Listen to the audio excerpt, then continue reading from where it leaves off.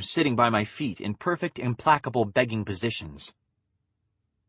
Remind me again why we didn't all move in with you years ago? Because I live in the middle of nowhere, and that isn't actually an asset for anyone who isn't a pure fictional? Maggie went back to putting dishes away. Now talk, or I'm going to take back your dinner. Anything but that. I stabbed my fork into the pie crust. How much of the footage have you guys watched? Enough, said Alaric grimly. I nodded. Okay then. I took a bite of pot pie, swallowed, and began talking, starting with the point where Bex and I drove away from the motel. Most of our time at the CDC had been fairly well documented by the cameras we carried, but they'd been simple recorders, not full-on field deployments. There were things they missed, like most of Director Swinson's reactions, and everything in the emergency tunnels. Your recording feeds cut off as soon as you went through that second door, said Alaric. They picked up again once you were outside. Really? I glanced to Kelly. Did you know that was going to happen? No, but it makes sense. Those tunnels are heavily shielded to prevent contamination if there's ever need for an actual flush. We're not even supposed to stay in them during drills if we can help it. Radiation? Asked Alaric. Kelly shrugged. I really don't know. I'm sorry. I took advantage of their brief side conversation to shovel another few bites of pot pie into my mouth, barely chewing. Finally, I said, Okay, so you didn't get any of that footage. It wasn't bright enough in there to get much worthwhile, but unless their shielding fried our electronics... I glanced at Kelly. She shook her head, indicating that it shouldn't have done anything of the sort. That made sense, since the CDC probably had recording devices of their own in the tunnels. They'd need to know what went wrong if there was ever an emergency purge. You should be able to extract the audio track. Don't forget the pretty amber lights. Those are probably worth a screenshot or two. We all turned toward the sound of Bex's voice. She was wearing one of Maggie's bathrobes, knotted loosely around her waist, and her hair was still half wet, tousled from the post-shower drying. Is there another pot pie, Maggie? I'm hungry enough to eat a dog.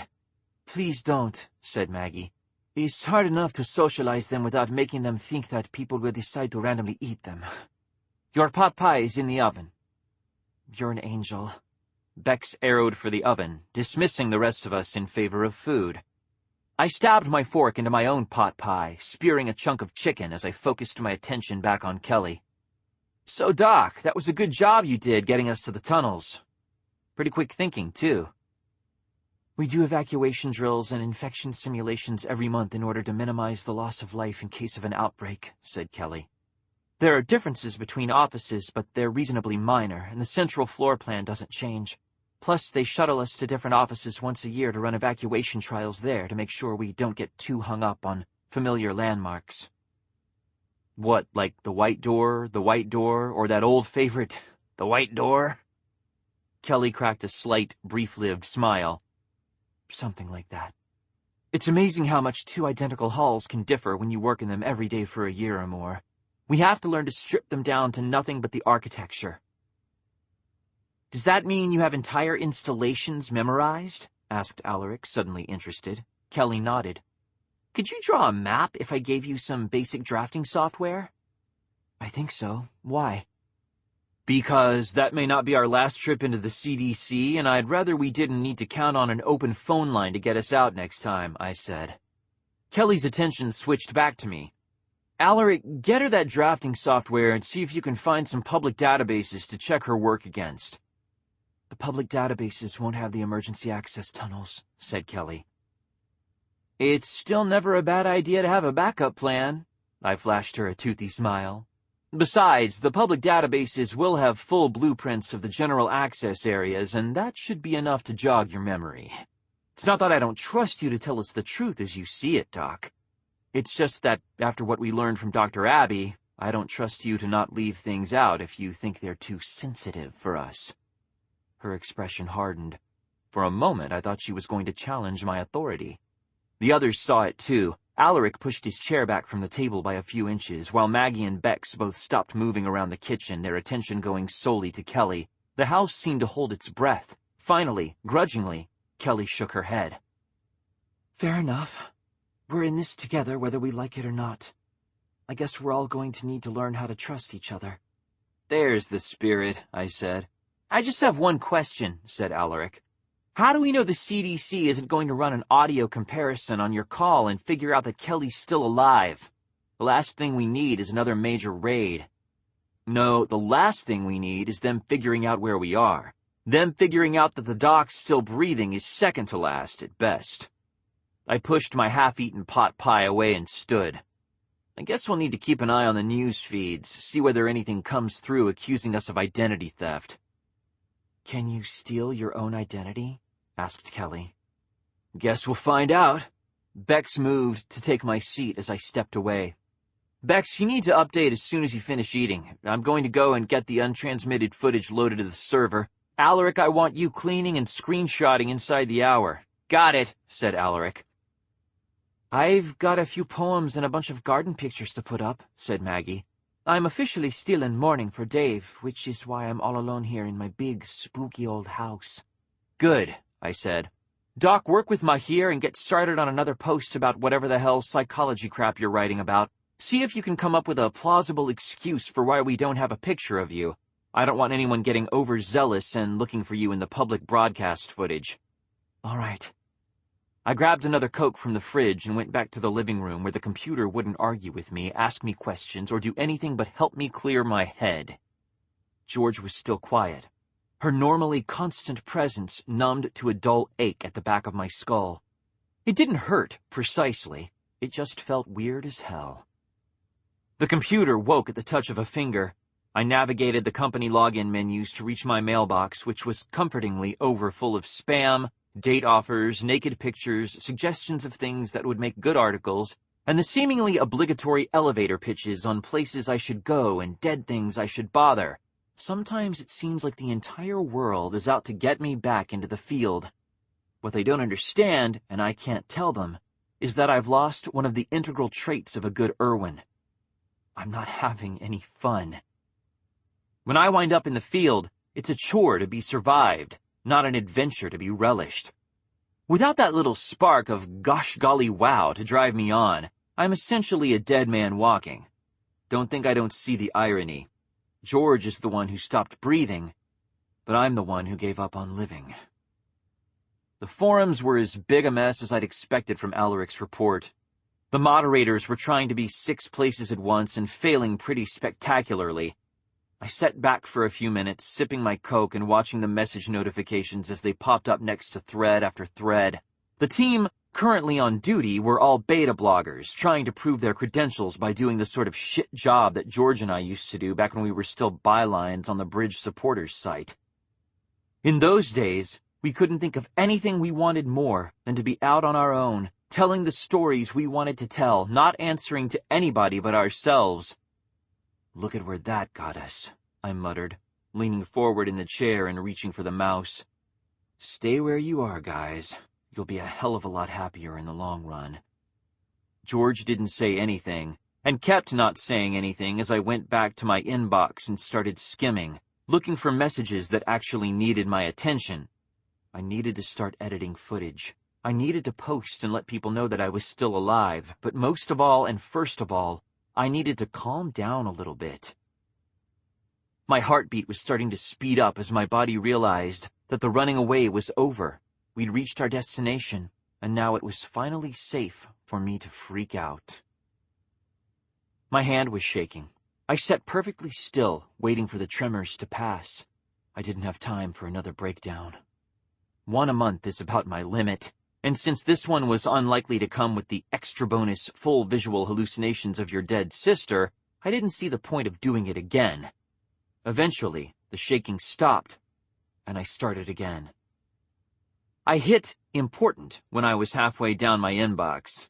It was buried in thread updates, private messages from the moderators, and random posts from my mailing lists, and I almost didn't click because I didn't recognize the sender's email address. Who the fuck uses Taunted Octopus for a handle anyway, I asked myself. It wasn't entirely a rhetorical question. I was hoping the sheer stupidity of it would be enough to make George speak up. Instead, it was enough to make me stop, swear, and open the message. Who uses Taunted Octopus as a handle? Probably a woman who wears t-shirts telling you not to do it. Dr. Abby. From Taunted Octopus at redacted.cn.com to Shaun.Mason at aftertheendtimes.com. Subject, Aren't you a busy boy? I admit I was surprised when I heard that the Portland CDC had been overrun by the infected less than 24 hours after you left me. You don't waste time, and I respect that. Then again, it's not like you have much time to waste. You're not the only one who knows how to operate a camera, and I bet you dollars to donuts that somebody got footage of you and your little band of merry men on the trek out here. It's just a matter of time before somebody figures out we were in contact, and then the shit you're in will be so deep that it'll make your current shit look like chocolate pudding. Don't come back. We started tearing down the lab as soon as you left, and by the time you get this message, assuming you live long enough to get this message, which is by no means guaranteed, we'll be on our way to a new location. The little arrangement I have with the CDC depends on a certain status quo, and you're playing in dangerous enough waters that I can't count on it right now. So hurry up and get your answers or get yourselves killed, will you?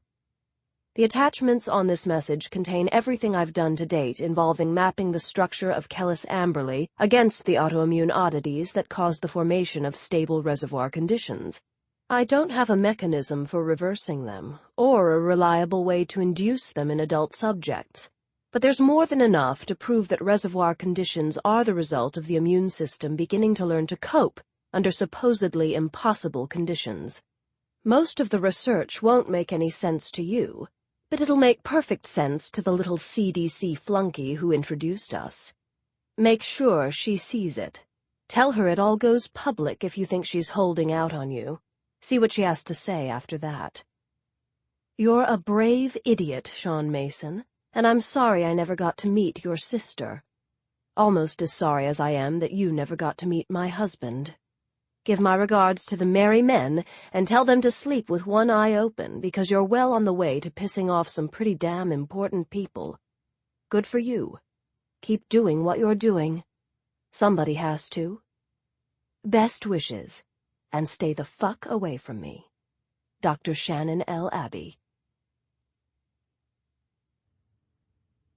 A flare of guilt rose, washed over me, and died as I contemplated the fact that talking to us cost Dr. Abby her lab. She knew what she was doing when she let us through her door. Maybe she didn't invite us to come for a visit, but once we were there, she was perfectly happy to tell us what she knew. If she wasn't going to blame us for showing up, I wasn't going to feel bad for doing it.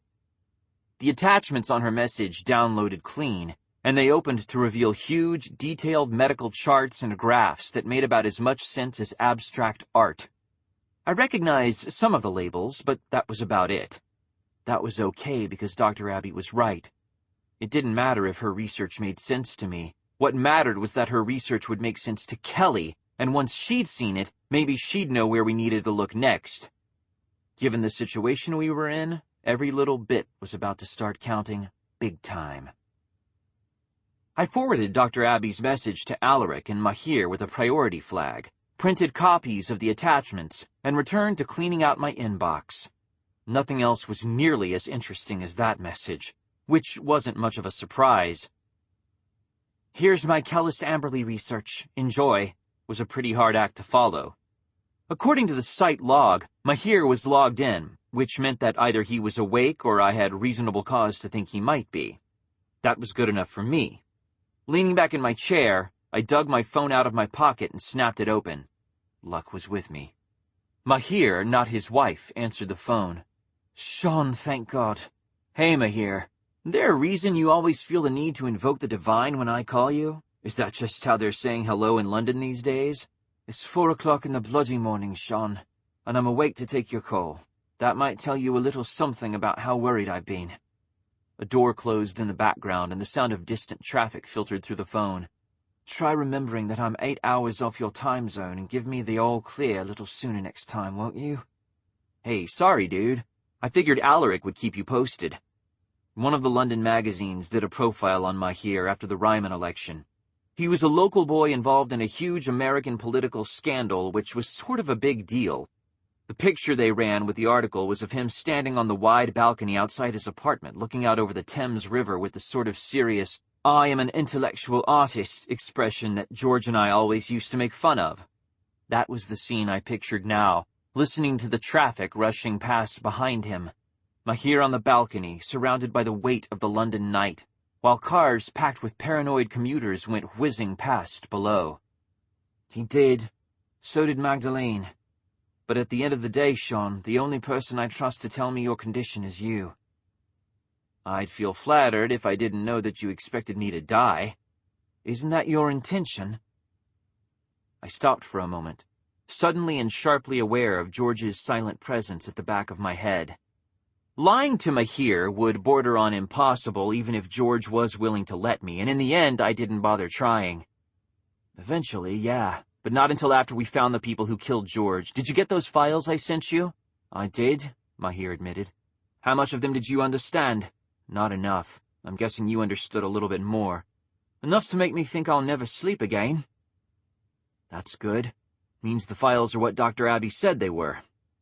I need you to do something for me. What's that? Find a virologist with nothing left to lose and get them to check her work. Now it was Mahir's turn to fall briefly silent. Finally, tone wary, he asked, "Do you understand what you're asking me to do?" "Yeah, I do. I feel like a total ass for doing it, but I do." Mahir went silent again. Honestly, I couldn't blame him. North America lost a lot during the Rising. Big chunks of Canada and the lower parts of Mexico have never been reclaimed from the infected. We held the line in Alaska as long as we could, but in the end the infection was too strong and we had to let the entire state go. Almost every part of the United States has its little dead zones, places that are too damn dangerous to take back. None of that can hold a candle to what India lost. Because what India lost was India. The conditions in pre-Rising India formed a perfect model for pandemic spread of Kellis Amberley. We studied it in school as part of the standard epidemiology curriculum. Combine highly concentrated populations with large stretches of rural farmland, a polluted water supply, and large unconfined animals, and you were basically setting up the ideal conditions for losing everything. According to the reports, the ones that made it out of India anyway, there aren't many, the virus first started showing up in Mumbai, where it went from zero to chaos in the streets in less than 36 hours. While India was throwing all its resources at trying to save the city, the infection was taking hold of the country, claiming villages and small towns so quickly that no one had time to sound the alarm. By the time anyone realized that the quarantine couldn't possibly have held, it was way too fucking late to do anything but evacuate. The first handheld blood testing unit was invented by an Indian scientist named Kiran Patel. Dr. Patel had isolated his family when the first signs of trouble started to show. Thanks to his quick thinking and willingness to use lethal force against the infected, he managed to keep his entire apartment building clean of the live virus during a 6-day siege that should have left them all casualties. When he wasn't standing watch, Dr. Patel was modifying his own diabetes kits to look for something a little more crucial than blood sugar. By the time the UN soldiers fought their way into that sector of Mumbai, he had a crude but reliable way of proving someone's infection status in minutes. The whole building checked out. 2 of the troops who'd come to their rescue didn't. Acceptable losses for a piece of technology that no one else had even taken the time to think about, much less put together. Dr. Patel went into a diabetic coma in the helicopter that airlifted him and his family out of the city. He never made it out of India. His widow went to the UN and demanded refuge for the survivors of her country in exchange for her husband's notes. She got everything she asked for. The people who made it out of India were allowed to settle anywhere they wanted, bypassing all the normal citizenship requirements.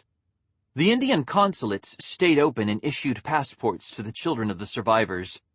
As far as I know, they still do. When the disease is defeated, they say, they'll be ready to go home. Whether that's true or not, London has one of the largest Indian communities on the planet, second only to Silicon Valley. although Toronto is a pretty close third. Mahir was born in London. He's never been to India, and as far as I know, he's never wanted to go. That's not true for everyone. A lot of people want to reclaim their heritage. They may like living where they are, but they want it to be a choice, not an exile. There are doctors and scientists in the Indian community who answer only to the government of a nation that currently doesn't exist, pursuing research whose only motive is, get us home.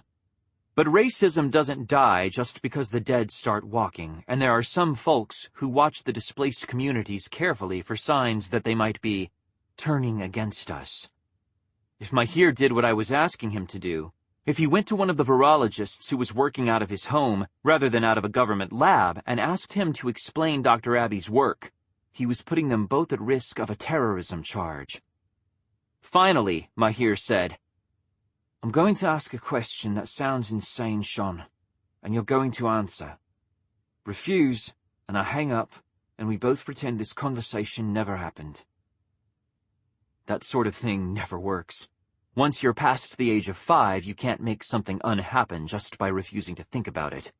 "Sure," I said. "Whatever you say."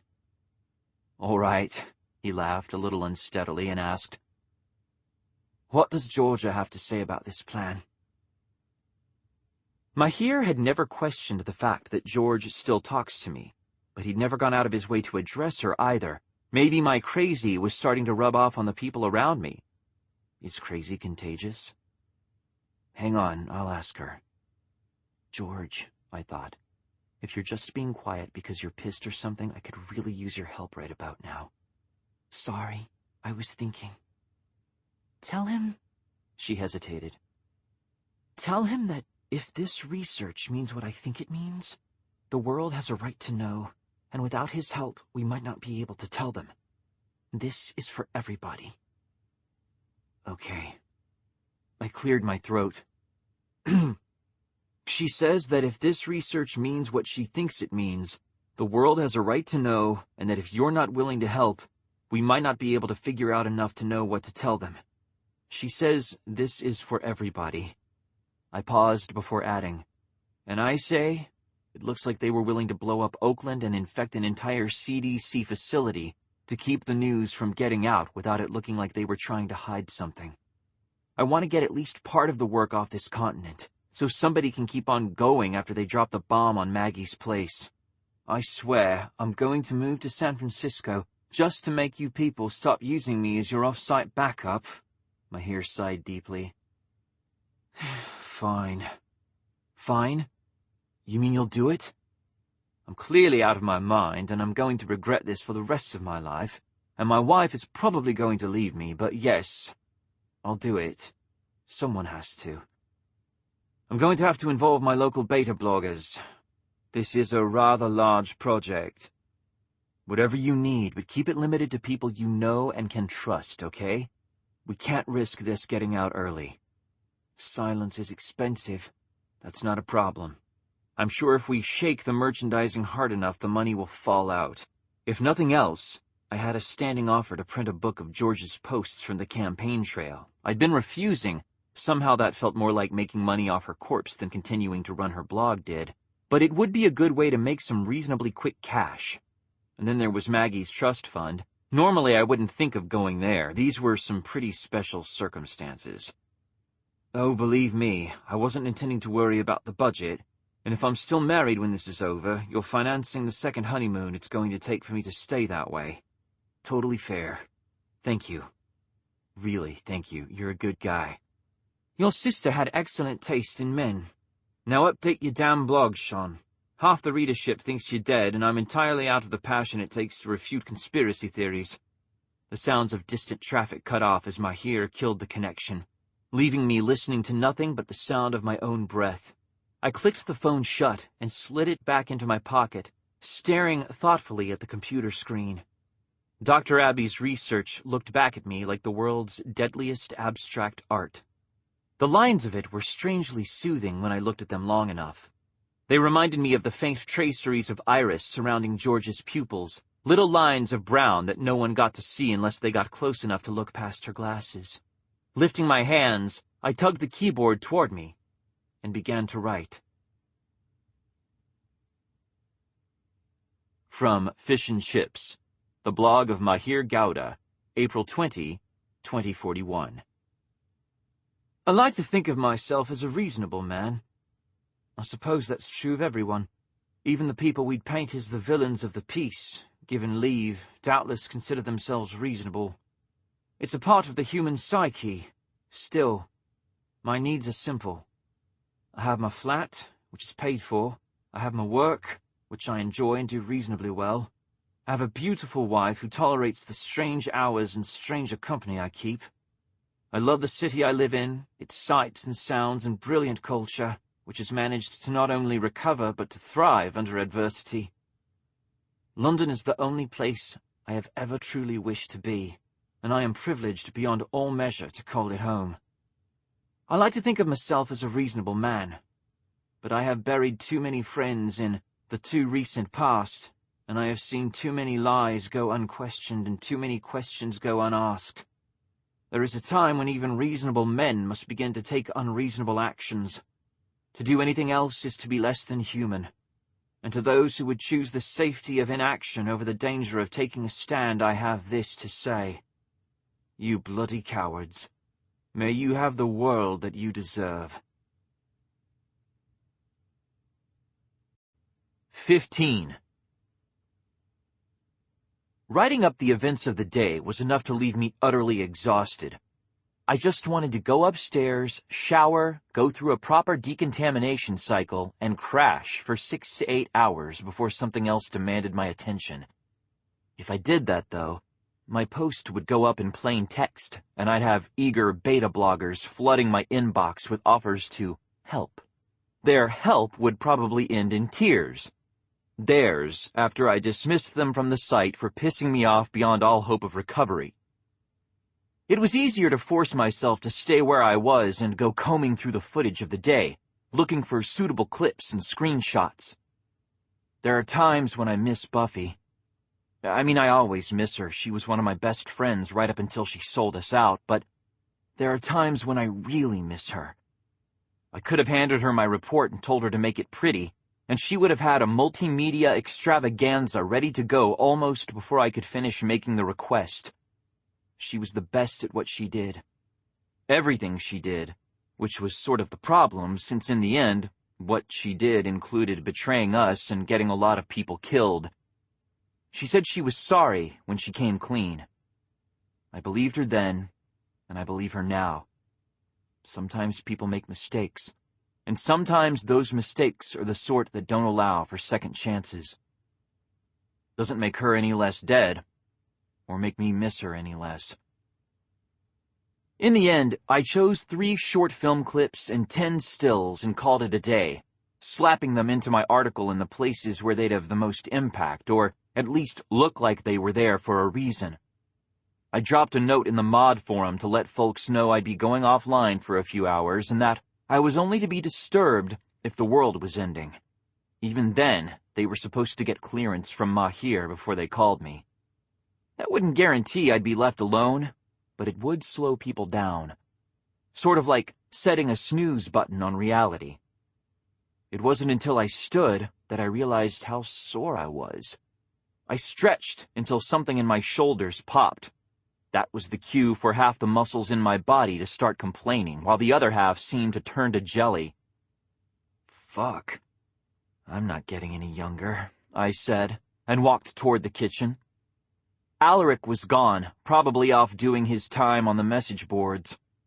I'd say better him than me, but I've done that gig more times than I can count, and it's not something I'd wish on anybody. Bex and Maggie were still sitting at the table, watching the uncomfortable-looking Kelly the way cats watch mice. She turned toward me when I entered the kitchen, expression going pathetically relieved. If I was her idea of salvation, things must have been really nasty while I was in the other room. Hey, I said. I'm going to go upstairs and get a shower. Kelly's look of relief died. Don't you want to finish your pot pie? No, I'm good. Maggie, can you take care of any comments I get for the next few hours? I need to catch some sleep or I'm going to be useless tomorrow. Absolutely, Maggie smiled. Now go. You're running yourself too hard. You're probably right. I paused, a thought hitting me. Maggie, tell Alaric to check on the bug we planted in the conference room. It should be showing up on the live index now, and I want to know the second it picks anything up. Decontamination will take a few days, said Kelly. If she had opinions about the legality of bugging CDC installations, she was keeping them to herself. You won't be getting anything until that's done. Well then, I guess I'll have plenty of time to catch up on my beauty sleep. All of you, good night, and try to get some rest. I will, said Bex, giving me a thoughtful look as I turned to go. Making it up the stairs took more effort than it should have. I was so damn tired.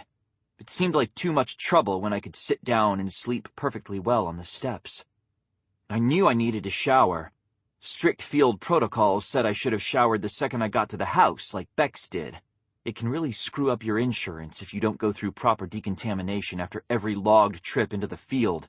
But there are loopholes to the law, if you know how to use them.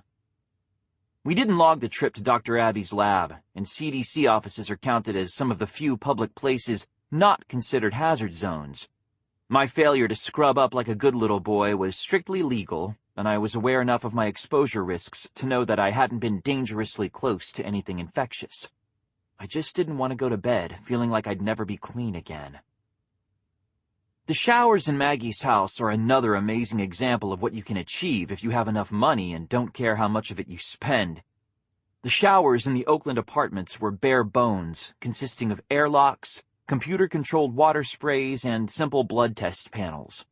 Using them was like getting scrubbed down by industrial robots that didn't give a damn whether you were comfortable with the process. They didn't quite perform involuntary enemas, but God, they came close. Maggie's place, on the other hand, when her parents set her up with a place of her own, they took spare no expense seriously. Some of the bells and whistles she had were things I'd seen only in magazines and in articles about people with more money than sense. The entire bathroom was decorated in pre-rising tile, with genuine porcelain fixtures, the kind that can get broken or splinter, thus becoming infection risks and requiring full replacement. It was easy to miss at first glance that the room was divided into two sections, since the main section contained the toilet, a full-sized sink, and an antique claw-footed bathtub. All you had to do to get inside was open the door. No blood tests required. If you were the sort of person who could ignore the heavy curtain covering one wall, you could pretend that it really was a pre-rising bathroom, and that all that zombie nonsense had never actually happened. I closed the bathroom door and crossed to the sink, where I emptied my pockets into one of the mesh baskets Maggie keeps for exactly that purpose. Once I was sure I wouldn't accidentally sanitize my press pass or something, I stripped, tossing my clothes, shoes and all, into the bathroom hamper. As soon as I activated the shower, a chute in the bottom of the hamper would open and send my clothes for automatic sterilization. No human hands would touch them until they were certified infection-free. I glanced at my reflection and scowled. I looked exhausted, and I was starting to develop bags under my eyes. Good thing I wasn't doing the Irwin circuit anymore. An Irwin who looks tired is an Irwin who's losing merchandising points with every frame of footage he posts. Pulling back the curtain revealed the hermetically sealed airlock door separating the shower from the rest of the bathroom. There was a testing panel to one side. I pressed my hand against it, feeling the needles bite into the base of my palm. The light over the shower began flashing between red and green. I cleared my throat and said, "Shaun Mason, guest, requesting standard decontamination protocols." There was a pause, as the shower's computer ran my blood sample and checked my voice print against the house logs. The light stopped flashing, settling on a steady green. A chime rang, and a pleasant voice that sounded suspiciously like Maggie said, "Welcome, Shaun. Please enter." The airlock hissed as the seal released, and the door swung slowly open. I shuddered as I stepped through. The sound of hydraulics wasn't going to sit easily with me for a while. Not until something else horrible happened to make me forget about the events of the Portland CDC. The door swung closed behind me, locking with a second, louder hiss. Once the decontamination cycle started, there was no way to cut it short. "What sort of shower would you prefer?" The voice of the shower came from a speaker, set high in the rear wall. Everything but the airlock door was tiled, the floor and ceiling in white, and the walls in a soothing shade of blue. There were 4 shower heads, set at levels ranging from shoulder height to almost ceiling level. A recessed nook in the left-hand wall held shampoo, conditioner, and a variety of shower gels. "Hot, short, thorough," I said. I hesitated before adding, "Please." It never pays to insult computers that are smart enough to form sentences. Not when they're in control of the locks, and especially not when they have the capacity to boil you in bleach. "Absolutely," said the shower. "Please close your eyes." That was all the warning I got before the water turned on, cascading with a vengeance from all 4 shower heads. I closed my eyes half a second too late and sputtered as I tried to wipe them dry. At least this shower started with water. Some of them just go straight to bleach. The initial blast of water lasted for 30 seconds, letting me get warmed up before the shower announced, still politely, "I will be commencing sterilization on the count of 3. Please prepare yourself." "Got it," I said, and screwed my eyes more tightly shut. The liquid raining over me cooled, taking on the sharp smell of industrial-strength bleach. I did my best not to breathe too much as I scrubbed myself down, working the bleach into my skin. It stung like a bitch, just like it always does, but it was a good sting. It was the sting of getting all the way clean and staying alive for another day. The bleaching stuck to the absolute legal minimum, lasting only a few seconds longer than the water. Finally, the shower said, "Normal bathing cycle is beginning. You have 4 minutes. Please speak if you want to extend this time." The bleach stopped immediately, replaced by rapidly warming water. I rinsed my face clean before saying, "4 minutes is fine, thanks." "You're welcome, Shaun," said the shower. Creepy. I hate it when machines get chatty with me. I wiped my eyes before opening them and reaching for the shampoo. George and I used to have shower races, who could get in and clean and out again in the shortest amount of time. All the guys we went to school with insisted that their girlfriends and sisters took forever in the bathroom, but George always beat me. She could scrub down in under 3 minutes if she was in a hurry and hadn't been out in the field. Bleaching added time to both our totals, so we started subtracting it when we compared times. It was the only way to keep the contest fair. Of course, once a month or so, she'd take over the bathroom for an afternoon to dye her hair back to its original color, which inevitably resulted in her shouting for me to come in and help her dye her roots. The sink on our old bathroom was stained a permanent shade of brown by the time we were 16, and we ruined so many towels. The water cut off, leaving me with soap behind one ear and a goony expression on my face. I hadn't realized 4 minutes could go so quickly. "Thank you for showering with me today, Shaun," said the shower, as the airlock door unsealed and hissed open. "It's been a pleasure serving you." Thanks," I said, stepping out. "Same here." I grabbed 2 towels from the pile by the sink. I wrapped one around my waist and used the other to dry my hair, rubbing briskly all the way around my head before slinging the towel around my shoulders. I needed to sleep. The basket full of my crap would be safe on the counter for the night, and it was long past time for me to get to bed. I started for the door and stopped in the process of reaching for the doorknob. Oh, crap. When we arrived, Maggie apologized for having only 3 guest rooms, 1 each for Alaric, Bex, and Kelly. That left me sleeping on the front room couch, which was fine when I had, clothes. Nudity was definitely going to be an issue if I was intending to sleep there again, and since I hadn't exactly taken time to pack when the building was exploding, I didn't have spare jeans. I was too damn tired to make a decision. I was still standing there trying to figure out what to do when somebody knocked on the bathroom door. I let out a relieved sigh. Saved. Clearly, Maggie had realized I was going to have a problem. and was bringing me a bathrobe, if not actual pants, left behind by one of her fictional house guests. "You have no idea how glad I am that you're here," I said, opening the bathroom door. Bex was on the other side. She looked at me with wide, solemn eyes and said, "I hoped you would be." Then, before I had a chance to react or say anything, she stepped into the bathroom and closed the door behind herself. She stayed there for a moment, one hand behind her back and clutching the doorknob, the other hand resting against her upper thigh. It was somewhere between a pose and a pause, and I had no idea what it meant. I took a step backward, making room for her to do, well, whatever it was she was getting ready to do. "Hey, Bex, are you okay? I was just about to clear out, so if you need the bathroom—" "Shut up, Shaun." She let go of the doorknob and walked toward me. Once she reached me, she took the towel from my shoulders and tossed it carelessly to one side. "For once in your life, just once, why don't you just shut up?" She stepped a little closer, leaning up onto her toes, and kissed me. I wasn't expecting the kiss. I didn't have a chance to step aside or deflect it, so no, I couldn't have prevented it from starting. But I could have pulled away from her. I could have stopped it right there. Instead, I kissed her back.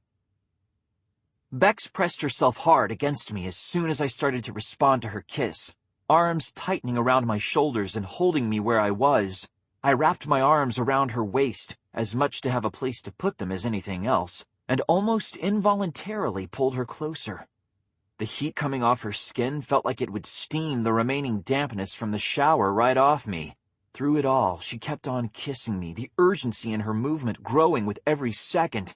Suddenly, exquisitely aware of how close to naked I was, I raised my hands and took hold of her forearms, pushing her gently away. She fought to maintain the kiss for another few seconds before the distance between us made it impossible. Her eyes were bright, and her cheeks were flushed. She was still wearing the bathrobe she'd borrowed from Maggie, and the belt was half untied, letting the top gape open enough to give me a really good view of her cleavage. I swallowed. Hard. Tired or not, I was still male, and it had been a long damn time since I'd had a look at that particular vista. Parts of my anatomy that I'd been willing to write off completely were waking up and announcing their interest in the situation. Loudly. "Bex, I don't know do you want me to stop?" She twisted out of my grasp, moving with a simple grace that made my breath catch in my throat. Then she reached up to take my hands, sliding her fingers into mine. "I'll be totally honest. I don't want to stop, but I will, if that's what you want." I don't know, I looked at our joined hands, studying the short, practical shape of her nails. She had the nails of an Irwin. That made me feel better, oddly enough. I was just another hazard zone for her to explore. "I don't know if this is such a good idea. Hey, look at me." I raised my head. Bex met my eyes and said, "I'm not going to ask you for a commitment. I don't want to go steady. You're my boss and you're my colleague, and I respect that. But we almost died today, and I'd like to remind myself that we didn't." She stepped back, still holding my hands. "I'm lonely. Don't you ever get lonely?" It was suddenly hard to breathe. "Every damn night," I said, and closed the distance between us with a step, yanking my hands free before wrapping my arms around her waist again.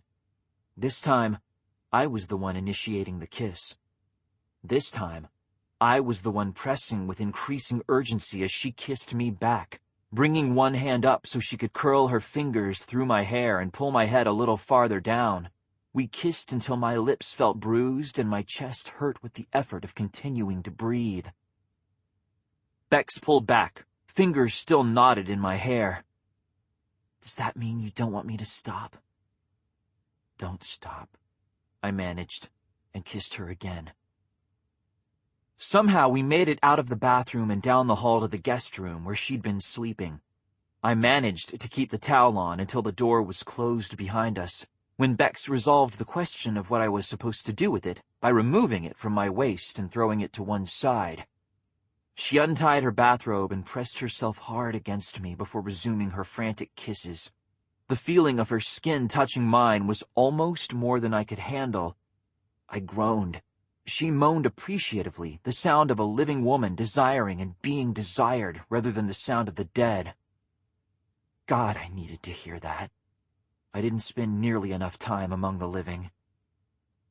The ringing silence in my head was forgotten, drowned out by the sounds our bodies made. Skin sliding against skin, fingers rustling through hair, lips meeting and parting and meeting again. Bex kept moving steadily backward, forcing me to follow if I wanted to keep kissing her. I wanted to keep kissing her, and so I kept going until she pulled me onto the bed and slung one leg over mine, keeping me there. I didn't resist. I didn't want to. For the first time since George died, I really didn't give a shit about anything but the present. It was a nice feeling. I'd missed it. Shaun. I started kissing her neck, tasting the slightly salty flavor of her skin. I'd missed that too. The taste of a woman's neck, the way it moved when she breathed. Shaun. It took a moment for the fact that Bex was talking to me to sink all the way into my brain. I stopped kissing her in order to push myself back and look at her face. Her hair was rumpled, making her look like she'd just finished running a marathon after holding off an entire horde of zombies with nothing but a shotgun. I was starting to understand why she kept it long. It might be impractical as hell, but it made views like this one possible, and that was worth a little inconvenience. What? Did I do something wrong? No, she smiled, a little wryly. I just wanted to let you know that I have condoms. I hadn't even thought that far ahead. I blinked for a moment, and then nodded. Cool, because if I have any, they're downstairs. Actually, I wasn't sure whether I had condoms in my pack or not. I hadn't needed that sort of thing in so long that I'd stopped thinking about it.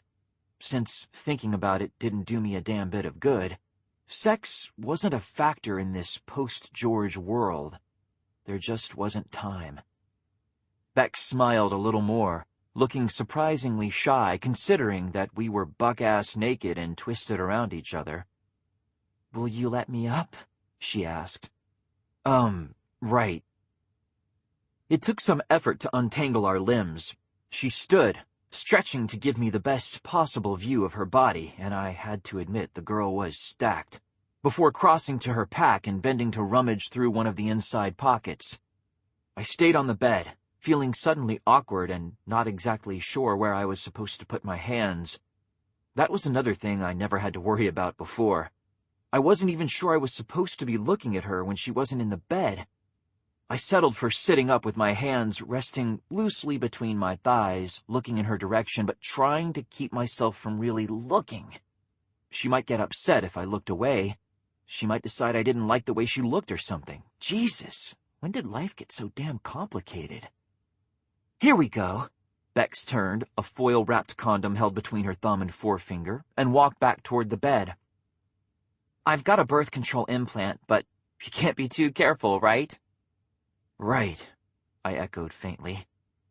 The pause had given me time to think, which wasn't such a good thing. My body was still voting in favor of going through with things, but now my brain was trying to weigh in on the topic, and it wasn't convinced that this was a good idea. It was reasonably sure that this was a really bad idea, and if there was any time to stop, this was it. Bex tore the foil. My brain found itself outvoted in a sudden upset sponsored by the body and supported by every hormone I had. I was reaching for her, and she was reaching for me, and then her fingers were unrolling the condom along the length of my cock, and then coherent thought took a back seat for a while. Its services were no longer required, or really wanted. Everything that mattered was in the bed, and none of it took the slightest bit of thinking. All I had to do was act. So I closed my eyes, cupped my hands against the side of her waist, and let the moment do the driving. I don't know how long the moment lasted. Long enough that when it ended, I was even more exhausted. It was a better exhaustion. It was just all-consuming. The kind of tired that it's almost impossible to fight. I helped clean up the mess with my eyes half closed, fumbling as we got the damp sheets and the used condom into the appropriate hampers and wastebaskets. Then I sagged back into the mattress, relaxing utterly as my head hit the pillow.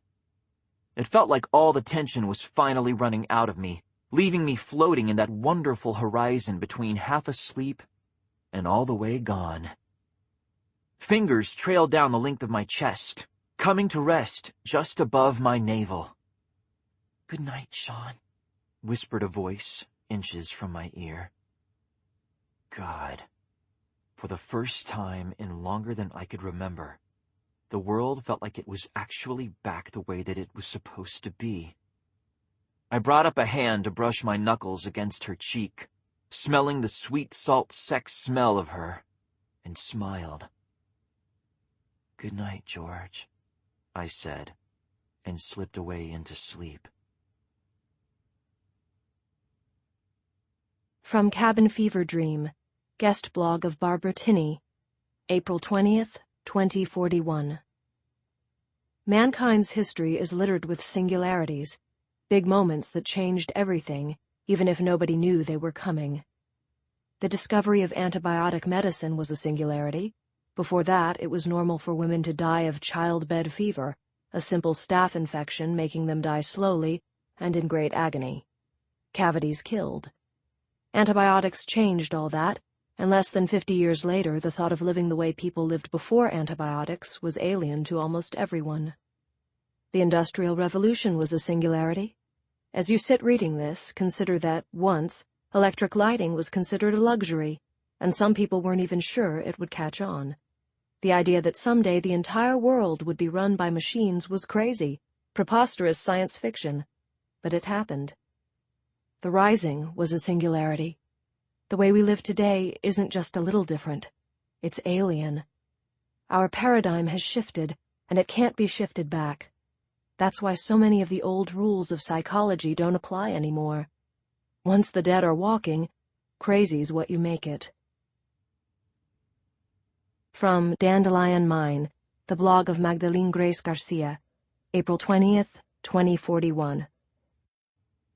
Tonight's watch-along film is that classic of the genre, The Evil Dead, wherein a truly spicy young Bruce Campbell, Yum, is menaced by demons, evil trees, and his own hand. I'll be opening the chat room at 8 Pacific and live blogging the whole movie for those of you whose attention spans won't tolerate anything longer than a few hundred characters. I hope to see you all online, and remember, last person to log on owes me a drink. 16. I woke sprawled buck-ass naked on the guest room bed, surrounded by the furry mounds of sleeping bulldogs. Groaning, I pushed myself up onto my elbows. The door was open about a foot, just enough to explain my unwanted guests. I scrubbed at my face with one hand, trying to wake up enough to start worrying about my clothes. "Guess it's time to deal with another fucking morning, huh, George?" Ringing silence answered me. I pulled my hand away from my face and sat all the way up. "George?" Still no answer. "You're starting to freak me out here, George. What did I do to earn the silent treatment? I'm doing what you asked me to do. I'm actually stepping up to the plate. So could you stop fucking around?" She didn't stop fucking around. She was still there. I remember what sane felt like, and this wasn't it. Sane didn't come with the constant low-grade awareness of George sitting at the back of my head. She just wasn't talking. I scowled. "Fine. If you want to play silent treatment, we'll play silent treatment. See how you like it." I scooched my butt along the mattress, eventually getting to the point where my feet hit the floor. Every muscle in my legs ached. I could already tell I was going to be applying icy hot and gulping aspirin like M&Ms all day. I guess that's what you get when you go and outrun an outbreak. And yet somehow better than the alternative, I muttered. The mystery of how the door got open was answered by the stack of clothing and crap on the bookshelf just inside. I sent a silent thanks to Maggie's in-house laundry service. Silent because with her computer systems, I was vaguely afraid the program in charge of the laundry service might respond if I thanked it out loud, and began getting dressed. Even the things I'd left in the bathroom were clean, down to the rust on my ancient Swiss army knife. I shook my head. Sometimes it's possible to be a little too efficient. It was unnerving to think of the house sending out tiny cleaning devices and using them to polish my thumb drive and pocket change to a mirror sheen. At least nothing was missing. I shoved things into their respective pockets, fastened my belt, and sat down on the bed to put my boots on. That's when the reality of my position finally filtered through my sleep-addled, Georgeless brain. I was the only person in the room. Where the hell was Bex? I looked back at the bed, which didn't offer any answers. From the way I'd been sprawled when I woke up, there was nothing to prove that anyone else had been in the bed to begin with. That was a little worrisome. If I'd gone even further over the edge and started hallucinating being seduced by random members of staff, the time remaining before I went totally insane was probably pretty low. With that cheerful thought at the front of my mind, I started trying to get my boots on. The process was complicated by the dogs, who thought attacking the laces was a fantastic game. The main difference between dogs that size and cats seems to be that cats, while crazy, are at least meant to be little, whereas the process of shrinking dogs seems to drive them insane. At least we have that much in common, I muttered and stood, stretching for a final time before walking out of the room. I left the guest door room open. No point in depriving the bulldogs of a nice warm bed. Alaric was sitting at the kitchen table with his laptop, tapping industriously away. Half a pot of coffee sat in front of him, wafting the delicious smell of hot caffeine toward me as I entered. I stopped to sniff appreciatively. The sound got his attention. He looked up, nodded briefly, and looked back down again. "Hey." "Hey," I said. I grabbed a mug from the counter and poured myself a cup of hot black coffee. Morning is the only time I normally get coffee without complaining from my inner peanut gallery. If George wanted to sulk, maybe I could get a second cup in before going back to Coke. A pang of guilt followed on the heels of the thought, although it wasn't enough to stop me from taking a mouthful of throat-searing liquid. I'd rather have George than all the coffee in the world. Still, if focusing on self-caffeination distracted me from the question of her silence, it was worthwhile. Alaric kept typing as I sat down across from him, seeming to ignore me completely. I sipped my coffee. He typed. George didn't say anything. This went on for a few minutes before I cleared my throat and asked, "So what have I missed? Other than the sunrise and apparently breakfast?" Alaric raised his head. "Maggie took Bex and the doc into town to go grocery shopping. Something about us eating her out of house and home." The image of that particular trio tackling the weed supermarket was fascinating. I paused for a moment to ponder it. I've seen pictures of pre-rising grocery stores. They were weird, cramped things with narrow aisles filled with milling consumers, and of course, when the zombies came, they turned into effective little death traps, full of places for the infected to hide. Even the sprinkler systems they used to run over the vegetables worked to spread the outbreak, since all it took was a few drops of blood getting into the water system and bam, you were literally misting live infection throughout the produce aisle. It didn't help that people kept freaking out and running for places where they could try to hole up until it was all over, like the nearest warehouse megastore. The body counts at Costco and Walmart were nothing short of stratospheric. For a few years post-Rising, everyone bought their groceries online. Some people still do that, preferring a small delivery charge to the inherent risks of going out amongst the rest of the population. Unfortunately for them, not everything lends itself to the online model. Fresh fruit and vegetables, meat, fish and poultry anyway, those being the meats still sold for eating, and anything with the word bulk attached to it, are much better bought in person. The rise of the modern grocery store has been a reflection of people's twin needs to eat and not get eaten. The layout is closer to the old megastores than anything else, but only a certain number of people are allowed in each department at any one time. Groups cycle through according to the store's floor plan, with airlocks and blood testing units between each distinct part of the store. The process takes hours. Grocery shopping is not an activity for the faint of heart. I paused. Isn't Maggie afraid they'll be spotted? I'm pretty sure her parents own the store. Oh, that'd do it. Has the doc ever actually been in a grocery store? I asked. My coffee was starting to cool down. I took a longer swallow, letting comforting bitterness cover the back of my throat. It was weird, drinking coffee without apologizing to George or asking permission before doing it. I took another drink, almost daring her to comment. She didn't. I don't think so, said Alaric. She turned sort of white when Maggie told her where they were going. God, I hope somebody's got a camera running. Or 4 or 5, or maybe an even dozen. We couldn't use the footage for anything, but seeing Kelly confronted with an actual fish counter would be comedy gold. I'm sure they do, said Alaric. They know their jobs. True. I refilled my mug. Anything else going on? Not really. Huh. Okay. How are the overnights? Good? Not great? Really good? Alaric seemed to realize I wasn't going anywhere. He pushed his laptop to one side and reached for his own mug. Your report got a ridiculous number of downloads. I mean, really ridiculous.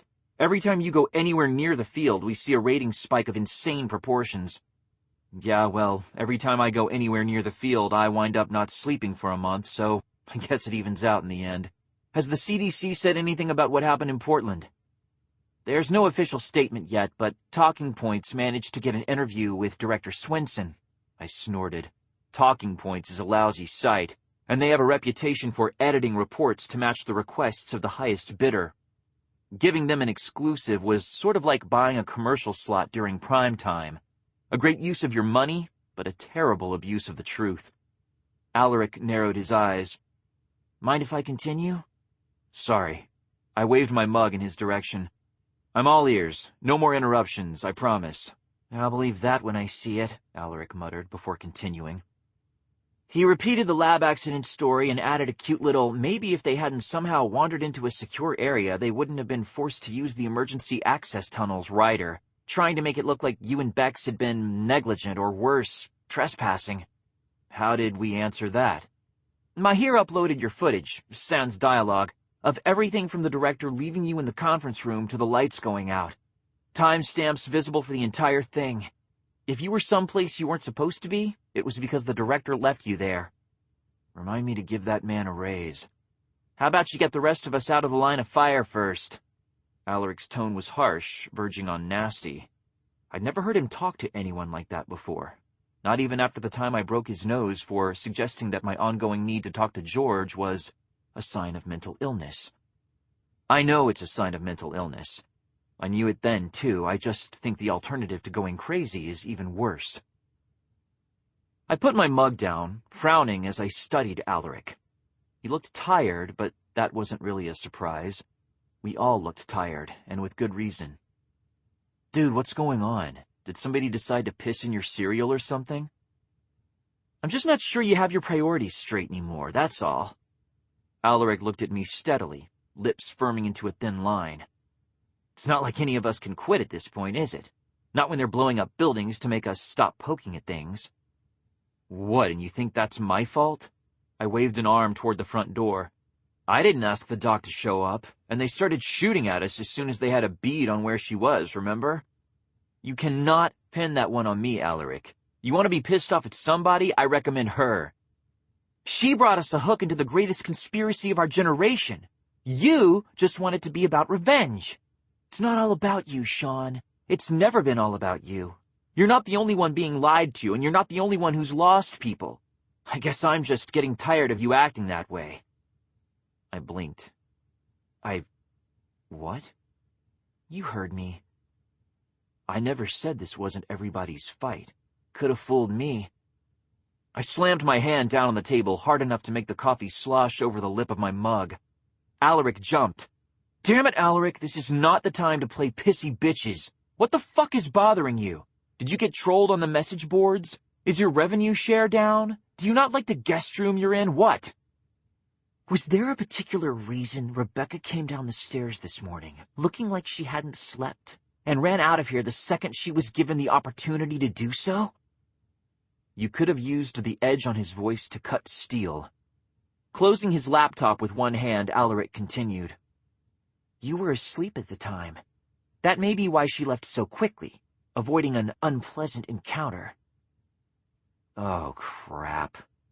Any relief I might have felt at hearing that I wasn't going crazier, Bex and I really did have sex, was destroyed by the realization that I'd hurt her in the process. I put a hand over my face, resting my elbow on the table. Oh, fuck. That was what I assumed you'd been doing. Alaric, man. I raised my head, looking at him. He was still glaring at me. That was fine. I felt like glaring at myself. How upset was she? I'm not sure, really. She wasn't exactly in the mood for handing out details. That was one I owed her. 2, if you counted the monumental apology I was going to be making as soon as she got back. I guess not. Look, Alaric, I never meant for any of that to happen, I swear. I wasn't trying to get her into bed, and I sure as hell wasn't trying to hurt her once she was there. I know, he sighed, deflating somehow as he looked down at the table. I know she likes you. I've known for ages. I just kept hoping she'd see that you weren't interested, that she had better options available, but it was like she couldn't see anything but the fact that you were playing hard to get. I wasn't playing, I said softly. This sort of thing was easier to handle when George was around. She was always the one who noticed when girls started crushing on me, and she made them go away, one way or another. I never tried to deal with this sort of situation on my own before. I really wasn't. Alaric laughed. It was a short, dry sound, utterly devoid of humor. The tragedy of all this is that I know. If you'd been playing, she might have gotten over you faster. I'll apologize. You'd better. He stood, taking his laptop with him. We can't afford to beat each other's throats right now. No, we can't, I said bleakly, and watched as he turned and walked out of the room. Once he was gone, I let my head fall to the table, forehead knocking gently against the wood. Fuck, George. How do I get myself into this shit? Leaping before you look, mostly. It's always been your biggest weakness. Her laugh was superficially similar to Alaric's, all sharp, hard edges, but there was amusement there, too. The sort of amusement that comes right before the execution. That, and me, anyway. Oh, thank God. I sat up and sagged backward in the chair, closing my eyes. You scared the crap out of me. You needed some time to think. Yeah, and look how much good that did me. Now Bex is pissed, which means Maggie's going to be pissed too, and Alaric thinks I'm an asshole. Well, you sort of are. I told you to be careful with her. How was I supposed to know she was going to jump me in the bathroom? I love you, but there are times when I really don't understand the way your brain works. She's been getting ready to jump you for a while now. All the signs were there. Why would I know what the signs were, George? I never had to read them before. She sighed. True enough. You shouldn't have called her by my name, Shaun. This is going to complicate everything. I know. Now what am I supposed to do about it? She didn't have an answer for that one. Maggie's van pulled up half an hour later. I heard doors slamming in the driveway, and then like magic, the kitchen was full of women with arms full of groceries covering every flat surface with brown paper sacks. I was still at the kitchen table, although I'd exchanged my coffee for a can of Coke. The acidic sweetness of it was actually pleasant for once. The fact that I was drinking it meant that George was speaking to me again. That was worth doing a little damage to my tooth enamel. Bex cast a wounded look in my direction as she dropped her armload of grocery bags onto the stove. Then she fled out the back door, vanishing in the direction of the van. I winced and stood. Hey, Bex, hang on a second. Freeze, said Maggie in an amiable tone. I froze. Kelly, why don't you go and get Alaric? Tell him we need help unloading the van." Maggie's voice stayed pleasant, but there was an edge to it that made arguing with her seem like a seriously bad idea. Kelly nodded and left the room even faster than Bex had. She didn't even bother putting down her last bag of groceries. I stayed where I was, watching Maggie cautiously. She put down the bag she was holding and walked over to me, stopping a few feet away as she studied my face. Finally, shaking her head, she sighed. "How crazy are you, Shaun?" It was an echo of the question George asked me in the van, after Kelly dropped her little bombshell about the reservoir conditions. There was no possible way for Maggie to have heard George's side of the conversation, even if she'd been listening in. I flinched all the same, answering without thinking about it. "Pretty damn crazy," I winced. "Okay, that was maybe not the best answer. Can I try again?" "It was an honest answer, which is what I needed." Maggie looked me slowly up and down. "Did you know what you were going to do to Rebecca when you let her take you to bed?" "God, no. Maggie, I didn't even know she was, interested in me that way." "I thought that might be the case," Maggie sighed. "Have you ever had a girlfriend?" That was another question without a good answer. I settled for being as honest as I could. "Not as such, no." Again that slow look up and down before Maggie said, "I thought that might be the case too. Will you let me give you some advice?"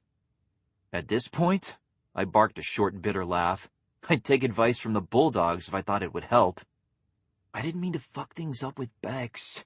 I mean, it was my fault because she'd been there, and she'd been willing, and she'd been offering me something I thought I wanted. She came with full disclosure, all her baggage right there on the table. Me, I'd been hiding how far gone I was for so long that I didn't. She had no idea what she was getting into. I knew that, and I should have known better." "Are you blaming her?" "I'm blaming myself." "Good," Maggie nodded, looking satisfied. "You're both adults, and it's none of my business what you do, as long as nobody's getting hurt. Bex got hurt. Maybe she should have been more careful about weighing the risks, but that doesn't matter right now. You need to apologize to her. You need to make this right, because if you wait for her to get better on her own, I don't think you're going to be able to work together anymore." "Yeah, I can do that." I would even mean it. Bex deserved a hell of a lot better than the way I treated her, whether I meant to treat her badly or not. She deserved a hell of a lot better than me. "I'm glad." Maggie stepped forward and hugged me. Her hair smelled like vanilla and strawberries. She held on just long enough that I was starting to get uncomfortable before letting go and turning to start taking groceries out of bags, leaving me blinking dumbly after her. Catching my look, she arched her eyebrows and said, "Well, what are you waiting for? Get out there and talk to her. Go!" I went. The grass was damp, probably from some overnight rainfall, and my boots were wet by the time I'd crossed it to Maggie's van, which sat in the driveway with doors open and groceries on the front seat. There was nobody there. I turned to look around, unsurprised to see footprints in the wet grass leading away toward Maggie's vegetable garden. I followed the trail all the way around the house and to the edge of the carefully tilled plot of ground that Maggie used for growing vegetables and fresh herbs. A few pre-rising park benches had been set up inside the garden border, providing a decorative touch of retro chic to the place. Bex was sitting on the bench farthest from where I stood, her back to me. I wasn't quiet as I approached her, and she didn't move. I guess she'd been expecting me. "Hey," I said when I was close enough. "You mind if I sit down?" "Yes, I do mind."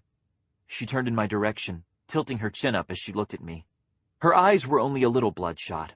She'd clearly mastered the Irwin art of crying without making yourself look bad for the cameras. That just made me feel worse. "But I guess we have to do this, so you might as well." She scooted to the side, waving a hand in invitation. "Thanks." I sat, letting my hands rest on my knees. Silence fell between us. She was waiting for me to start, and I had no clue how. "Say you're sorry," prompted George. She'd never led me wrong before. "I'm sorry, Bex." I mean, Jesus, I'm so fucking sorry. I don't think I can even say it. I was stupid and I was selfish, and I'm sorry. Bex took a shaky breath. There was an edge of laughter to her voice when she spoke, like she couldn't quite believe that we were doing this. "So that's it? You're sorry?" I knew you had issues, Shaun, and I'm a big girl. I thought I could handle them. I guess I was wrong. I shouldn't blame you for that, but I do. The subtext in her words was impossible to miss, even for me. Maybe you shouldn't blame me, but I should still have been smart enough to tell you that it wasn't a good idea for us to be intimate like that. You mean we shouldn't have fucked like bunnies? I coughed, partly from surprise, partly to cover the phantom sound of George's laughter. That too. I guess I wasn't expecting it, and does that sound unbelievably lame, or is it just me? Bex frowned slowly. You really mean that, don't you? You really had no idea. No idea of what? She stared for a moment before letting her chin drop and saying, "Oh, my God. You really had no idea." I was starting to get concerned. Apologizing for something I knew I'd done was one thing. I may not have much experience with girls, but I'm smart enough to know that calling them by somebody else's name is never a good thing, especially when that somebody else is dead and also technically my sister. Apologizing for something I didn't know I'd done was a bit more of a problem, if only because I couldn't be sure I was doing it right. Bex, I'm sorry, but you're kind of losing me here. I'm happy to keep apologizing, but I do need to know what I'm apologizing for." This time her laughter was bright and brittle, like broken glass glinting in the sunlight. "I've been throwing myself at you for months, Shaun. The flirting, the frilly tops, the requests for hands-on review of my reports. I mean, what the hell did you think I was doing?" "I don't know," I replied honestly. "I figured you just wanted to make sure your facts were solid before you posted, and all that frilly stuff looked like a girl thing. Sort of like the way you wear your hair." "I wasn't getting any ratings based on what I wore to work," she said. I shrugged. Bex sighed. "Fine. So you wrote all that off. What about the flirting? Did you write that off as a girl thing, too?" If I was telling the truth, I might as well go for the whole truth. I was pretty sure it couldn't get me into any more trouble than I was already in. Until you showed up and took my towel away, I really didn't notice. If Dave weren't dead, I'd owe him $10. Bex looked away from me, staring out at the forest past the fence. It looked completely untamed. Maggie's security precautions were very well concealed. "He said you didn't get it. I thought you were playing hard to get." That's what Alaric said, too. I'm really sorry. I never did the whole flirting thing. "No, I guess you didn't, did you?" She slanted a sidelong glance my way, considering me. "You didn't need to." I thought about lying to her. After everything else, there didn't seem to be any point. No, I guess I didn't. She nodded once, mouth twisting in that too damn familiar way before she went back to looking at the forest. I hated that look. I'd hated it on every face that I'd ever seen wearing it. The one that said clearly, "But she's your sister," and ignored the part where she was also the only person who'd ever really given a damn what I thought about anything. Finally, in a soft, almost contemplative tone, Bex said, "I guess I sort of knew deep down. Maybe that's why you were so safe to chase. I didn't think I'd ever have a chance to catch you." I wasn't sure what to say to that. I settled for what seemed like the safest of my available options. "I'm sorry." "I am too, Shaun. Believe me, I am too. I know we can't exactly go back to the way things were. That's my fault as much as it is yours, I guess. I just don't know." "How we're supposed to go on from here?" I ventured. She nodded. I bit back the urge to laugh, mostly because I wasn't sure I'd be able to stop again. Dude, Bex, I've been asking myself that question pretty much every day since George died. Have you figured out the answer yet? There isn't one. I slumped against the back of the bench, tilting my head back until I couldn't see anything but sky, going on for what might as well have been forever. I figure I'll just keep on going the way I am until something starts making sense. What if nothing ever does? I guess if that happens, I'll start hoping all the god freaks are right and there's some superior intelligence up there treating us all like laboratory rats. Fabric rustled against wood as Bex turned to peer at me. I couldn't see her, but I knew her well enough to know exactly what her expression looked like.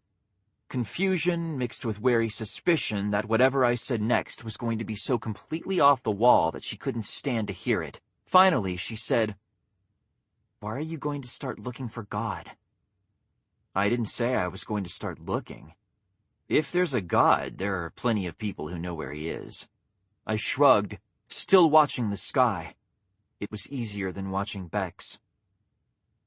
I just want to know that he's there, so that I can die knowing there's going to be someone I can punch in the mouth on the other end. Bex laughed. Some of the tension in my shoulders slipped away.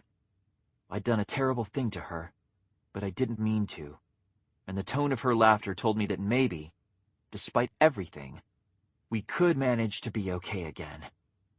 She was right. We'd never be exactly the same kind of okay that we were before, but we'd be more okay, and that was better than nothing. "Violence isn't the only solution," George said. She sounded as relieved as I felt. "Sometimes it's the most fun one," I answered, without thinking about it. Bex stopped laughing. I tensed, looking away from the sky and back to her as I waited for us to start arguing again. Instead, she just looked at me. Her eyes were hazel. I'd never noticed that before, not really. That made me feel even worse about what we'd done. I should never have slept with her if I couldn't even remember the color of her eyes. "You're pretty lucky, you know," she said. I blinked at her. "What?" "Most people, we lose the people that we love and they're just gone. We don't get to have them anymore, but you..." She raised a hand, brushing her fingertips across my forehead. Her skin was cool. "She's always going to be there for you, isn't she? As long as you live." "I don't know how to live in a world that doesn't have her in it," I said. My voice came out raw with a longing that surprised me. I never start thinking I'm getting over losing her. It still startles me sometimes when I realize just how damn much I miss her. "Here's hoping you never have to." Bex stood. "We're okay, Shaun. Or at least, I'm okay, and I'd like you to be okay with me." I nodded. "I'd like that." "Good. I'll go tell Maggie that we talked things through." She hesitated and then added, "Keep the guest room. I'll sleep on the couch tonight." She shoved her hands into her pockets and walked away before I could say anything, footsteps plodding heavily on the damp garden earth. I watched her go, and then sagged back into the bench, closing my eyes. "When do things ever get to be simple again, George?" I whispered. "Ever?" "They weren't simple to begin with," she said. I didn't have a comeback for that, and so I just sat in the sunlight in the garden and breathed in the smell of rain-soaked grass, waiting for the world to slow down. Just a little bit. Just long enough to let us rest before the next storm came crashing through. Was that really so much to ask? I just wanted to rest. Just for a little while. From Charming Not Sincere, the blog of Rebecca Atherton, May 9th, 2041, unpublished. Things it is not polite to discuss at the dinner table. Politics, religion, and The Walking Dead. Things we wind up discussing at the dinner table every single night. Politics, religion, and The Walking Dead. Along with small caliber versus large caliber weapons for field use, personal security gear, Maggie's garden, our ratings, and vehicle maintenance. It's very claustrophobic and intense, with everyone on top of everybody else pretty much all the time. There's no real privacy, and there's so much security on the house that getting out is almost as big a production as getting in. It's like a fucked-up combination of prison and summer camp. Is it weird that this is what I always dreamed the news would be like? Because, God, maybe I'm fucked in the head or something, but this is the most fun I've ever had. I want someone to remind me I said that when it all turns around and bites us in the ass. From Charming Not Sincere, the blog of Rebecca Atherton, May 9th, 2041. Check it out, folks! I can add survived an unplanned zombie encounter while visiting the CDC to discuss the outbreak in Oakland to my resume. Not to brag or anything, but why don't you all download my reports and then go fill out your Golden Steve-O nominations for the year? I'll be your best friend. 17. 5 days ticked by with little fanfare. Bex and I went shooting in the woods outside of town, clearing out a mixed mob of zombie humans and cows. Once the disease takes over, species isn't an issue anymore. Maggie spent a lot of time writing poetry, weeding her garden, and avoiding Kelly, who took over the dining room table with Dr. Abby's research and kept muttering things none of the rest of us could understand. Alaric hung out with her, listening, taking notes, and nodding a lot. It was almost unnerving, in a geeky sort of way. Those 5 days may have been the last good time for us. Maybe the universe had been listening when I made my wish out in the garden. I don't know. I just know that I asked for time to rest, and somehow, miraculously, I actually got it. Nothing exploded, there were no outbreaks and no emergencies, nothing to pull us away from the difficult task of turning ourselves back into a team. The hours turned into days, and the days blended together, distinguished from each other only by the activity in the forums and the reports we were posting. Kelly continued her series of guest articles under the Barbara Tinney byline. It wasn't exactly a runaway hit, but it was popular. Surprisingly so. I always forget how much people like getting excuses for their crazy. The profits Kelly's column brought in went directly to Maggie, where they could help pay for our room and board. She snorted and waved it off like it was no big thing. She also took the money. It made me feel a little bit less guilty about the way we were intruding. Bex moved into the study, saying that the air mattress was better for her back than the couch was for mine. That meant I could move to the guest room, which was a relief since I wasn't really sleeping in the living room. And I needed my sleep. I went to bed every night with my head stuffed full of science, and woke up every morning ready to cram in some more. I needed to understand the research Dr. Abby had given us. More important, I needed to understand the research Mahir was hopefully sweet-talking some British professor into doing. If I was going to march everyone off to get themselves killed on my behalf, I was by God going to be certain I knew what they were dying for. It was the only promise I could make that I felt reasonably sure of being able to keep. When I wasn't studying, I was making calls. My little team of reporters might not have much in the way of manpower, but we had connections, and it was time to exploit them. Rick's ascent from newsie to Vice President of the United States isn't a normal career path for either a journalist or a politician, but hey, it's worked out pretty well for him. I started calling his office, once a day at first, then twice a day, until it became clear that he wasn't going to call me back. That wasn't like him, not even a little bit, and that worried me. The days rolled on. Alaric started a series on the rise of digital profiling and its applications in the medical field. Bex took a trip up into Washington, looking for zombies she could harass on camera. She came back with powder burns, bruises, and twice as many articles about her adventures. Reading the first one made my throat get tight with half a dozen emotions it was hard to put into words.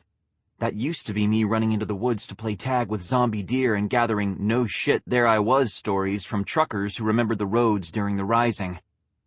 That used to be all I wanted in the world. Everything changed when George died. Sometimes I read the articles that Bex posts, and I wonder whether the man I used to be would even recognize the one I'm becoming. I don't think he'd like the new me very much. I know I don't. I told Mahir and Maggie about the silence from Rick's office, and they agreed that it was best if we kept it between us, at least for now. Everyone was freaked out enough without adding that little wrinkle to the mix. Maggie's fictionals didn't help. At some point, she'd given at least half of them the all-clear. They went back to dropping in without warning, appearing on the doorstep and in the kitchen like they'd been there all along. Most of them brought pizza or cookies or samosas. I'd never met 2/3 of them before, even though they were all technically part of the site's staff. They walked on eggshells around everyone but Maggie, and we started using their visits as excuses for equipment repair and trips into Weed for more groceries. Once their grindhouse parties got started, they could go for hours, watching crappy pre-rising horror movies and eating gallons of popcorn. I didn't realize how antisocial I was becoming until the fictionals started to descend, and all I could think of was how quickly I could get away. The bug at the Portland CDC yielded nothing useful. Either they'd managed to find and destroy it, or it hadn't survived the decontamination process. One more possible information source down the drain. The worms Alaric activated back in Oakland were doing a little bit better. They kept finding old research papers and short-lived projects buried in the bowels of one server or another. We added them to the data we already had, and kept on working.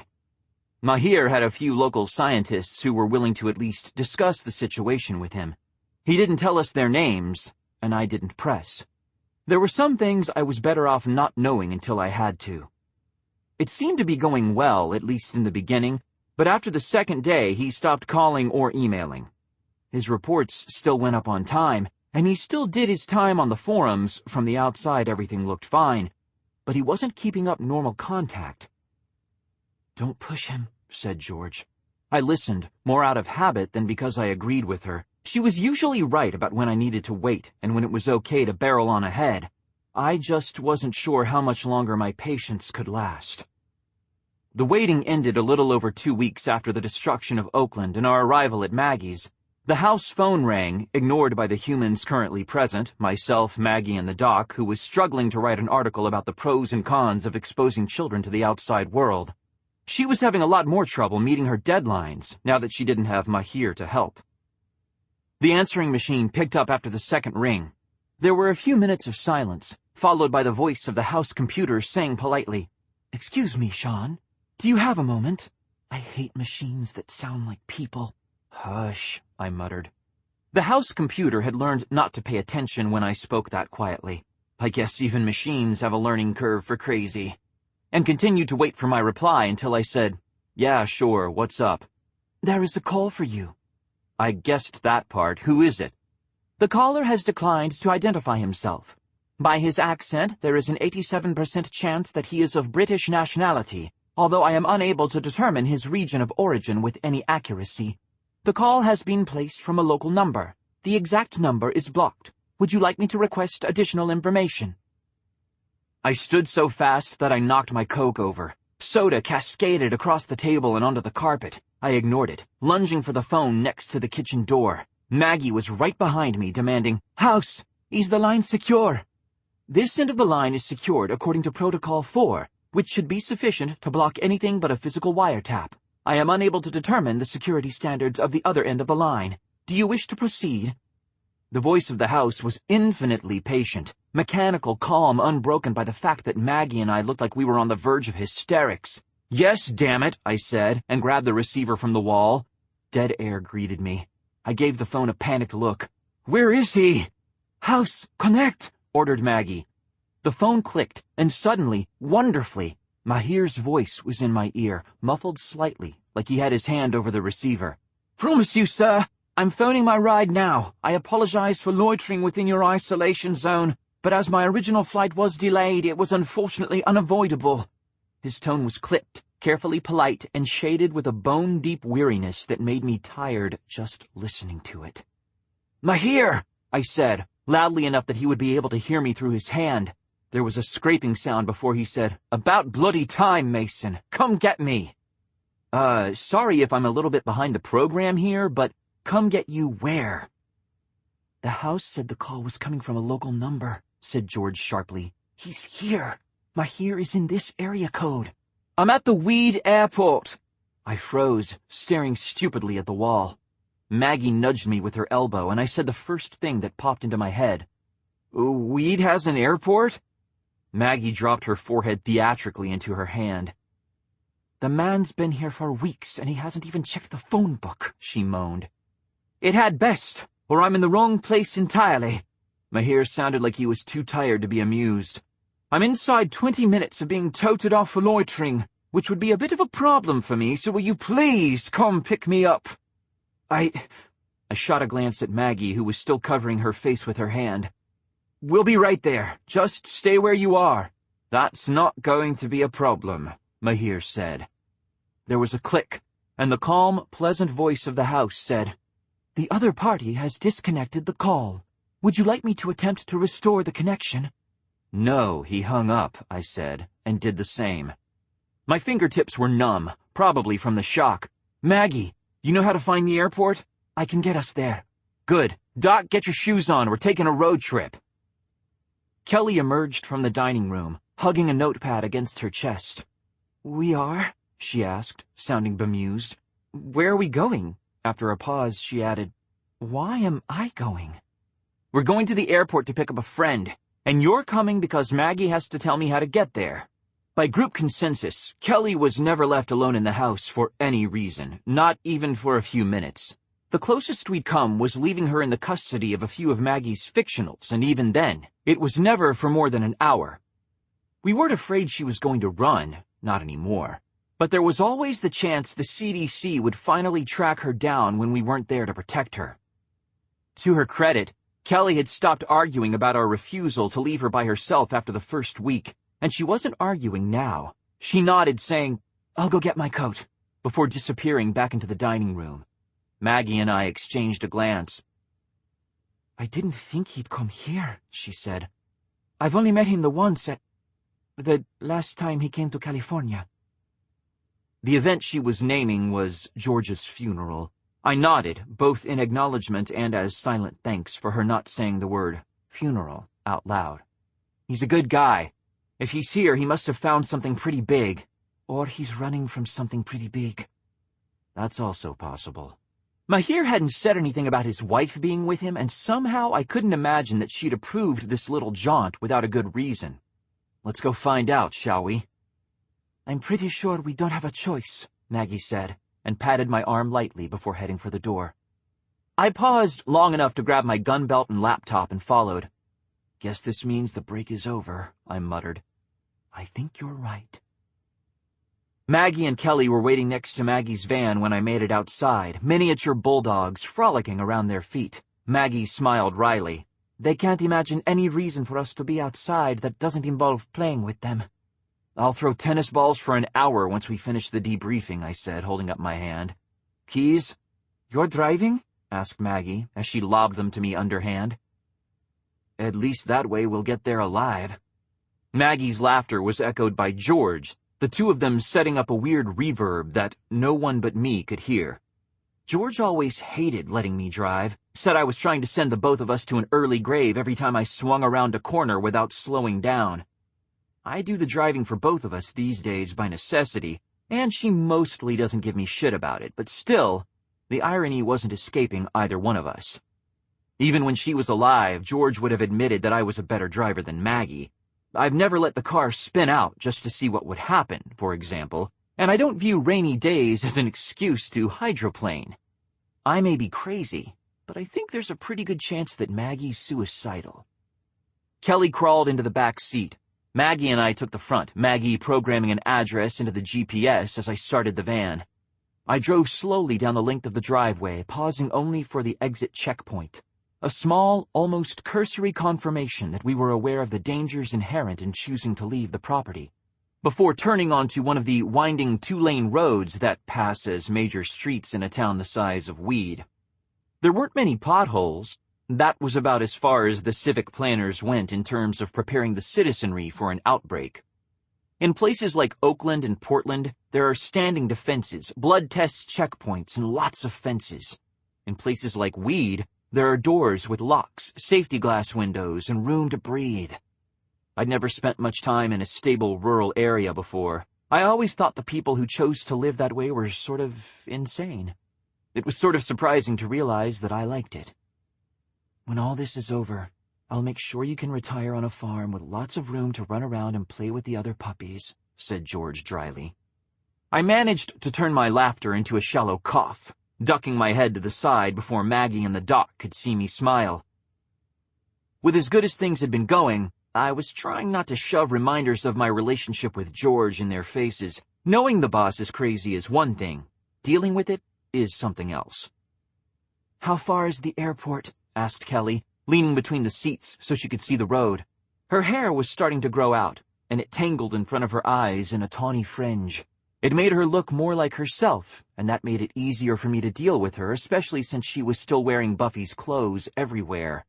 One ghost was more than enough for me.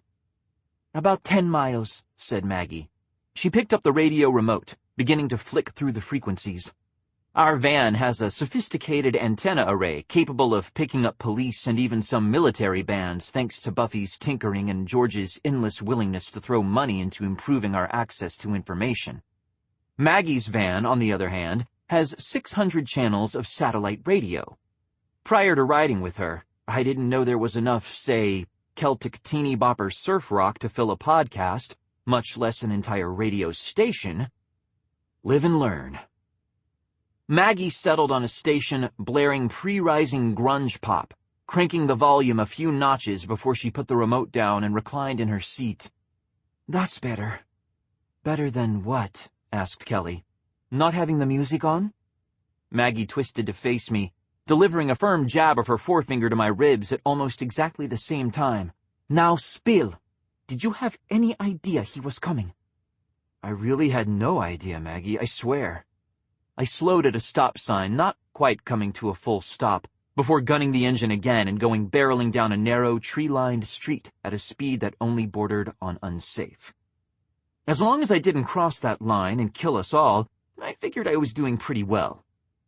He was doing some research for me, but I honestly never expected that particular phone call. "Neither did I, and that worries me," said George. "Who are we talking about?" asked Kelly. She sounded worried. "I'm already a little uncomfortable with the number of people who've been in the house lately. Is this guy going to be staying?" "For a while, yeah," I said. "We're on our way to pick up Mahir Gowda. You met him at the funeral." Not that they'd had very much time to talk, or reason to.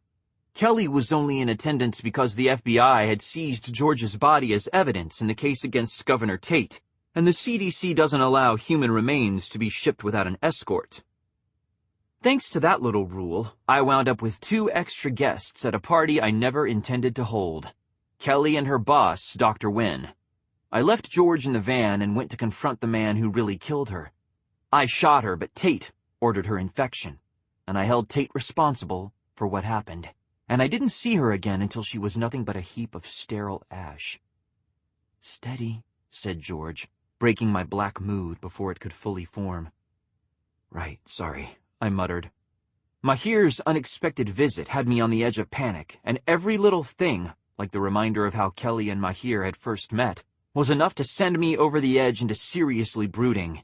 That wasn't something I could afford just now. Maggie gave me a sidelong look that was thoughtful and oddly relieved. "He was the one in the really unfortunate brown pants," she said, directing her words toward Kelly. "He flew in from London, didn't he?" Kelly paused, eyes widening. "Wait, did he just fly in from London again?" "That's what it looks like," I said. We were approaching a large green sign that read, "Weed Airport, Municipal Field 046, ahead." I slowed to match the posted speed limit, turning into the lane that would take us to the quarantine zone. Air travel changed a lot after the Rising. According to the history books, it used to be a pretty simple process.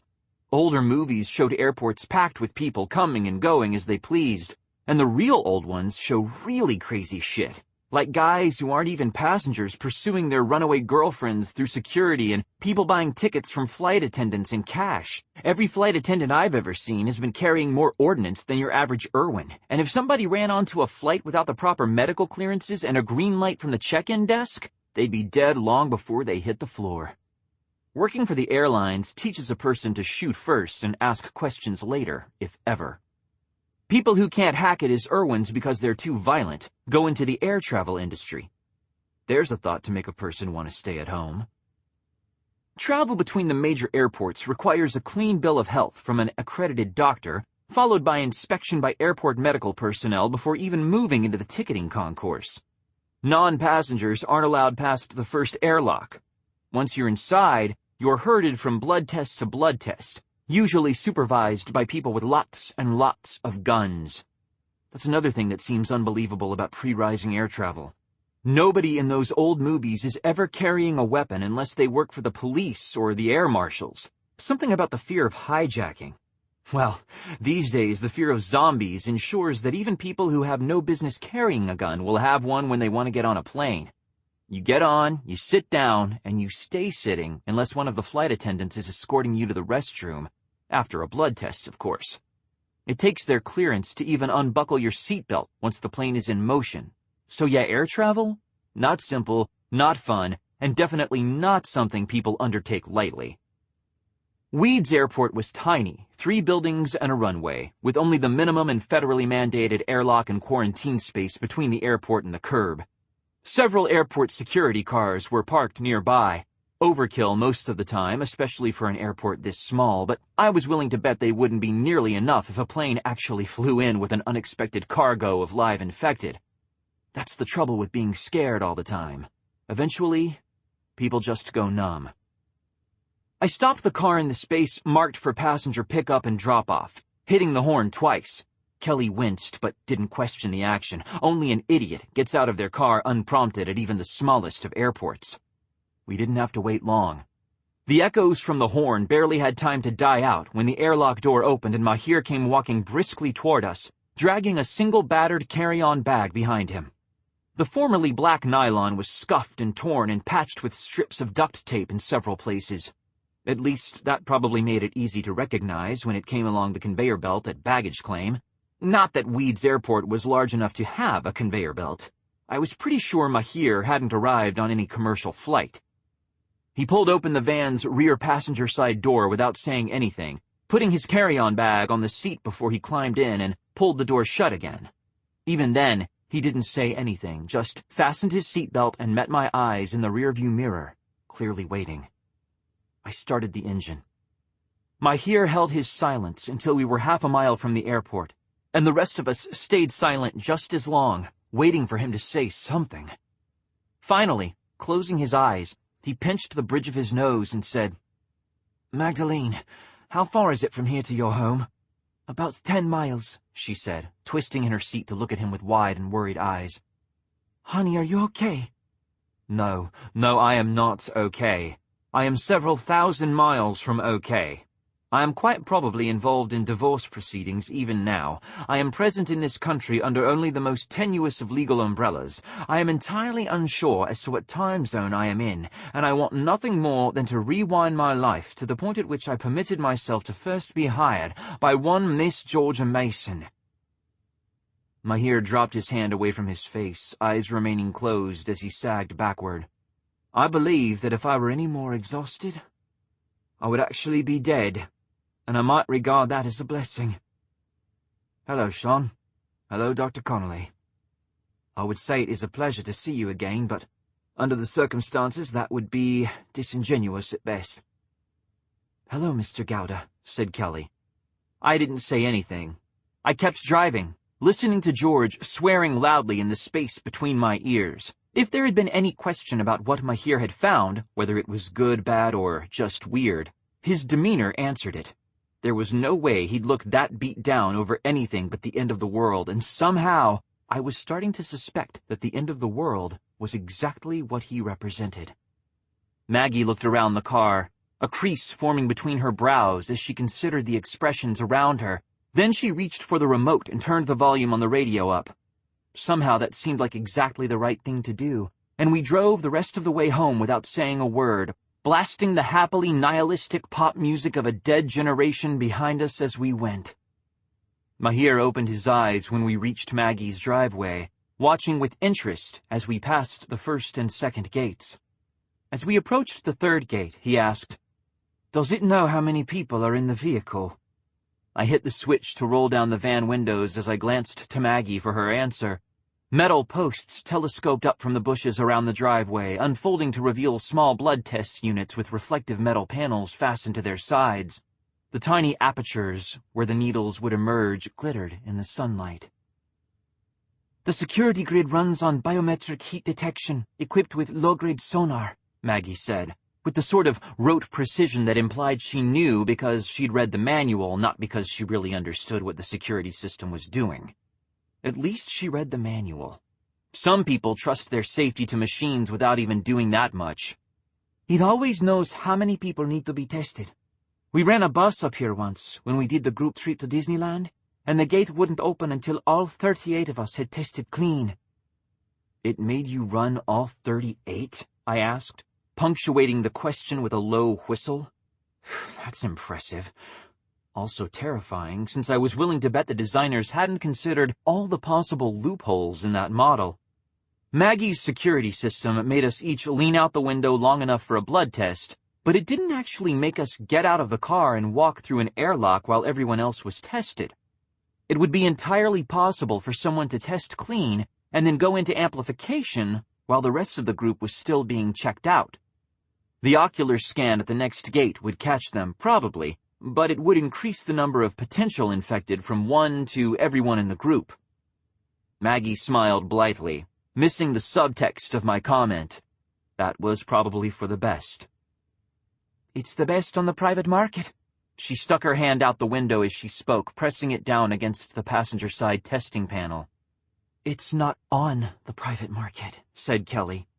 I twisted to look at her as I slapped my hand down on my own testing panel. She shrugged, sticking her hand out the window, and said, This technology isn't supposed to be available outside of government agencies for another 2 years. Oopsie, said Maggie. She flashed a smile at Kelly and pulled her hand back into the van as the green light next to the testing unit flashed on. I guess Daddy must have pulled some strings. Again, added George dryly. I swallowed a chuckle. He did an excellent job, said Mahir. The light next to his testing panel flashed green. Withdrawing his hand, he slumped in his seat and closed his eyes again. Good Lord, this nation is enormous. Wake me when there's coffee. You'll need to open your eyes for the ocular scan in a minute, said Maggie. Mahir groaned. I glanced at him in the rearview mirror, taking in the fine stress lines etched around his eyes. Those weren't there a year ago. George's death was almost as hard on him as it was on me, something I wouldn't have believed possible for almost anybody else. Mahir had been her beta blogger, her colleague, and her best friend, and sometimes I got the feeling he would have tried to be more if they hadn't lived on different continents. At least I had the constant reassurance of going crazy. He just had the silence. And now, thanks to me, the strain of whatever it was he'd learned that was bad enough to drive him out of England. Hope this was worth it, I muttered, and started the engine again. The ocular scanners were calibrated to test only 2 people at a time. It took us nearly 5 minutes to clear the 4th gate. Mahir and I went first. Me because safety protocols say to clear the driver as fast as possible. Him because I was afraid he'd actually fall asleep if we made him wait too long. His exhaustion was becoming more obvious by the moment. I wasn't going to insist he stay awake long enough to tell us everything he knew, but I wanted to know if we were looking at another Oakland. Last time we let an unexpected visitor have time to calm down before telling us everything, our apartment building got blown up. Dave died, and we wound up running for our lives. I'd like to avoid having that happen again if I get any say in the matter. Maggie's bulldogs were waiting on the front lawn, and they mobbed our feet as soon as we got out of the van. Mahir backpedaled frantically, winding up sitting on the armrest of the passenger seat with his feet drawn up, out of reach of inquisitive noses. This didn't stop them from jumping at his shoes, yapping in their oddly sonorous small dog voices. Good Lord, don't you keep these things leashed? Not when they're at home, Maggie replied. Bruiser, Butch, Kitty, down. The 3 dogs that had seemed the most intent on getting to Mahir dropped to all 4s and trotted over to Maggie, tongues lolling. They grow on you, I said, leaning past Mahir to grab his bag. It was deceptively heavy. I'd been expecting it to weigh maybe 20 pounds, but it was heavy enough to throw me off balance for a moment. Jeez, dude, what's in this thing, bricks? Computer equipment, mostly. I hope you have a few shirts I can borrow. It seemed like a poor idea to travel with more than I could fit in a single bag. Mahir watched the dogs warily as he slipped out of the van and edged toward the house. The dogs, for their part, stayed clustered around Maggie, looking up at her with adoring eyes. You can borrow my shirts, my man, but you're going commando before you're borrowing my boxers. I slung my arm around his shoulders and started walking toward the kitchen door. Coffee awaits, unless you'd rather have tea. You look like shit, by the way. Yes, I've gathered, said Mahir wearily. Tea sounds fantastic. He kept trudging onward as I glanced back at Maggie. Kelly had emerged from the van and was standing next to her, frowning thoughtfully. Maggie nodded, signaling her understanding. I answered her nod with a brief, relieved smile. I needed a few minutes alone with Mahir before he fell into an 8-hour coma, and Maggie was telling me she'd keep Kelly out of the way until I was ready for her. The kitchen was empty. Alaric and Bex were still off-site, and all the bulldogs were outside, probably harassing Maggie into playing catch with them. I guided Mahir to a seat at the table. You have a tea-based preference? Maggie has something like 500 kinds. I think they all taste like licking a lawnmower, so I really can't make recommendations. Anything that isn't herbal will be fine. Mahir collapsed into the chair, his chin dipping until it almost grazed his chest. Soy milk, no sugar, please. You got it. I kept one eye on him as I filled the electric kettle and got down a mug. He's worn out. I got that, I muttered. Mahir raised his head enough to blink at me. I offered an insincere smile. Sorry, I know what you were doing. Hello, Georgia. I hope your ongoing haunting hasn't driven your brother too far past the edge of reason to justify this visit. There's no such thing as ghosts, said George, sounding peevish. The idea of getting into that particular argument was too ludicrous to consider, especially given my position. I got the soy milk from the fridge instead. Answering, George says, hey, your tea will be ready in just a minute. Want to tell me why you decided to be a surprise? We could have at least made up the couch for you if we'd known that you were coming. I didn't want to broadcast it anywhere, Mahir said, with a calm that was actually chilling. This wasn't a spur-of-the-moment decision. I hadn't really expected it would be, but still the tone of his voice, combined with the exhaustion in his face, made me want to put away the tea and break out the booze.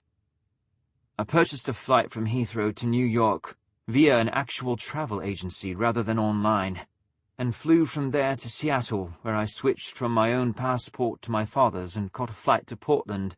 From there, I took a private flight to Weed. The gentleman who owns the plane took payment in cash, and his manifest will show that I was a young woman of Canadian nationality visiting the state for a flower show. How much did that cost? Enough that you should be deeply grateful I'm paid in percentage of overall site income rather than drawing a salary, or you'd owe me quite a bit of money. Mahir removed his glasses in order to scrub at his eyes with the heel of his hand.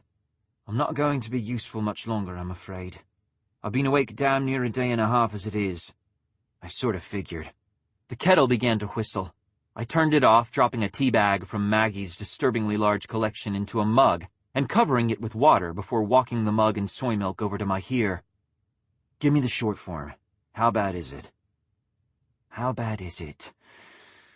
Mahir took a moment to doctor his tea, not speaking again until he was settled with both hands wrapped firmly around the mug. Looking at me steadily, he said, I took the data you gave me to 3 doctors I was reasonably sure were reputable. One laughed me out of his office, said if anything of the sort were going on, he'd have heard about it, since the trending evidence would be virtually impossible to overlook. Further said that if anything of the sort were going on, the national census would reflect it. I challenged him to prove that it didn't. And he stopped taking my calls 3 days later. I'd wager because the national census reflected exactly what he said it wouldn't. Mahir sipped his tea, grimaced, and continued. When I went to confront him about this in person, he was gone, and he didn't leave a forwarding address. Well, shit, said George. I had more luck with the second doctor I approached, largely, I think, because he was Australian and didn't really give 2 tosses what the local government thought of his work. He said the research was sound, if a bit overly dramatic, and that he'd rather like a chance to test its applications in a live population. It had applications? I asked, mystified. In the sense that, well, look, it's sort of like the research they were doing on parasites at the turn of the century. They found quite a few immune disorders that could be controlled by the introduction of specialized parasites, because the parasites provided a sufficient distraction for the immune system as a whole. They kept the body from attacking itself. Part of what makes Kellis Amberley so effective is that it acts like a part of the body. It's with us all the time, so our immune systems don't attack it. There'd be no point. They'd rip us apart trying to kill it. Trouble is that when the virus changes states, the body still doesn't think of it as an enemy. It still regards it as a friendly component. I frowned. You lost me. If the body regards the sleeping virus as a part of itself, it isn't prepared to fight the virus when it wakes. But people who somehow survive a bout with the activated virus, those who get exposed when they're too small to amplify, for example, or those with a natural resistance, can store a certain measure of the live virus in themselves like a parasite. Something that teaches the body what it's meant to be fighting off. So this dude wanted to, what? Go expose a bunch of kangaroos and watch to see what happened as they got bigger? Essentially, yes. What happened with him? He got deported on charges of tax evasion and improper work permits. Silence stretched between us as I considered what he was saying, and what he wasn't. Even George was quiet, letting me think. Finally, I asked, "What about the third guy?" "His files are in my bag." Mahir looked at me levelly as he sipped his tea. "He read the files, 3 times, and then he called me, told me his conclusions and where he'd sent his data, hung up the phone, and shot himself." Really, I'm not certain he had the wrong idea. What did he say? He said that were we braver and less willing to bow to the easy path, we might have had India back a decade ago. Mahir put his cup down and stood. "I'm tired, Shaun. Please show me where I can sleep. You can read what I've brought you and we'll discuss it later."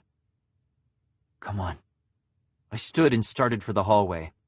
"You can use my room. It's not huge, but it's quiet, and the door latches, so you shouldn't wake up with any surprise roommates." "That's a relief," he said, following me up the stairs. His presence, strange as it was, felt exactly right. Like this was exactly what had to happen before we could finish whatever it was we'd started. We were all refugees now. None of us would stop running until all of us did. Book 4. Immunological Memory. It's better to go out with a bang and a press release than with a whimper and a secret. Georgia Mason. Fuck this. Let's just blow some shit up. Shaun Mason. From Adaptive Immunities, the blog of Shaun Mason. June 20, 2041. George and I never technically knew our birthdays. The doctors could estimate how old we were and make some educated guesses about our biological parents, but it really didn't matter. We knew we were born sometime in 2017, toward the end of the Rising, when most of North America had been taken back from the infected, because the doctors said so. We knew she was older by about 6 weeks. Everything else was details, and details weren't important. Not to me. What was important was that I had her, and she had me, and we had each other, and that meant we could face anything the world threw at us. Sometimes I was even arrogant enough to think the Rising happened so we could be together. It's as good an explanation as any. As of today, no matter when my birthday really is, I've had a birthday without George. As of today, I've spent a year going to sleep and waking up in a world she isn't in, a world that seems meaningless because she's never going to make it mean anything ever again. I was always sort of afraid she turned suicidal when I died. I asked her once if she ever worried about me like that. "You're already suicidal, you asshole," she said, and laughed. Only it turns out she was wrong, because losing her made me more careful about almost everything. I miss her every day. I miss her every minute. But if anything happens to me, she may never get the ending she deserves, and I refuse to be selfish enough to die before I'm finished taking care of the things she left behind. Happy birthday, George. You made me better than I could ever have been without you, and you hurt me worse than I could ever have been hurt by anybody else. I love you, I miss you, and I'm starting to get the feeling that I'll see you pretty soon, because I'm starting to feel like maybe things are coming to an end. God, I miss you. From Postcards from the Wall, the unpublished files of George Mason, originally posted June 20th, 2041. Anybody who messes with Shaun is messing with me, and of the two of us, I swear, I am the one you do not want to mess with. He'll kill you, but I will make you sorry and I will make you pay. Trust me, I'm a journalist. 18. Alaric, what's your 20? Silence answered me. I bit back a snarl and tried again. Alaric, where are you? Getting mad at him for not knowing the weird mix of military and ham radio pidgin used by the Irwin community was pointless. That didn't stop me from doing it. This time he answered, his voice coming clear and easy through the phone. I'm finishing up my edits while Bex does some final recon for her report. Not an answer. I raked a hand through my hair, watching Maggie try to guide Kelly through the steps required to mix pancake batter. Either Kelly was the worst cook in the world, or Maggie was really shitty at giving instructions. It could have gone either way. Where are you exactly? Down near Mount Shasta? My silence must have told Alaric he needed to give me more information, because he added, About an hour out. Why? Do you need us to stop at the store or something on our way back in? Back when Buffy was alive, we could trust our network against anyone on the planet, including the CIA. Our security isn't that stellar anymore, but thanks to upgrades cobbled from Maggie's house system, Bex's jury-rigging skills, and Alaric's computer know-how, we're pretty stable. Stable enough for what I was about to say, anyway. Mahir's here. It was Alaric's turn to go briefly silent. Finally, he said, Mahir sent in a report? No, dumbass, Mahir's here. Mahir is asleep upstairs in the guest room I've been using. He showed up with pretty much the clothes on his back and a suitcase full of research, and he looks like hammered shit. Maggie looked over. Is that Alaric? Tell him to stop by the House of Curry's on his way home. I'm going to send in an order. Got it. Alaric, Maggie says, I heard her, he said, managing to sound annoyed and astonished at the same time. You're serious, aren't you? Mahir is actually here. Yeah, that's what I've been saying. Alaric began swearing. I listened, impressed. I hadn't realized he knew that much Cantonese. I let him go for a few minutes, then interjected, You kiss your mother with that mouth? Play nice with my newsies, or I swear I'm going to make you sorry, said George flatly. I am being nice.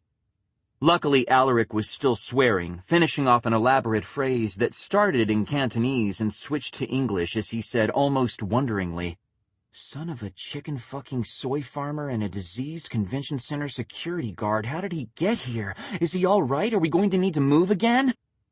I'd rather wait and explain everything to you and Bex at the same time. Right now, he's exhausted, but I'm pretty sure nobody's been shooting at him. Yet, anyway. And that's something else I'd like us all to talk about at once. So when can you be here? There was a clattering sound as Alaric shoved his keyboard away, knocking something to the van floor in the process. Give me 10 minutes to get Bex back here, and I'll break a couple of dozen speed limits getting over to you. Don't forget to pick up dinner, called Maggie. Maggie says, I heard her. Do you need anything else? Just drive safely. Don't get pulled over and don't crash into anything. If we're going to die horribly, we're all going to do it together. Great pep talk, boss. Very touching. I'll always remember the day when you told me not to drive into a tree on the way home. Alaric said something caustic-sounding in Cantonese, What little I remembered from my course on field communications made me think he just called me a goat fucker, and hung up. Smirking, I pulled off my ear cuff and dropped it into my shirt pocket, twisting to face Maggie and Kelly. They're on their way, and yes, Maggie, Alaric's going to pick up dinner. He said they'd be about an hour. Why are we ordering dinner if you're making pancakes?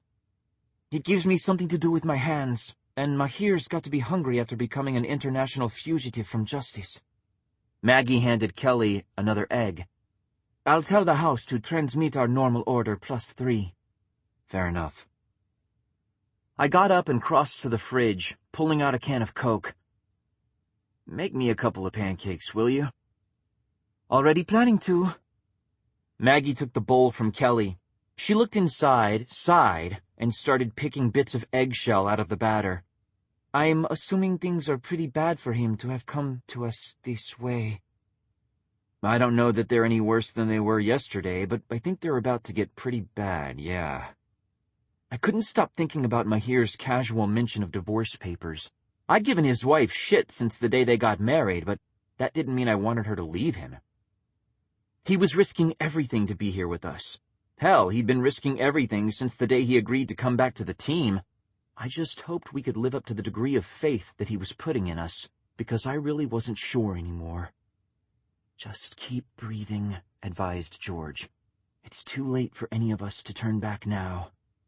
Got that right, I muttered, and cracked open the Coke, taking a drink before asking, Doc, what do you know about viral parasitism? Kelly stared at me. What?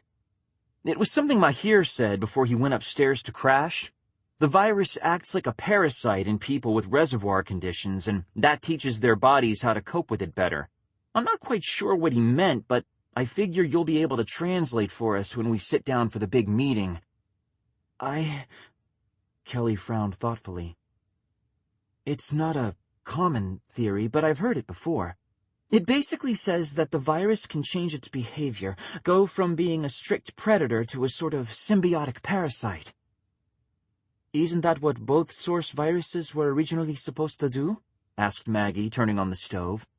She began pouring dollops of batter onto the griddle, filling the room with the hot, sweet scent of cooking pancakes. We were supposed to catch them and then keep them forever, like, I don't know, weird, immortal hamsters that cured cancer. Only these hamsters developed rabies. I sipped my Coke. If it's something people already know about, is there any reason for someone to get deported for studying it? Viral parasitism, I mean, not hamsters. No, Kelly said firmly. There's no good reason for someone to be deported for studying viral parasitism. That's what I thought. I leaned back in my seat, sipping my Coke, and watched Maggie make pancakes. Kelly went quiet, a speculative expression on her face. I could almost see the wheels turning as she got herself a glass of water and sat down across from me, both of us waiting for the pancakes to be ready. Mahir's arrival changed everything. We'd been treading water, writing our reports, studying the material we got from Dr. Abby, and waiting for something to happen because something always happened when we got too comfortable. We'd long since passed the point where we could back out safely. Maybe we passed that point the day George and I decided it would be a good idea to go out for the Ryman campaign. I don't know. But that didn't mean we'd exactly been hurrying toward the endgame. We'd been waiting to see what would happen next. Now that Mahir was with us, it was time for things to start moving again. I wasn't ready. I don't think any of us were, or really could be. I just knew that it was too damn late to back out. It had been too late since George died. Maybe it was too late before that, and we couldn't see it. I don't know. Mahir hadn't come downstairs by the time Alaric and Bex showed up. The security system announced their approach long before the familiar growl of the van's engine became audible. Maggie had plenty of time to clear away the mess from the pancakes and set out dishes for dinner. "Shaun, go wake our guest," she said, starting to rummage for forks. I blinked at her, and she grinned. "I figure he's likely to hit someone if he's startled, and he'd probably feel bad if he hit a girl." I couldn't argue with that. It was too true. And so I grunted my assent, finished off the last of my Coke, and went trudging up the stairs to the room that had been mine until just a few hours before. The door was shut. and there were no signs of motion from the other side. I raised my hand, hesitating, before I actually brought it down in a knock. "He looked exhausted," I said. "We're all exhausted," George replied. "He needs to explain things sooner or later." As soon as he explained all the way, any chance we had of postponing the future would be gone. It would end when he opened his bag and pulled out the files he hadn't shown me yet, and there would be no taking it back, because there never is when the truth gets involved. "Can't it be later?" The plea in my voice surprised us both, I think, me more than her. George has always known me better than I know myself. I used to do the same favor for her. "It already is," she said quietly. She was right. And because she was right, I brought my hand down and knocked on the guest room door. "Yo, Mahir! Alaric and Bex are here with dinner." There was no response. I knocked again, harder this time. "Mahir! We can sleep when we're dead, my man." Part of me couldn't help remembering how bleak he'd looked, how deep the circles under his eyes had been. "If we can sleep when we're dead, stop it. You're just freaking yourself out, and that's not going to do anyone any good. Knock again." I didn't knock, I hammered. "Mahir!" The door opened. Mahir was still dressed, his clothes no more wrinkled than they'd been before. They'd long since passed the point where a little thing like a nap was going to do anything to hurt them. And his hair was sticking up in uneven spikes, making him look like some sort of apocalyptic prophet. "Is it morning already?" he asked. Exhaustion thickened his accent, making it border on unintelligible. "I'd murder for a cuppa." "Not sure what that is, but there's coffee and tea downstairs. Also dinner. Maggie had Bex and Alaric swing by the house of Curry's on their way back from whatever the fuck it is they were doing out there." I probably should have cared more about what my team was up to when they weren't working directly on the whole possible globe-spanning conspiracy thing, but to be honest, I didn't have the time or the energy. I trusted them not to get themselves killed while I wasn't looking. That was all I had left to give them, and it needed to be enough. "Right." Mahir rubbed a hand through his hair, doing nothing to improve its spiky disarray. "Is there some place I can wash my face and slap on a couple of stimulant patches before I have to come down and face humans?" "Bathroom's across the hall." "Brilliant." He offered me a wan, distracted smile and stepped into the hall, heading for the bathroom. I put a hand on his elbow. He stopped, blinking at me. "Yes." "I'm glad you're here, even if it does mean the shit's finally hitting the fan," I said, and hugged him. George and I weren't raised to be physically demonstrative. Having parents who treat you as a ratings stunt will do that. Mahir knew that. There was a pause no longer than the time it took for him to catch his breath, and then he was hugging me back, shoulders sagging slightly as he let go of some weight I wasn't quite aware of yet, but doubtless would be soon. "Thank you," he said. His smile as he let me go was a little stronger. I turned to head downstairs as he walked into the bathroom, shutting the door behind himself. The air downstairs smelled like hot curry, garlic naan, and the sweet, pasty nothingness of white rice. Maggie was unpacking bulging paper sacks from the house of Curry's onto the counter while Alaric, Bex, and Kelly sat at the table, trying to stay out of her way.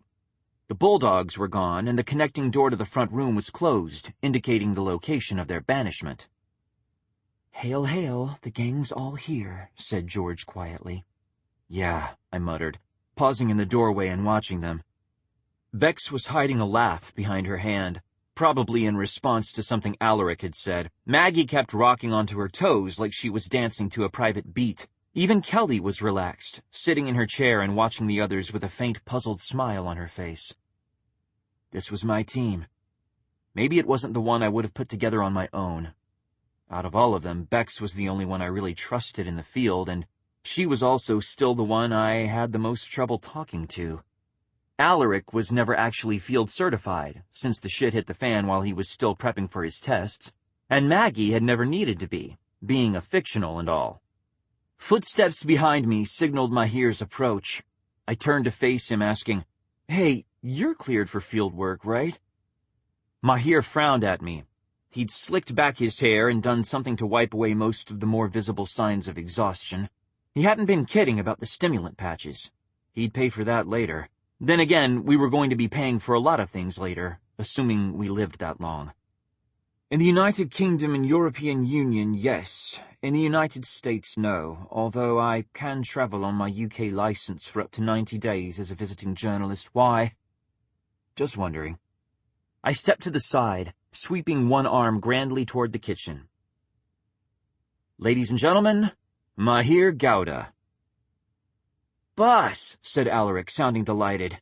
As a newsie, he answered directly to Mahir and counted on Mahir to make me understand when I was being unreasonable. Having us both in the same house probably seemed like an excellent way to cut out the middleman. I couldn't honestly say that he was wrong. Bex didn't do anything as gauche as shouting. Standing, she walked over to Mahir and threw her arms around his shoulders, hugging him tightly. He hugged her back just as tightly. I'm so glad you're here, she said. I looked away, feeling uncomfortably like a voyeur, and found myself looking at Kelly instead. She was watching the scene in front of her with an almost wistful expression on her face, like a kid who wasn't invited to the party. She gave up her whole life to come here and tell us about what she knew, and she can never go back. The people in this room were all she has, and she's never going to be part of things the way Mahir is. Right, I muttered. Louder, pitched for an audience of people who actually existed outside my head, I said, Something smells great, Maggie. Please tell me it's dinner and not a sadistic new kind of air freshener. I brushed past Mahir and Bex, still embracing, and moved toward the counter. Maggie flashed a smile my way. Oh, it's dinner. All the containers are labeled, and I made sure to get extra aloo gobi this time, so you won't be able to eat it all.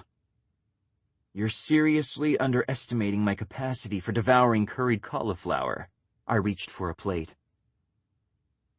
That was the signal for everyone to start grabbing plates, utensils, and whatever combination of things they were planning to eat for dinner. Mahir ate like he was starving, and the rest of us weren't much better. I wasn't the only one who understood what Mahir's arrival meant. This might be the last peaceful meal we had for a while, and none of us wanted to be the one to disrupt it. Cramming 6 people around Maggie's table was surprisingly easy. I've never known anyone who entertained as much as she does, or was as willing to adjust for strangers on a moment's notice. Being in her kitchen was almost like being in one of those old pre-Rising TV shows, the ones where everyone seemed to wind up sitting around eating from the same bowl of mashed potatoes and talking about their day. We didn't have mashed potatoes, and I wasn't interested in sharing the aloo gobi. But we did have rice and samosas and other things to pass around. Mahir turned out to be surprisingly good at talking to Kelly, who got a little more relaxed with every minute that passed. The best intentions weren't enough to stop the clock. All too soon, we were putting down our forks, finishing our drinks, and falling into an expectant silence. Maggie stood, starting to clear the table. Alaric and I moved to help her. She waved me back to my seat. Stay where you are, she said. You're going to need to ride herd on this madhouse, and that works better when you don't have something to distract yourself. She didn't wave Alaric back down. I guess she figured he could do his part from the sink if he had to. Mahir cleared his throat. I'll just go get a few things, shall I? Think it's about that time, I agreed. Get ready to explain some crazy science, Doc. Kelly smiled a little. It'll be my pleasure. Maggie returned to the table, handing me a Coke as she sat down to my left. Alaric sat next to Bex, leaving a space between us for Mahir. The air in the kitchen seemed to be getting heavy, pressing down on us like a lead weight. It was almost a relief when Mahir returned with an armload of manila file folders, their contents bristling with multicolored tab dividers. At least this meant that we weren't going to be waiting anymore. I have virtual copies of everything here, he said, dropping the files onto the table without any preamble. I didn't want to email things, since there was a chance I was being watched after what happened with Dr. Christopher. The Australian? I asked. Mahir nodded. Precisely. I might not have been under surveillance before that, but the odds increased rather substantially after I got someone deported. That's when I realized it might be best for everyone if I came here. Makes sense. I glanced toward Alaric and Bex, saying, One of the scientists Mahir went to talk to about Dr. Abbey's research got kicked out of the country. Alaric whistled, long and low. That's not fooling around. No, it's not, said Mahir with dry gravity. What we have here is a combination of the material that was originally sent to me, the material provided by Doctors Tiwari and Christopher, some supplemental research I was able to request from Dr. Shoji of the Kauai Institute of Virology before I felt it was unsafe to make any further out-of-country contacts, and finally, the files I was able to retrieve from Professor Brannan's mail drop before it was shut down. I don't have copies for everyone, but there's enough here to keep us all predicting the end of the world until well past dawn. Who's Professor Brannan? Asked Bex, because I'm feeling a bit like I missed a memo somewhere. Professor Brannan, Alaric frowned. He was a world-renowned expert in the behavior of Kellis Amberley. He spent his entire professional career identifying and studying viral substrains. Alaric's eyes went wide. He shot himself last week. It was a devastating blow to the epidemiological community. No one saw it coming. I'm afraid that was my fault. Mahir handed him one of the file folders. He'd been studying the virus in lab conditions. He'd never had the time to devote to studying it in the wild. I suppose we all require some measure of specialization in order to keep our heads above water. Alaric started flipping through the folder in his hand, eyes narrowing in a focused, the rest of the world might as well not be here way. I used to see that look on George's face a lot. Kelly, meanwhile, looked horrified. Professor Brannan is dead? She asked. She sounded genuinely stunned. But Professor Brannan can't be dead. He can't be. You knew him? I asked, reaching for a folder. I attended one of his lectures while I was in medical school. It was about the ways that Kellis Amberley inherently differs from a naturally occurring virus. She glanced around at the rest of us, taking in our expressions, and cleared her throat before saying, Naturally occurring viruses have a primary host, something where they, retreat when there isn't an outbreak going on, like malaria, which is bacterial, but still sort of applies. Even when there isn't a malaria outbreak going on, the mosquitoes are still infected.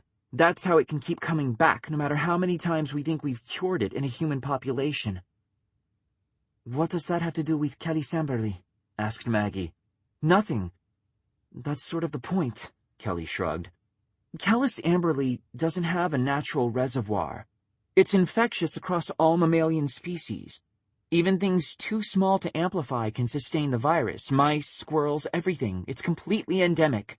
Curing the human race wouldn't do any good unless we could cure the rest of the planet at the same time. Huh. Okay. I looked to Mahir. So he was a lab guy. You showed him Dr. Abbey's work, and then he shot himself. Why? There are several potential reasons, but I think this is the main one. Mahir began laying out a series of graphs. They didn't make much sense to me, at least on the surface. Each showed two jagged lines, one red, one blue, one going up as the other went down. The red line would occasionally fight against its descent, managing a brief upward spike, but it would inevitably get quashed by the blue line as it arced unstoppably toward the top of the paper. All of us squinted at the pages. Kelly paled, clapping a hand over her mouth. She looked like she was going to throw up. Alaric shook his head. This can't be right. He tapped one of the pages next to the start of the blue line. This strain occurred in Buenos Aires only 6 years after the Rising. It was one of the first signs we had that Kellis Amberley was mutating outside a lab setting. Those are strain designations, said George. Her voice was very small. Those are the strain designations for some of the most widespread varieties of Kellis Amberley. Everyone has Kellis Amberley, but most of us have only one strain at a time. Some are more aggressive than others, and will basically wipe out an existing infection in order to take over a body. The original Kellis Amberley strain developed when lab-clean Kellis flu met lab-clean Marburg Amberley. That was the first infection anybody had to deal with, the one that swept the world during the Rising. It took years of study and analysis of the structure of the virus before anyone realized that it was doing what viruses have done since the beginning of time. It was mutating, changing to suit its environment. For a while, People hoped it was becoming less virulent, and that it would eventually turn into something that didn't do quite as much damage. Honestly, I think we'd have been happy if the virus just started killing people rather than doing what it does now. At least then the dead would stay dead and the world could start moving on. Instead, Kellis Amberley has continued doing what it does best, making zombies and unleashing them on the world whenever it gets the opportunity. I guess it's consistent. That's something, anyway. It's correct, said Mahir. His voice was dark, and there was something dangerous in his tone, something I'd never heard there before. He adjusted his glasses and continued. There was a spike in deaths in Buenos Aires right before the substrain was isolated and identified for the first time. 80% of the dead were confirmed as suffering from an early form of reservoir condition. It was 5 years before that substrain was identified in connection with a live reservoir condition. Kelly paled further. As part of his research into the behavior of the various substrains, Professor Brannan had access to census and death records from multiple parts of the world, said Mahir. Much of this data hadn't previously been incorporated into the model. Dr. Abbey is unable to acquire information through many normal channels, due to her lab's lack of accreditation. Dr. Christopher's focus is on treatment, not the structure of the virus itself, and Dr. Tawari doesn't do statistics. I'm not following you, I said. I am, said Kelly. She directed her words at the wall, looking faintly stunned. He's saying that once they were able to feed the substrain analysis and the census data into the same model, they started getting some results they didn't want to get. The kind of results a man who spent his life working to save lives would commit suicide over. Maggie frowned. I thought results were sort of the goal. They are, in the general sense, but there are negative and positive results from any analysis. Look at this. Mahir tapped the paper, shoving it toward Maggie. Every time a new viral substrain is identified, every time, it comes immediately after a spike in the local death rate. Buenos Aires, San Diego, Manchester. It isn't a coincidence, and it isn't confined to any specific country or part of the world. It's everywhere, and it's every time. Bex shook her head. What does that prove? Maybe the new strains are more virulent when they're first getting started and they're killing all these people. Unlikely. He produced another sheet of paper, this one with a brightly colored pie chart on it. Eye-catching, I said, tugging it closer to my side of the table. That was the intent. Mahir pulled another copy of the chart from his file and handed it to Alaric. This shows the aggregate causes of death among the people with reservoir conditions killed immediately prior to the identification of a new substrain. These wedges are too small to read, said Alaric. My point exactly. There is no dominant cause of death among the victims in these regions. They just die. They get hit by cars, they fall from ladders, they take their own lives. They die. As if it were any other day. As if theirs were any other deaths. The pattern is in the absolute lack of a pattern, and it's everywhere. And a month later, there's a new strain of Kellis Amberley running about, more virulent than the one that was in that region prior to the deaths. 3 to 5 years after that, the first reservoir conditions linked to the new strain start showing up. And then it's another 2 years before the cycle starts over again. Mahir removed his wire-rimmed glasses, wiping them on his shirt. Dr. Connolly, would you care to tell me what conclusions you draw from this data? I can't make any firm determinations without studying the material more thoroughly, but... Kelly wiped her eyes with the back of her hand, voice hitching a little as she continued. I would say... there are no naturally occurring viral substrains of the viral chimera, generally referred to as Kellis Amberley.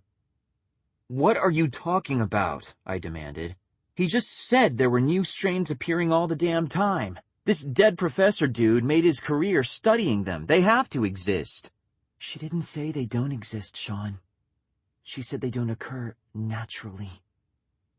Georgia sounded subdued, even resigned, like this was the answer she'd been expecting all along, like the part of me that kept her with me understood perfectly and was just waiting for the rest of me to catch up. I went very still, the skin tightening into goosebumps along my arms as I looked helplessly at Mahir. He looked back, waiting. They were all waiting, and they all knew I'd get there if they just gave me a minute. They knew George had the answers, and I had her. They exist, but they aren't natural, I said. Exactly. Mahir picked up another folder and started passing its contents around the table. These are CDC analyses of the structure of Kelisambali. They were acquired legally. They've all been published for public use. People have been trying for years to figure out how something this intricate and stable has been able to mutate without once creating a strain that behaved in a manner different from its parents. The answer is simple. It can't, and it hasn't. Every strain after the original has been created in a laboratory and has been released following what can only be an intentional culling of the individuals afflicted with reservoir conditions. It's a bloody global study, and we've all been invited to participate. Silence fell hard. None of us knew enough to say that he was wrong, except for maybe Kelly, and she wasn't saying anything. She was just sitting there, tears running slowly down her cheeks, as she looked at the papers covering the table. That, maybe more than anything, told me that Mahir's conclusions were correct. After all the years she had spent living the CDC party line, if Kelly could have argued, she would have. Bex was the one to eventually break the silence, asking, "So what do we do now?" "Now?" I stood, slapping my palms down on the table. "We get packing. We're hitting the road in the morning. All reports will be made while mobile. I don't want us to be sitting ducks when the shit comes down." "Where are we going?" asked Alaric. "The only place I think we might have half a chance of breaking into that's going to have the resources to tell us where we're supposed to go next." I looked challengingly at Kelly. She didn't look away. Instead, she nodded, acceptance blossoming in her expression. "We're going to Memphis," she said. From Fish and Clips, the blog of Mahir Gowda, June 21, 2041. I wanted to be a sport reporter. I wanted to report on sport. Sounds good, doesn't it? Rhymes a little. Mahir Gowda, sport reporter. I'd watch the cricket matches and the obstacle courses and the stock car races, and I'd write pithy little articles about them and make buckets of money. Buy a huge house somewhere on the outskirts of London and raise a family big enough to field a cricket team of my own. Enter Georgia Carolyn Mason. She knew I'd never be happy reporting on sporting events and the lives of professional athletes. "The news is in your blood." That's what she said to me, and she hounded me until I agreed to give it a shot. A year later, when she struck out on her own, she hired me. She was right too much of the time. She was right about me and about what I was meant to do. I have to say, as I rather wish that she'd been wrong. 19. It's a little over 2,000 miles from Weed, California to Memphis, Tennessee. That would have been about 2.5 days of solid driving, pre-rising, complete with miserable traffic jams and lots of rest stops. Distance is less of a barrier these days, since the average highway speed is between 80 and 90 miles per hour, and the average traffic jam involves having 3 cars on the same 3-mile stretch. Our problem was simpler: getting there without getting ourselves killed. Travel that crosses more than one state line needs to be registered with the Highway Commission so that your movement can be monitored. Your updated location gets added to your file every time you stop for gas or check into a motel. It's a nifty system. George did an article on it once, and I didn't think it was completely boring. That's saying something. The trouble was that if we couldn't trust the CDC to be secure, we sure as hell couldn't trust the Highway Commission, an organization whose databases have been hacked so many times that they might as well put out a welcome mat and stop pretending they're secure. I was the subject of a highway ambush once before, an ambush that landed me, my sister, and our friend Rick in the Memphis CDC, ironically enough. The three of us got out alive. The other two members of our group, Georgette Messonnier and Charles Wong, didn't.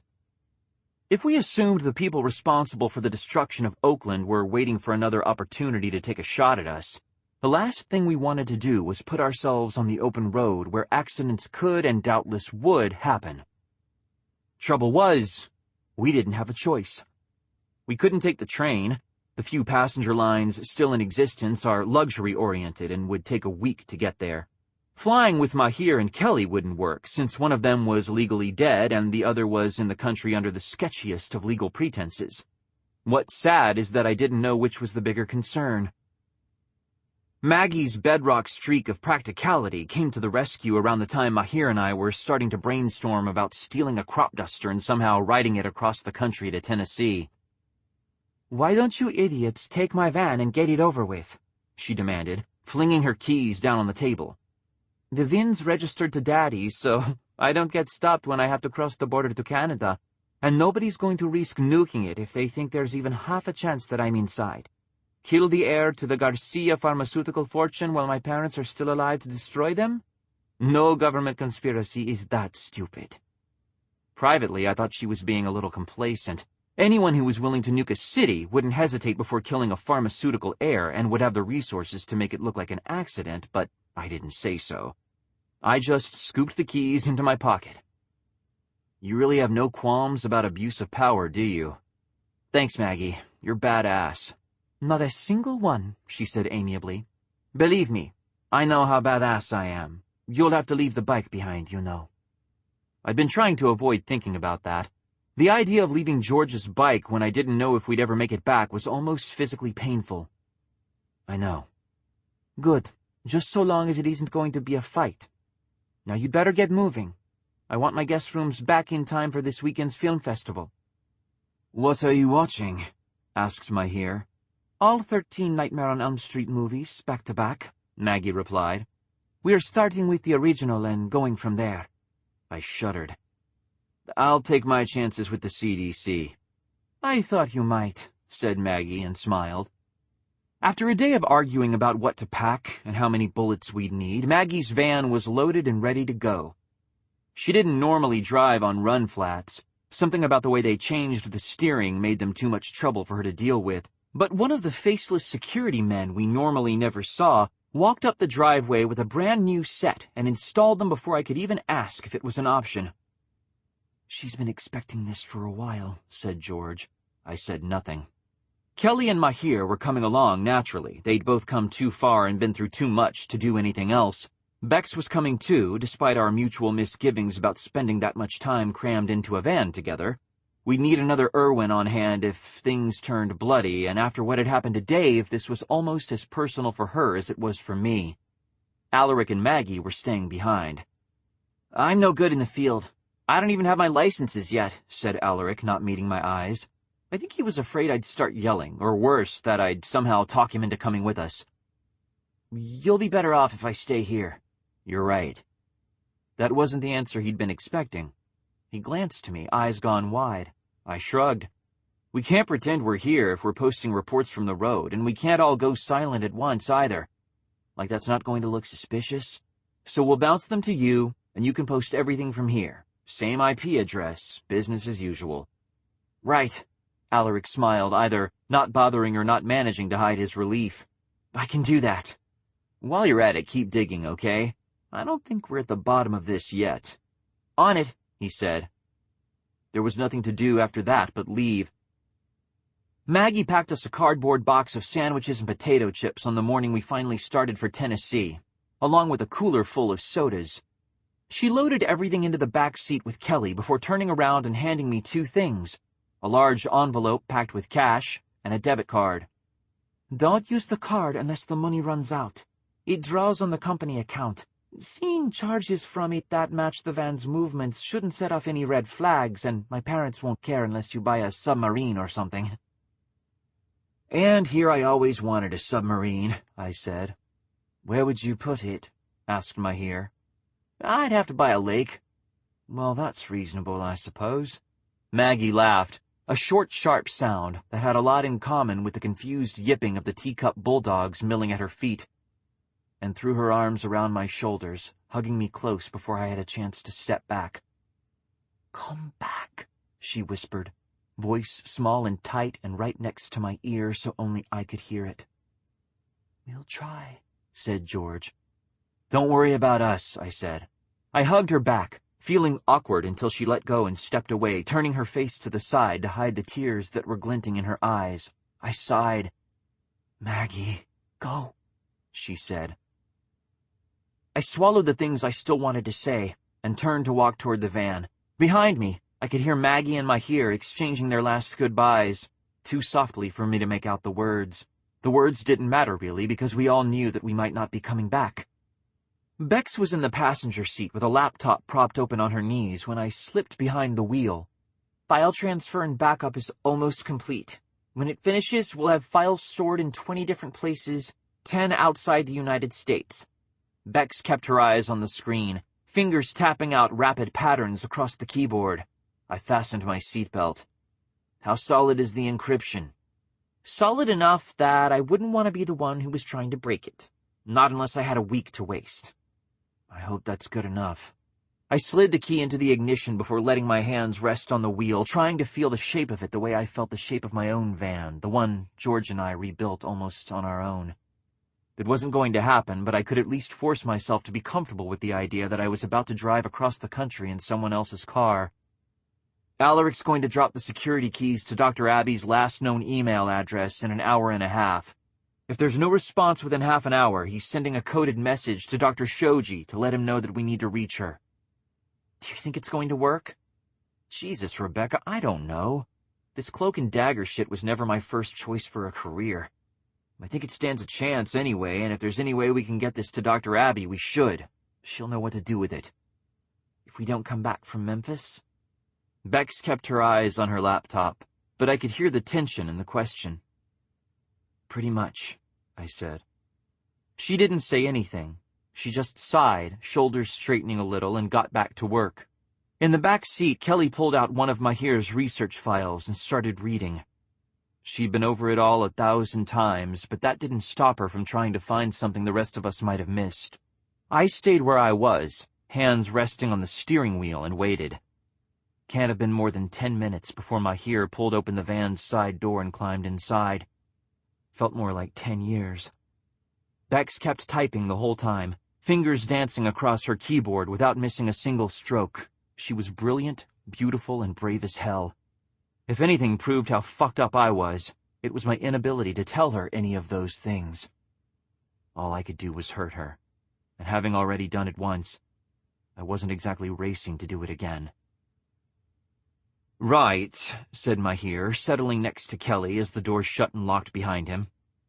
"Unless we've got any more messy goodbyes to make, I suppose we'd best be on our way." I nodded and started the engine.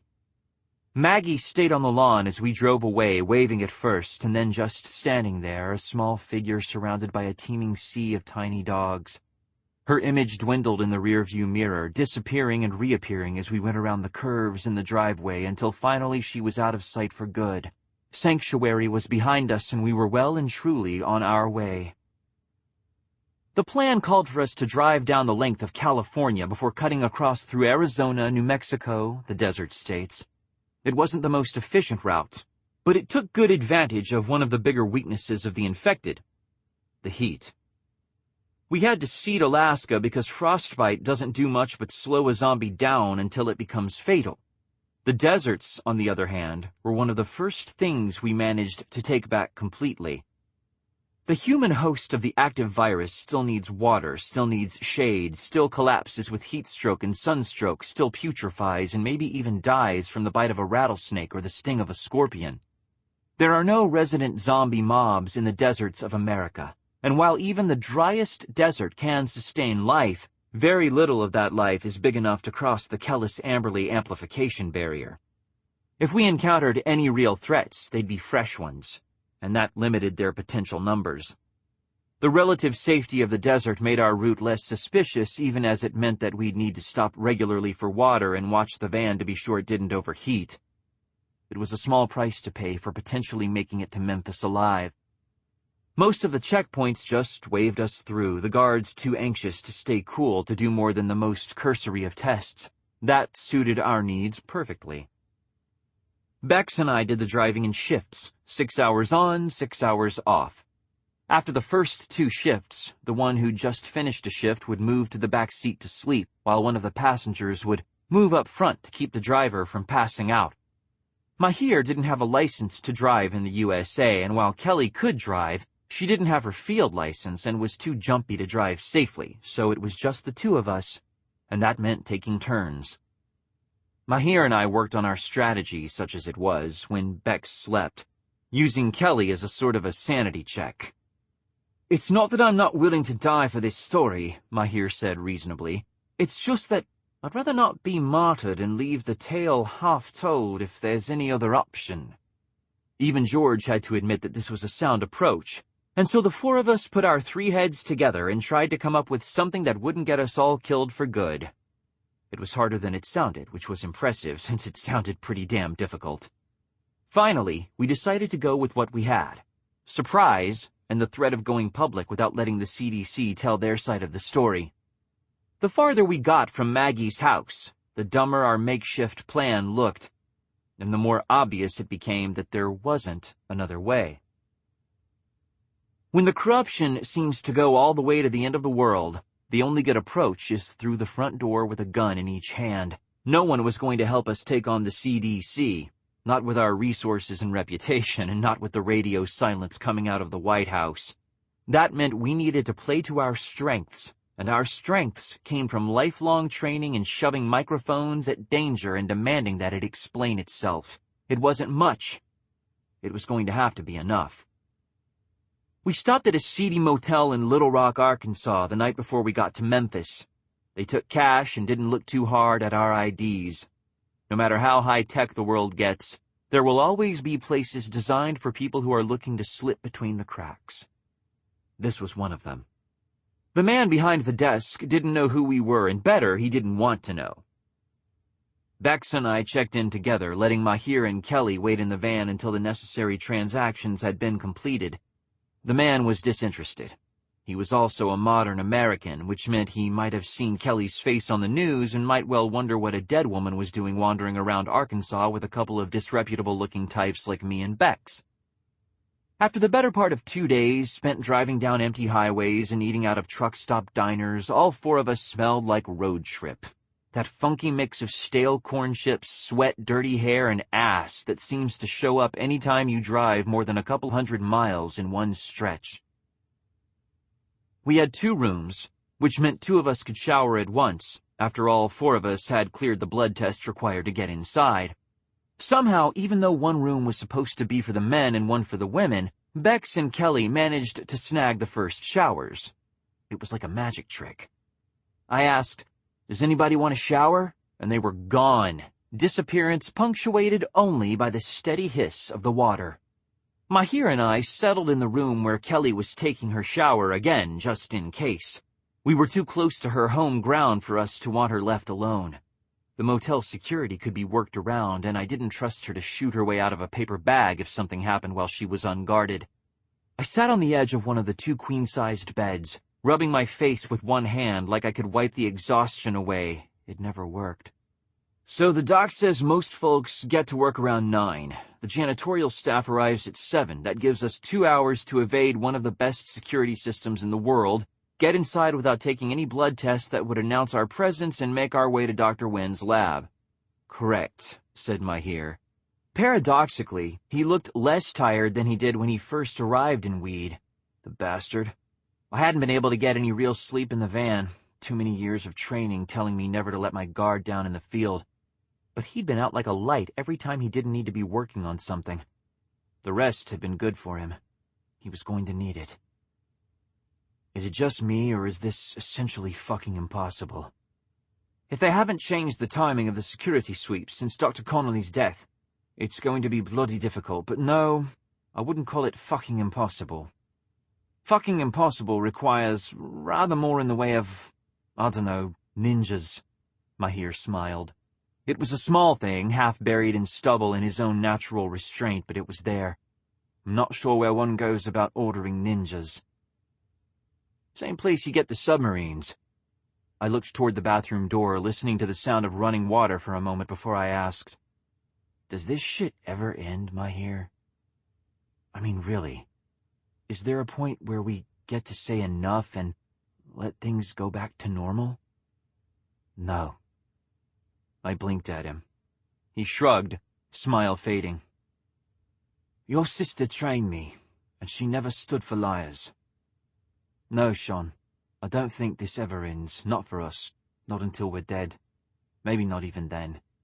You're a haunted house pretending to be a man these days, and Georgia may be dead, but she's still not out of the game, is she?" "Bet your ass I'm not," said George. Her tone was grimmer than I'd ever heard it. Mahir looked at my face and nodded. "I thought not. You get distant when you're listening to her. Either you're truly haunted or you're the most reasonable madman I've ever known. And it doesn't much matter either way. The end result's the same, and she's not going to be resting in peace anytime soon." "What if we all die here? What makes you think we won't find people of our own to haunt?" Mahir dug into his pocket, producing a slim nylon wallet. He flipped it open and passed it to me. "My wife, Nandini, Nan. You never once asked to see a picture of her, you realize that? You called at all hours of the night, you drove her mad with your nonsense, and you never asked me a damn thing about her." I took the wallet, too abashed to know what else to do. It was open to a picture of a slim, sharp-eyed woman with dark hair that she must have dyed regularly to keep the bleach from showing. She was wearing a cowl-necked sweater the color of cherry cola and frowning at the camera. The resemblance wasn't perfect. Her skin was too dark and her clothing was too impractical and her nose was a little bit too long, but something in the way she held herself, something about the expression in her eyes. "She looks like George." "Yes." Mahir leaned over and plucked the wallet from my hand. I didn't fight him. "It was an arranged marriage, but she wasn't the first bride they offered me, or even the 15th. She was just the first one I fancied enough to have a go with. Traditional enough to suit my family, but fierce enough to be worth fighting with. I'm not sure whose parents were more relieved, hers or mine." He gave the picture a fond look, snapped the wallet shut, and slid it back into his pocket. "I told her to divorce me when I bought my tickets out of London. She's not much for listening. Still, I've no doubt she listened this time. For spite, if nothing else." "I didn't mean to. I didn't know." "What? That I loved your sister? Of course you didn't. Just like you had no idea Rebecca fancied you. You never had to go searching like the rest of us. She was haunting you a long time before she died, and if you'd been the one to go, you'd be haunting her the same way." Mahir stood as the water turned off. "We're all hauntings waiting to happen, Shaun. The sooner you realize that, the sooner you'll get past wondering when our normal lives will be starting up again." He didn't look back as he walked out of the motel room, letting the door swing gently shut behind him. I stayed where I was, listening to the silence inside my head and the soft sounds of Kelly drying herself off behind the bathroom door. We were all hauntings waiting to happen? Really? "I guess I can live with that," I said to the silence. "Live with what?" I turned to see Kelly standing in the bathroom door wearing an outfit I hadn't seen before. She must have bought it on one of her innumerable shopping trips with Maggie. Tan slacks, a white button-down blouse, and a pair of low black heels. A starched white lab coat completed the illusion that she'd left the CDC only yesterday, not months before. I blinked and said the first thing that popped into my head. "What the hell happened to your hair?" Kelly reached up to self-consciously touch her long blonde ponytail. It was the hairstyle she'd been wearing when she first arrived in Oakland, if maybe a shade or two lighter. "Maggie found it for me at a beauty supply shop. Don't you like it?" "Shit, Doc. Anyone who sees you is going to think they're seeing a ghost." "Very funny," said George. "That's the idea," said Kelly, and smiled. There was a bitterness in that expression I don't think she would have been capable of before she came to us. Even if she survived, the things she knew now had broken her, maybe forever. Wiping my biometric information from the scanners would be expensive and time-consuming, and these people are arrogant bastards. I know, because I'm one of them. My profile will still be there. We won't have any issues with the automatic doors. The night guards don't really know any of the junior staff by name. We're just faces to them, and with all the traveling we do, it's not unusual for us to disappear for weeks at a time. As long as we don't wander into a spot check, we'll be fine. What about the part where we've been hiding you all the way across the country on account of that whole faking your own death thing? This seems risky as hell. It would be, if we were planning to deal with anyone but security, the janitorial staff, and Dr. Wynne. Security won't stop anyone the scanner says is allowed to be there, and janitorial doesn't care. We'll get past them. That leaves us with only the automatic systems to navigate. We'd gone over all of this before. I was so thrown by her appearance that my mouth was running on autopilot. So we'd better hope the servers haven't been updated. Was that doubt in her voice? It could have been. It didn't really matter either way. We were miles past the point of no return, and she was as committed as the rest of us. Good. I stood. Let's get you across the hall to Beck's. If we're going to invade the Centers for Disease Control, I want to do it while I'm at least remotely clean. Kelly nodded and ducked back into the bathroom to grab her street clothes before following me to the room across the hall. It was the mirror image of the room we'd just left, with the exception of Beck's. She was sitting cross-legged in the middle of one of the room's two beds, field stripping a sniper rifle I hadn't even been aware she had.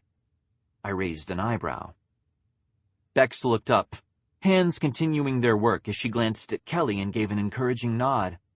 "That's good. You look like a CDC flunky." "Thank you," said Kelly, raising an eyebrow. "That's good," I assured her. "A sniper rifle, Bex? Really? Better over-prepared than totally screwed." Fair enough. I took a step backward. "You're on dock duty until my hair gets out of the shower. As soon as I'm done, we can regroup and get some grub." "Good," said Bex and smiled. "I'm starving." "Yeah," I said a little dumbly. Looking at her smile, I felt a small pang of regret. We could never have really been lovers, no matter how much she wanted it or how much I tried. That just wasn't what I was wired for. But sometimes, when she smiled at me like that, I wished things could have been different. I realized I was staring. "Later, Doc," I said, and left.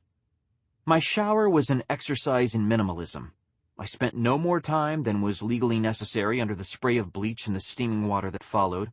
If anyone checked the hotel's records, they'd see that the rooms had been let to 4 occupants, and that all 4 had gone through proper decontamination procedures before leaving the grounds for any reason. That's the sort of detail people don't always think about, and that makes it the sort of detail you shouldn't forget for any reason. Follow the rules whenever possible. That makes it a lot more surprising when you break them. The bleach was cheap as hell. It stung my eyes, and even after I rubbed myself down in citrus-based lotion designed for swimmers pre-rising, back when they were the only people bleaching themselves on a regular basis, my skin kept itching. "Isn't this going to be an absolutely awesome night?" I muttered, yanking on a clean pair of khakis. "Better than tomorrow," said George. "Yeah, I guess that's true." I hesitated. This seemed to be my night for heart-to-heart talks, maybe because I wasn't entirely sure I'd still be alive in 24 hours. "George?" "Yes?" I swallowed. "How long is it going to be like this? I mean, how long am I going to be your haunted house, or are you going to be my imaginary friend, or whatever the fuck the cool kids are calling it these days? Is this forever?" George's answer, when it came, was thoughtful and slow. "Are you asking because you're scared of losing me, or because you're hoping I'm going to go away one day?" "Yes. No, I mean, I don't know, George, and I sure as shit need you right now, but I have to wonder sometimes if this is my life, if this is the rest of my life. I think I'm here as long as you keep me here, Shaun. I think one day you're going to look at a mountain and say, I should climb that, or hell, look at a pretty girl and say the same thing. I think when that happens, I'll go." She laughed a little and added, "But what do I know? I'm just the dead girl in your head." You know everything, George. You always did. I put my hand flat against the steamed-up mirror. If I squinted a little and didn't let myself really look, I could pretend it was her looking back at me and not my own blurred reflection. I miss you. I know.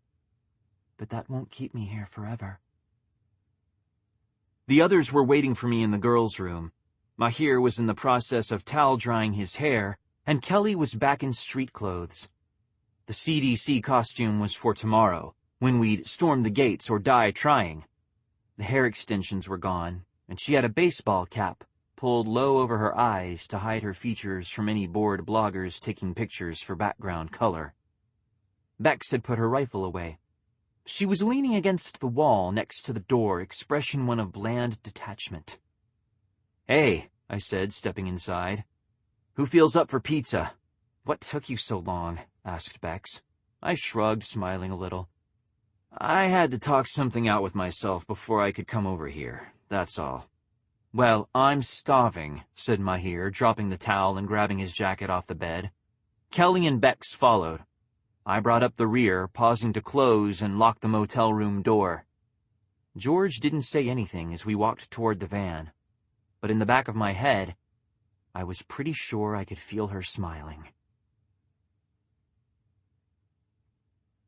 From Cabin Fever Dream, guest blog of Barbara Tinney, June 23, 2041. It's been a pleasure and a privilege blogging for you over these past few weeks. Thank you for your insightful questions and for your commentary in the forums, where I have learned a great deal about what does and doesn't work in this form of reporting. I promise to take these lessons and this experience with me in my future endeavors. Also, while I'm being sappy, thank you, all of you, for continuing to care as much as you do about the world. This is the only one we're going to get, and I think it's important that we continue to give a damn about every single part of it, even the ones that aren't currently a part of our lives. You are the reason that someday, when this disease has been defeated, the amusement parks will become family funlands once again, and people will laugh and live and love just the way they always have. Thank you for sharing yourselves with me. Thank you. 20.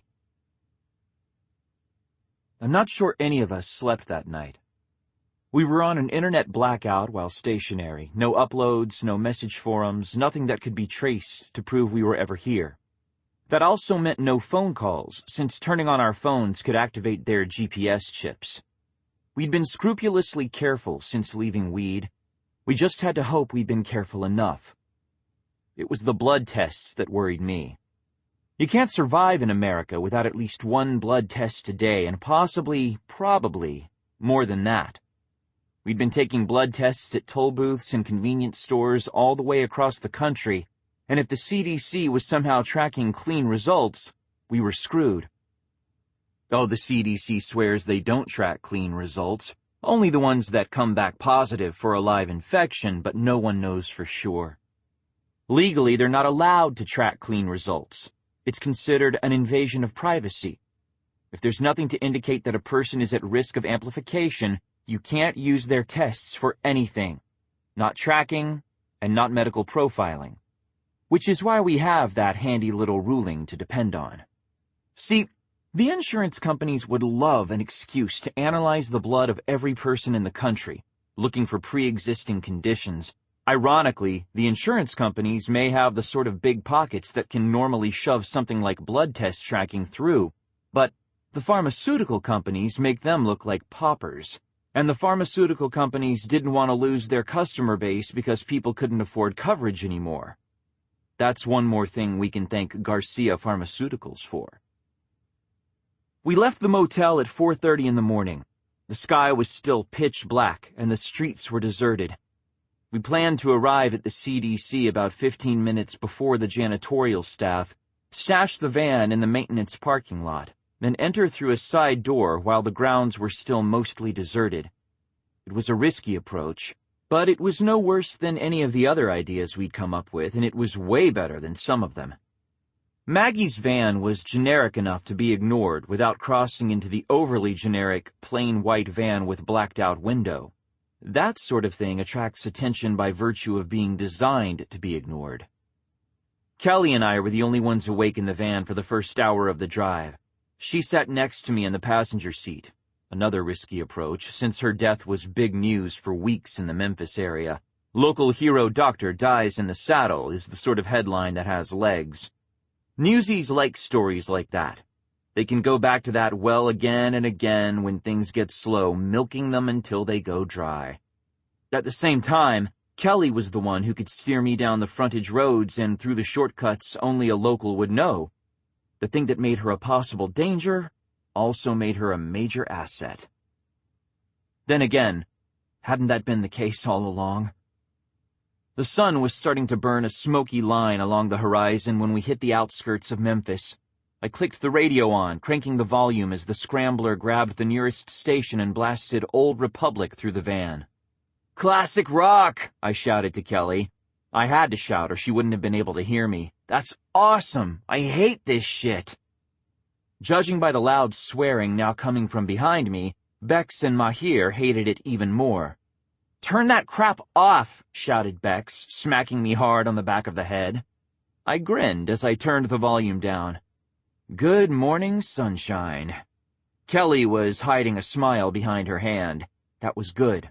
The more relaxed we all were going into this, the better our chances of getting out alive. Sleep well? I should shoot you in the bloody head, dump you on the side of the road, and go back to the motel for another 6 hours of not being in this van, said Mahir. That's a yes. Water's in the cooler. Who needs caffeine pills? Everyone needed caffeine pills. Kelly handed them out, 3 to a person. We all gulped ours, me with Coke, Mahir and Kelly with water, and Bex dry. I didn't say anything. Some people blast pre-rising rock music, some people put on lab coats, and some people try to prove they're the biggest badass around. If it made her feel better, I didn't have a problem with it. The maintenance lot was just as easy to access as Kelly said it would be. Only 1 blood test was required to pass the gate, and it was conducted by an unmanned booth. Can't say I think much of their security, I said. Portland was a lot harder to get into. Portland was also open when you went there, Kelly said. Trust me, it only gets worse from here. Somehow I didn't want to argue with her about that. I parked as close to the building as I dared, maneuvering the van into a space tucked mostly behind a large steel generator cage. Bex was out before I'd even turned off the engine.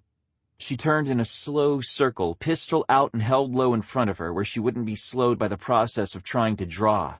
Mahir followed her out, looking less immediately aggressive as he took up his position next to the van. I glanced to Kelly.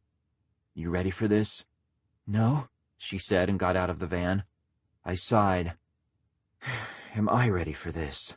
No, said George, but it's too late to turn back now. I guess that's fair. I opened the ashtray and dropped the keys inside. If I didn't make it out of the building, the others wouldn't need to worry about trying to hotwire the van before they could escape. Check this out. I opened the door and got out. We must have made an odd sight as we made our way across the parking lot. Kelly took the lead for once, her white lab coat glowing like a banner in the dimness of the early morning light.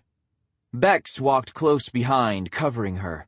She was wearing camouflage print cargo pants, running shoes, and an olive drab jacket with Kevlar panels sewn into the lining.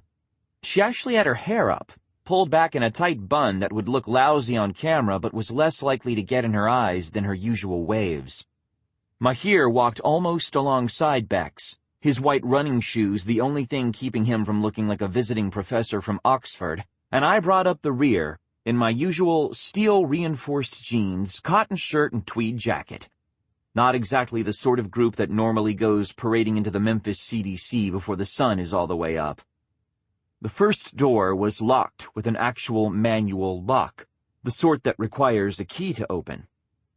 No blood test to get in? Asked Bex, incredulous. Not at this stage, said Kelly, digging in her purse. If you're going to amplify on the property, we'd much rather you did it in the clear zone before the parking lot and the labs. That way we can catch or kill you at our leisure, and you don't eat the staff." She produced a key. "Practical," said Mahir. Kelly unlocked the door and we entered the CDC, Bex now taking point while I stayed at the rear. Our effective non-combatants would walk between the two of us for as much of the trip as possible. Our little formation wouldn't stop a sniper, but it might give us a chance to react before they both went down. "Taking civilians into a fire zone," said George. "What would your mother say?" "That I should keep the cameras rolling," I muttered, and kept following Kelly. That first door led to a narrow hallway which opened after about 10 feet into a wide concrete corridor that looked like it had been sliced from a pre-rising bomb shelter. Turbines hummed in the distance. There were no windows and no natural light. Instead, huge fluorescents glowed steadily overhead, protected by grids of steel mesh. Kelly kept walking, forcing the rest of us, even Bex, to hurry if we wanted to keep up. "What is this?" asked Mahir, looking warily around. "Isolation zone. If we lock down, this area goes airtight, and the negative pressure venting system kicks in. It can be flooded with formalin from the central control center or manually from any of the booths along the walls. In case of an outbreak, the doors to the main building open, and the security system starts trying to herd the infected here, where they can be kept until we decide what to do with them." "Ever hear of just shooting the damn things?" asked Bex. "We have to get our test subjects somewhere." The statement was matter of fact. This was, for Kelly, another part of what it meant to work for the CDC. "We all sign body release waivers when we accept our employment offers. As soon as you amplify, you become company property." "Because that's not creepy." I scanned the walls. I don't see any cameras. What I did see was a series of sniper slits in the walls, probably leading to a second airtight corridor where the gunmen could be locked until their job was done and their blood tests were clean. This was a storage room. It was also a kill chute, and we needed to remember that. "Is there one of those nifty escape tunnels here, too?" "Underground. It lets out on the other side of the property." Kelly stopped at a door with a keypad and retinal scanner next to it. She started hitting buttons, narrating her actions, probably to keep one of us from getting trigger-happy and putting a bullet through her head. "I'm giving the system the visiting technician security code along with the security code for Dr. Wynn's lab, and telling it I have 3 guests with me. This level of security doesn't distinguish between entry points. It's a known hole, but we keep it open in case we need to bring people in the back way." "To avoid the media?" asked Mahir mildly. Kelly reddened, but kept tapping for several more seconds before she pulled her hand away. A panel opened in the wall, exposing 4 blood test units. "We all need to test clean before we can proceed." She slapped her hand down on the first panel, starting her retinal scan at the same time. It was a good maneuver. It cut off any further questioning, and we had plenty of questions. Starting, at least for me, with, "How the fuck are we planning on getting out of here?" "Too late to back out now," muttered Bex, and initiated her own blood test. Mahir and I shrugged and did the same. Bex was right. Too late now. The tests came back clean, no surprise, given that we'd only just arrived, and the door swung open, revealing a long white corridor that looked a lot more like what I expected from the CDC. Only about half the lights were on, filling the corners with shadows. A sign on the nearest door read, "Caution, biohazard." "All the comforts of home," I said, following Mahir into the hall. I was the last one through. The door closed behind me, locks engaging with a hydraulic hiss that reminded me chillingly of Portland. The hairs along my arms and the back of my neck stood on end as I realized that we were well and truly locked in now. "The lab is this way," said Kelly, turning to the left and starting to walk with a confidence I'd never seen from her before. We were on her home ground. Only the best and brightest actually go from medical school into careers with the CDC. She must have worked for years for the right to call these hallways hers. "This has to be killing her," said George quietly. I nodded, not wanting to say anything out loud. George and I grew up not trusting anything anyone said to us. We always knew there were things people didn't say when the cameras were running. For Kelly, the CDC's betrayal had to feel like the end of the world. I was incredibly sorry for her, and at the same time I was privately glad to know that she had to be hurting like hell. The CDC was her life, and the CDC was part of the reason my sister died. I could feel bad for Kelly. I couldn't forgive her for being naive enough to believe the things she'd been willing to believe for the sake of her career. At least she'd judged the janitorial schedules correctly. We walked the length of one hall and then another before we reached Dr. Wynn's lab, and we didn't see a single soul. I didn't see any cameras either, and I was watching for them. Their security was incredibly well concealed. That was a little worrisome. They'd been nowhere near this good in Portland, and in my experience, when the security cameras go invisible, that means they have something they really need to hide. "Here," whispered Kelly, stopping at an unlabeled door with a blood test panel next to it. She started to raise her hand, and then hesitated, expression turning unsure. "We're going to have to go through one at a time," she said slowly. I winced. Bex scowled. Going one at a time meant that either one of us walked in ahead of Kelly, which would mean walking blind into unfamiliar territory, or we sent her through alone, which could split the party permanently. I didn't want us on opposite sides of a door when the CDC shock troops swept in and gunned us all down. And I didn't have a choice. We'd followed Kelly's research across the world, and we'd followed her directions into the guts of the Memphis CDC. If we called it off now, a lot of people had died for nothing. "Go ahead, Doc," I said.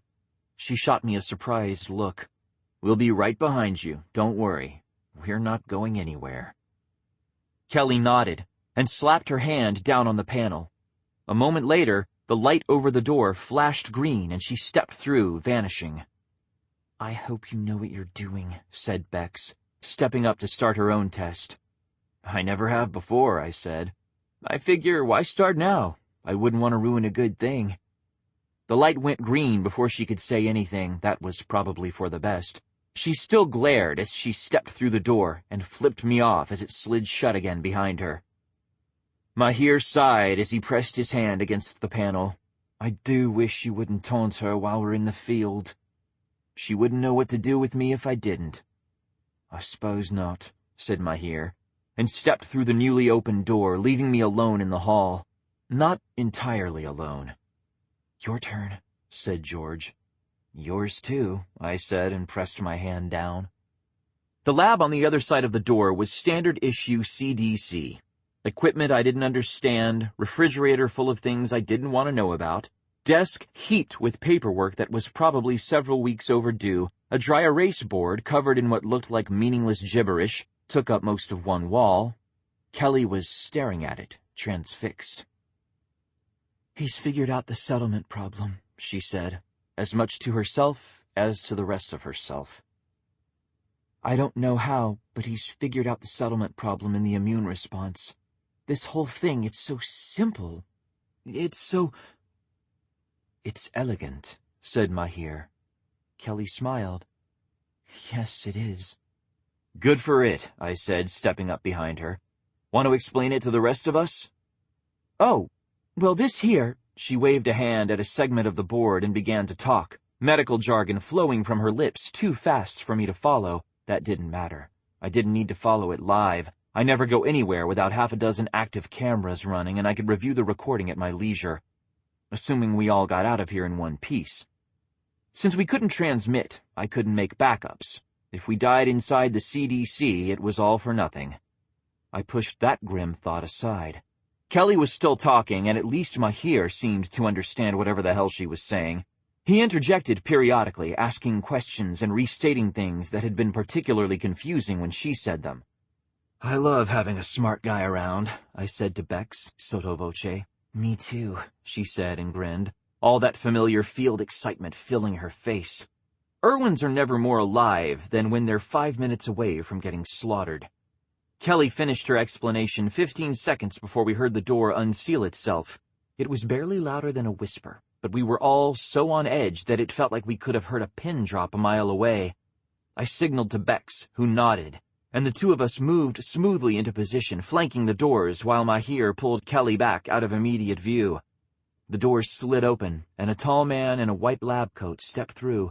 attention fixed on the clipboard he was carrying. The door slid closed again, and Bex and I moved to stand shoulder to shoulder, pistols raised until their muzzles barely pressed against the back of the man in the lab coat. He froze. Smart guy. "Hello, Dr. Wynne," I said amiably. "We figured you might like to know how things have been going, so we swung by to say hello." "Shaun?" Last time I checked. I took a half step forward, digging the muzzle of my gun in a little harder. "How about you? How's it been going for you?" I wasn't expecting to see you here." "We didn't think you would be," said Mahir, stepping into Dr. Wynne's line of sight. Kelly hung back, face still hidden in the shadows. "I saw you at the funeral, but I don't believe we've been properly introduced." "Mahir Gowda, replacement head of the Factual News Division at the After the End Times," said Dr. Wynne, not missing a beat. "I've been keeping up with the site. I must admit I didn't expect to see you either. Ever." "We're full of surprises tonight," said Bex, and nudged him forward with her gun. "Move away from the door. Center of the room, hands at your sides. Please don't make any sudden moves. I'd really hate to have to shoot you." "It's true, she would," I said. "We told her she'd have to mop up any messes she made while we were here, and Bex hates cleaning." Dr. Wynne shook his head as he followed her instructions, walking to the middle of the floor before turning to face me. "Shaun, what are you doing here? You shouldn't have come." "There was too much that didn't add up. We needed you to check our math." "Ask him about the strains. I'm getting to that," I muttered. "What?" asked Dr. Wynne. "Nothing." I flashed him a glossy photo-op smile. "Doc, you want to say hello?" "Happily." Kelly stepped out of the shadows, heels clicking against the floor. Dr. Wynne went white. "Hello, sir. How have you been?" You... He stopped for a moment, composing himself, and said, "Shaun told me you died in Oakland." "The dead have a tendency to come back these days, remember?" She looked at the whiteboard. "You solved the immune response issue. I recognized some of these figures. Every time I posited them, you said I was off base. But it looks like it worked." "Kelly, how did you—" She turned back to us, giving me a small nod. That was my cue. I offered Dr. Wynne another smile and said, "We've been doing some digging, and we didn't have a way of reaching you that wouldn't send up too many red flags, especially since the doc wanted to be involved. We figured you'd want to know what we'd managed to find." "And the guns were what? Just a precaution?" "Pretty much." I lowered my gun. "You can't be too careful these days." "You let me think Dr. Connolly was dead." "That's true," I said agreeably. "Mahir?" "On it." Mahir produced a handheld reader from inside his coat and walked around to offer it to Dr. Wynne. "The information you'll want to see is presently up on the screen. Read carefully. The implications can be rather unpleasant." "When I sent Dr. Connolly to you, I expected you to disappear immediately," said Dr. Wynne, running one big hand through his thinning hair as he looked at the screen. "It would have been the smart thing to do. If you dropped off the grid as soon as she got there, you could have been safe." "You know we've never worked that way," I said, surprised by the apologetic note creeping into my tone. I really was sorry. If we were wrong, and he only wanted to protect us— "Shaun," said George. "Shaun, stop a second. You need to stop." Dr. Wynne nodded as he scrolled through the material we'd collected. "This is some very good work. How difficult was this to find?" "Not terribly," said Mahir before I could speak. He looked at Dr. Wynne neutrally and added, "It's amazing how much of this was out there, floating around, and simply needed to be put together in the correct order." "Shaun, wait a second, George," I said softly, watching Dr. Wynne's expression. He was frowning with concentration, studying the data. I want to hear what he has to say. "Was any of it commissioned?" Dr. Wynne glanced up. "Is there anything here that you needed a lab or special access to find?" All Dr. Abbey's research was conducted in a lab, and I didn't know how much of it was available to the general public.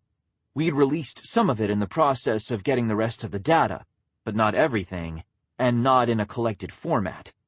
I opened my mouth to tell him that, and stopped, frowning. George spoke into the silence. He lost track of Kelly as soon as the building blew and destroyed her ID. The ID he gave her. He never questioned her death. He must have known. Shaun, I know, I whispered, and I did know, suddenly and without room for argument. Dr. Wynne ordered the destruction of Oakland. Dr. Wynne killed Dave. "Know what, son?" he asked. "Nothing."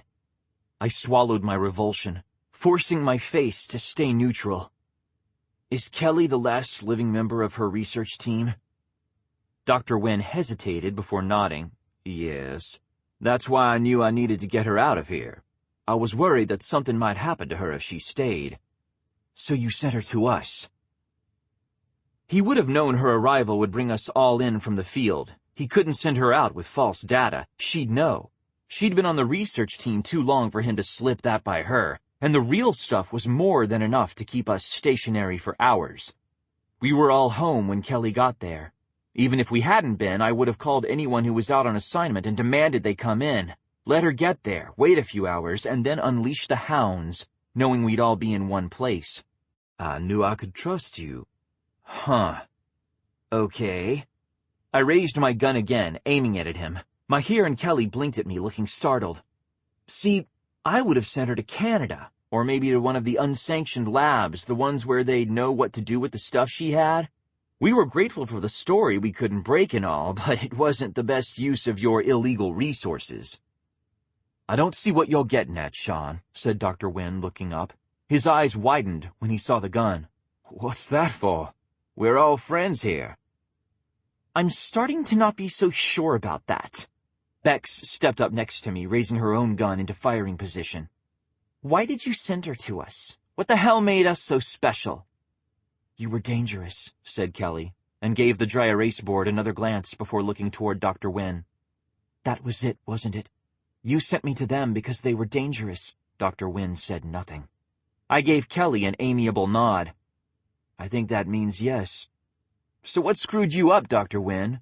Did somebody read the time wrong?" Dr. Wynne frowned. "I don't understand what you mean." "We checked the dock real carefully for trackers, but there weren't any after we trashed the ID you gave her," I said. "If there had been, I don't think we'd have made it out. Somebody cared enough about killing us that they were willing to blow up half of downtown Oakland." "I think you're exaggerating a bit there, son," said Dr. Wynne. "But they lost track of us after that, didn't they?" I kept my gun trained on Dr. Wynne, watching his face as I spoke. "Why do you care where we got our research, Dr. Wynne?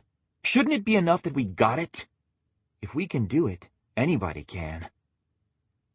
"No, Shaun, not anybody." Dr. Wynne shook his head, smiling a little as Mahir snatched the reader away from him.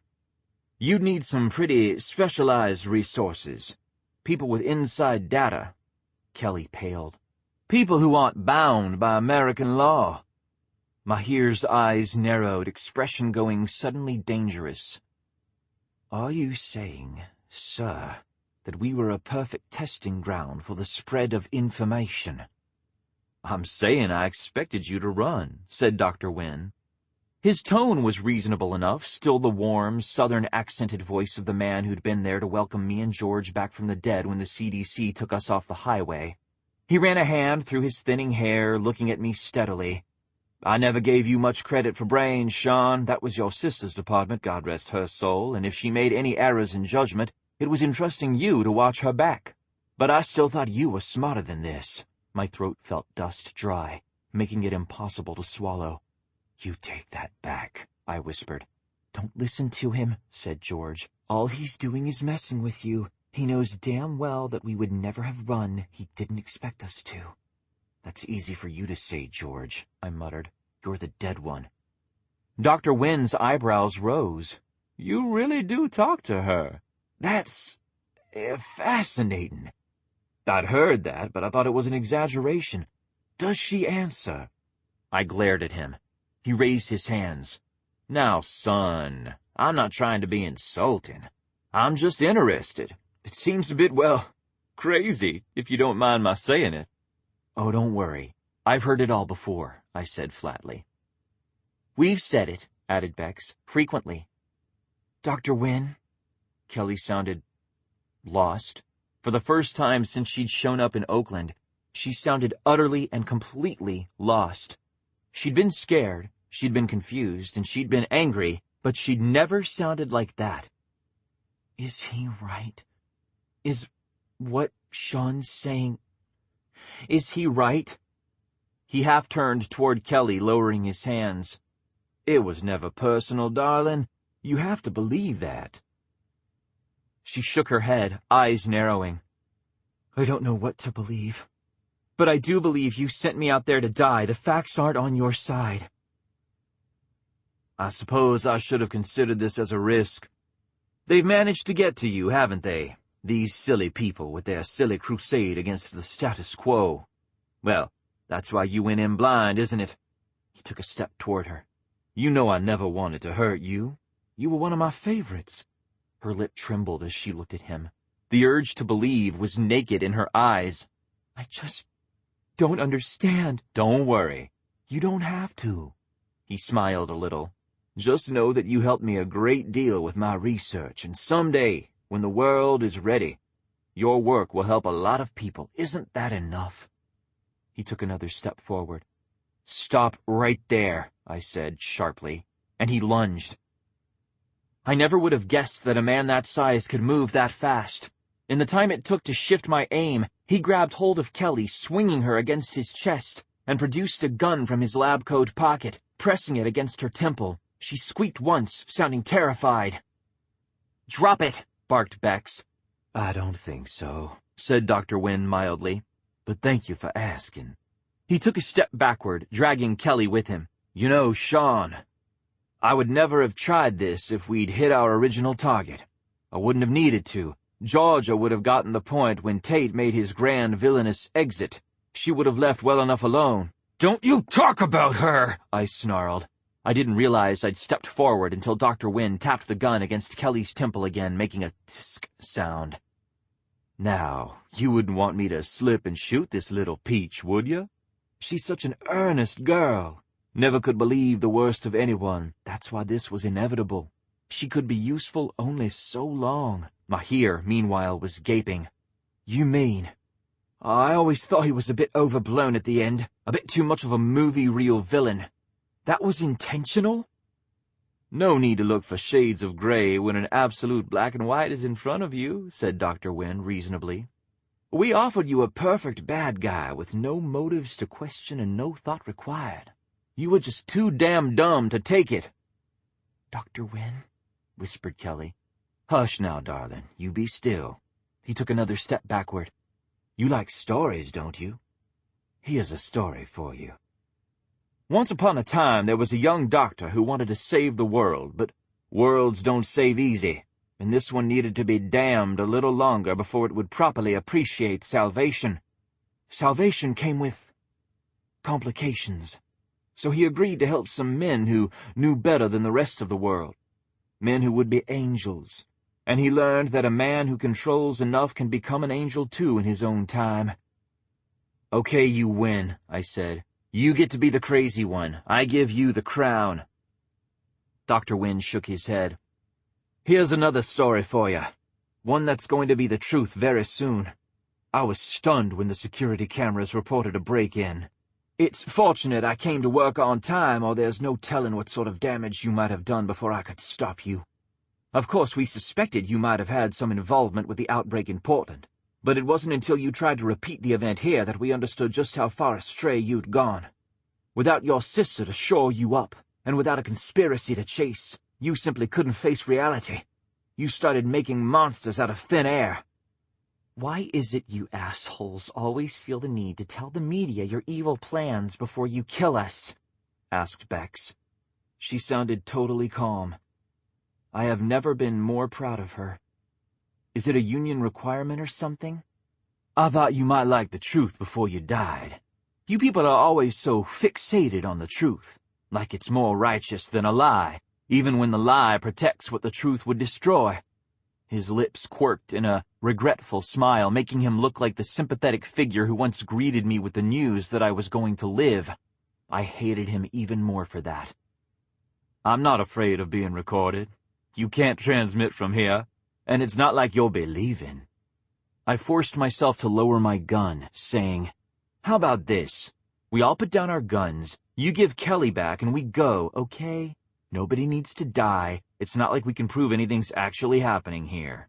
"Oh, but you did prove it, you did. And you exposed some holes we hadn't even considered patching. You did the work for us, and you brought me everything we'll need to repair the situation. Half a dozen researchers, a few dozen assistants, and all this goes away for another decade. That should be more than long enough for us to make some real progress on the problem without sending the world into a panic." He chuckled. At least he wasn't backing up anymore. His back was to the counter, Kelly locked against his chest. "You get so hung up on your precious truth that you can't see the big picture. If this information got out—" "What? People would know something?" Bex glared. "Your evil plan sucks." "Why tailor new strains of the virus?" asked Mahir. "What does it serve?" "We'll find one that doesn't trigger reservoir behavior," said Dr. Wynne. "Once that's done, we'll be in the position to pick the virus apart at our leisure. No more pesky moral issues with shooting the infected. No more unexpected behavior. Once it's been normalized, once it conforms, we can finally get to work on a virus that does what we want it to do, that follows our orders, not anyone else's. We'll save the world the way we want to in our own time, and we'll get the proper credit. The reservoir conditions complicate things, and we can't have that. Still, I'm sorry the strike on Oakland was called in early, Shaun. I really did like you. I'd hoped to spare you this very situation." "What makes you think the information won't get out anyway?" I asked mildly. "I didn't bring my whole team here. If we don't check in, it all goes public." "Ah, but by the time it goes public, we'll have tied you to the outbreak in Portland and possibly to the attacks on President Ryman's campaign. You may even be the reason your sister died. You won't be a hero, Shaun. You won't even be a martyr. You'll be the man who killed his sister for ratings, and the world will hate you." Dr. Wynne smiled beatifically as he let go of Kelly and reached for the counter behind them. She didn't move. Something about the gun pressed to her temple seemed to be dissuading her. "Nothing that comes out of your little tabloid press will be believed. It'll just be the final thrashings of a madman." "You bastard," whispered George. For once, I was calmer than she was. "You're an asshole," I said. "Yes, but I'm an asshole who's going to walk away from here alive, which is more than I can say for you," he replied. He locked his arm around Kelly again, pulling her toward the door. "Security is on the way. There's nothing you can do." When he moved his hand, I saw what he'd picked up from the counter. 2 plain ballpoint pens. "What are you going to do when security gets here?" I asked. "Scribble us to death?" Kelly's eyes widened. She didn't look lost anymore. Now she looked terrified. Even having a gun against her head hadn't elicited that response. "What?" she whispered.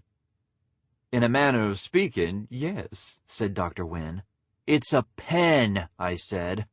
"Appearances can be deceiving," said George. Kelly looked at me, eyes still wide, and mouthed, "I'm sorry." Then she reached behind herself, fumbling a scalpel from the tray of surgical instruments before driving it into the back of Dr. Wynne's neck. He bellowed like a wounded bull, gun falling as he clapped his hand over the side of his neck. The hand that held the pens snapped upward, some sort of trigger releasing in one of them. A thin dart whistled through the air past my ear, embedding itself in the wall. Bex fired twice, one shot catching Dr. Wynne in the arm, the other going wild. I brought my own arm back into firing position and shot him squarely in the chest, right in the spot where he'd been aiming the pen at me. The impact whipped him hard to the side, and Kelly lost her grip on the scalpel, falling back. She slammed into Mahir. Dr. Wynne, still bellowing, raised the pens again, aiming at them. Kelly screamed and shoved Mahir to the side, sending him sprawling as Dr. Wynne's knees buckled. Dr. Wynne fell hard to the floor, and Bex immediately shot him twice in the head. That was one body that wouldn't be getting back up. Mahir staggered to his feet, careful to avoid touching Dr. Wynne's blood. "Oh my God." "Mahir, are you clean?" I demanded. He looked down at himself, scanning his clothing. I think so. Nothing seems to have gotten on me. Great. Well, avoid fluid transfer until we can get you to a test unit. A non-CDC unit. Suddenly, I don't trust anything in this damn building. I lowered my gun but didn't put it away. Come on, Doc. We need to get the fuck out of here. I don't think so, she said, sounding dazed. My head snapped up. There was a clear plastic needle embedded in her chest, glittering with a faint oily sheen. He shot me, she said, staring at it. Dr. Wynne shot me before he fell down, with the pen. Only it's not a pen. It's a defense mechanism. You can load them with knockout darts or lethal injections or all sorts of things. She swallowed. All sorts of things. That doesn't mean anything, said Bex. Right, because he obviously shot me with a sedative or something. Kelly shook her head, looking actively annoyed. Don't be stupid. We don't have time for this. Fuck, Doc, just come on. No. She turned and yanked open a drawer, pulling out a test unit. She slammed it down on the counter, popped off the lid, and shoved her hand inside. I'm so sorry. I swear I didn't know. Maybe I should have known. Maybe I was being a naive little idiot. I was so busy trying to do what I was supposed to do and save the world that I didn't open my eyes. But I didn't know. I believe you, Bex said softly. The lights along the top of Kelly's test unit were turning red, one after the other. She pulled her hand out when the last light stabilized on red, shooting a challenging glare in our direction. Now do you believe me? Dr. Wynne shot me, and I've gone into amplification. I'm done. It's over. And I really think it's time for you to leave. I winced. Fuck. Doc, I'm sorry. Bex raised her arm, gun up, and pointed at Kelly's head. From this distance, there was no chance she'd miss. So am I. Kelly pulled the needle free. She held it up for a moment, long enough for the rest of us to see it clearly, and then she dropped it to the floor. It made a faint clinking noise when it hit the tile, before rolling to a stop in a puddle of Dr. Wynne's blood. Leave the door open when you go. I'll stay here and distract security. I reached to the side and pushed Bex's arm slowly down, shaking my head in negation. Doc, are you sure? Amplification's not something to fuck around with. I think I know that better than you do. A thin smile tilted her lips up. That, combined with the ponytail, made her look briefly, heartbreakingly like Buffy. I'd seen the resemblance when Kelly first showed up in Oakland, and now here it was again, at the worst possible time. I guess they have more in common than we thought, said George. Kelly shrugged out of her lab coat, letting it fall. The blood on the floor began to soak through the cotton almost instantly, but she didn't seem to notice. She just kept talking as she bent to pick up Dr. Wynne's gun. At my body weight, you have approximately 11 minutes before I become a danger. That's long enough for you to get out of here, and that gives me long enough to make sure the security team has a really, really bad morning. Exit, take a left, and head for the end of the hall. Security will be coming from the other direction. Turn left again when you reach the T-junction and open the fourth door you see. That should put you... Same place as before? I asked. She nodded. Her smile faded slowly, and her lower lip quavered for a moment before she said, The security systems in the evacuation tunnels are independent of the rest of the building in case of malfunction or something like this. As long as you can test clean, you can get out no matter what else is happening in here. I remember. I took a step back away from her. Bex, Mahir? Come on. Yeah. Bex hesitated before asking. You got enough bullets? Kelly smiled again, this time directing it at Bex. It was a small thing, and it hurt to see because it might be the last smile she'd ever wear. At least this one didn't make her look like Buffy. I do. Thank you. If you decide you can't do this, if you want to die remembering who you are, just make sure you save one for yourself. I will, Kelly sighed, looking at the gun in her hands. Under the circumstances, I think my grandfather would want me to do this. He thought the truth was important. And so do I. I really didn't know Dr. Wynne was sending me to hurt you, and I'm sorry. I didn't want any of this. I know, said Bex. I took a breath, letting it out slowly before I tried to speak. Thanks, Doc.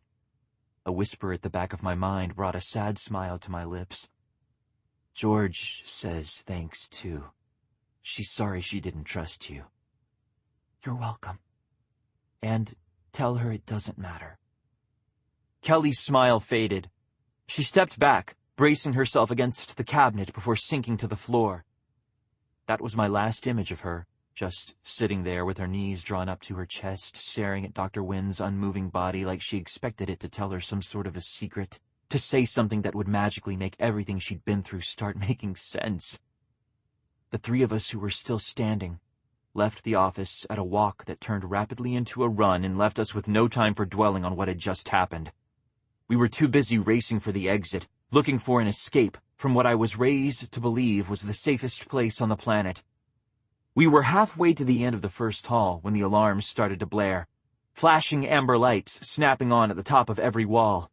Mahir sped up, passing us both to take the left. Bex reached back to grab my elbow, hauling me around the corner and out of sight, just before the sound of running footsteps filled the hall, coming hard and fast enough to be audible under the alarm. Security was finally on the way. You need to keep up, she hissed. I could barely hear her. It was mostly the shape of her lips that told me what she'd actually said. Yeah, I know. Bex started to let go of my arm. I grabbed her hand. Come on, you two. Let's get the fuck out of here. Neither of them argued. We started moving again, traveling at a pace that was just short of a run as we followed a dead woman's instructions to freedom. Kelly was true to her word. She kept security busy in Dr. Wynne's lab. The sound of gunfire started as we were making our way into the evacuation grid, only to be cut off when the hidden door swung shut behind us. The secure tunnels were silent and dark, just like before. We didn't see a soul during our escape.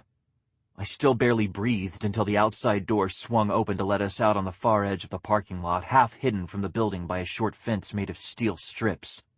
It took me a moment to realize what it was for. If the facility had been taken by the infected, the metal would hide us from view and might give us the time to either run like hell or go back underground to wait for rescue. It was a nifty idea. Too bad escape didn't mean anything but getting the hell off the grounds before we were spotted. I waited for gunshots as we ran to Maggie's van, crouched to minimize our visible profiles, with guns in our hands and ready to fire. They never came. Security was still inside, searching for Kelly's phantom guests. No one had checked the logs showing the evacuation tunnels, possibly because they hadn't compared notes with Portland, possibly because they didn't think we'd get that far. My heart hammered against my ribs, George making soothing, incoherent noises at the back of my head to try and keep me calm. It did, barely. I didn't really start breathing until we were safe inside the van with the doors closed against the outside. Then I was slamming the key into the ignition, and we were racing away into the brittle golden light of morning, leaving the CDC and Kelly Connolly, who was naive but never bad, behind. We've left too many people behind, and somehow the running never seems to end. From Dandelion Mine, the blog of Magdalene Grace Garcia, June 23, 2041. The sweetest summer gift of all is knowing spring gives way to fall, and when the winds of winter call, we'll answer as we must. Persephone chose to descend into the night that has no end. In Hades' hands she goes to spend her nights amidst the dust. For Hades holds his loved ones dear, away from life, away from fear. And so when death is drawing near, in Hades' hands we trust. 21. I kept my foot slammed down on the gas as we blazed along a frontage road, taking one of the more obscure ways out of town. Mahir rode in the passenger seat with a smartphone in his hand, entering alterations to our route every few minutes as he received updates from the GPS satellites. Every change had to be registered with the Highway Commission, but our credentials were in order, and unless there was a stop order out on our vehicle, Registering our route was less dangerous than dealing with the smackdown if we got caught crossing state lines without the proper paperwork in place. Our weird little hopscotch of twists and turns wasn't the fastest way to get where we were going, even if I don't think we ever dropped under 80 miles per hour, but it was definitely the most confusing. I wouldn't have been able to track us, not without an actual tracking device planted somewhere on the van, and if the CDC was that deep into our shit, we were already dead. Hacking the highway registry wouldn't give them any of the vehicles known to be registered to our site or its employees, and I seriously doubted they had a full catalog of vehicles registered to Garcia Pharmaceuticals. Bex rode in the rear with a rifle clutched in her hands, waiting for the moment when an unmarked car would come roaring up behind us and she'd have to start shooting. Maybe we were being paranoid, but I seriously doubted it. The CDC has had a lot of power for a long damn time now. Our deaths wouldn't register on anybody's radar, except for maybe Maggie's, and there wouldn't be too much even she could do about it. Her parents had money, political pull, and a lot of patience. That didn't mean she'd be able to convince them to take on the CDC, even if she could convince them that the research we'd collected was the real deal. I allowed the shuddering van to drop back to a more reasonable 60 miles per hour after we passed the halfway point between Memphis and Little Rock. There was still no visible pursuit. "Bex, how's the road looking? Clear?" I could see her in the rearview mirror. All her attention was focused on the road, shoulders tense as she waited for the moment when the ambush would be sprung. Not a soul since we passed that tour bus. "With your driving, the poor bastards probably thought we were running from an outbreak," said Mahir. There was a smothered chuckle in his tone. I knew that edge of hysteria better than I wanted to, although I hadn't heard it that clearly in a long time. It went away after you'd spent enough time in the field. Hysteria takes too much energy to be maintained forever. "They likely turned round as soon as they found a wide enough spot in the road." "As long as their turn didn't take them in our direction, I don't care where they went." Bex managed to sound like she was muttering even while pitching her voice to be heard at the front of the van. It's a trick from the basic Irwin handbook. The lower and more urgent your tone, the more exciting and dangerous the situation will seem to the people at home. It's just a matter of learning to whisper as loudly as some people shout, to make sure the cameras can pick you up. I knew exactly what she was doing. I was still impressed. She was damn good at it. "We have enough gas to get us past Little Rock. After that, I want to get freaky," I said. "Mahir, get us a route that doesn't involve the roads we used to reach Tennessee. Try to get a whole new set of states if you can." "Why are you asking me?" Mahir asked peevishly. He started tapping a staccato pattern on the screen of his phone, calling up a more sophisticated GPS mapping program. "I'm the only one in this car not native to this damn continent. Great. That means you won't have any stupid preconceptions about what to avoid." "What, bad neighborhoods?" "I was thinking more like Colorado, but sure, whatever." I made a sharp turn onto yet another frontage road, causing Bex to whack her shoulder against the window. She swore, but didn't yell at me. Our escape was too important to interrupt for silly things like fighting amongst ourselves. "Bex, we still clear?" "Unless the CDC has invisible cars, yes," she snarled. "Good enough for me." I pulled a disposable ear cuff out of my pocket and snapped it on, tapping the side to trigger the connection. "This is Shaun Mason, activating Security Protocol Campbell. The bridge is out, the trees are coming, and I'm pretty sure my hand is evil. Now give me some sugar, baby." Mahir stared at me with undisguised confusion. What the fuck was that all about? Single-use phone. I wanted to make sure I wouldn't activate it by mistake. The ear cuff beeped as the connections were made, routed through half a dozen dummy servers and half a dozen more firewalls. Fire and forget phones are about as secure as it gets, providing you don't mind spending a few $100 to make one call. That call can't last for more than 6 minutes, and it has to end with the total destruction of the phone you used to make it. But yeah, it's secure. Well, that's definitely one thing no one's going to say on bloody accident. Exactly. Now get back to finding us a rabbit hole to dive down. The beeping stopped, and Alaric's voice came down the line asking, "Shaun, is that you? Where are you?" That's a good question. And no matter how secure I think this line is, it's one I'm not going to answer. We have a maximum of 6 minutes talk time before we become traceable, so I want you to get Maggie and set your phone to speaker, got me? She's right here, said Alaric.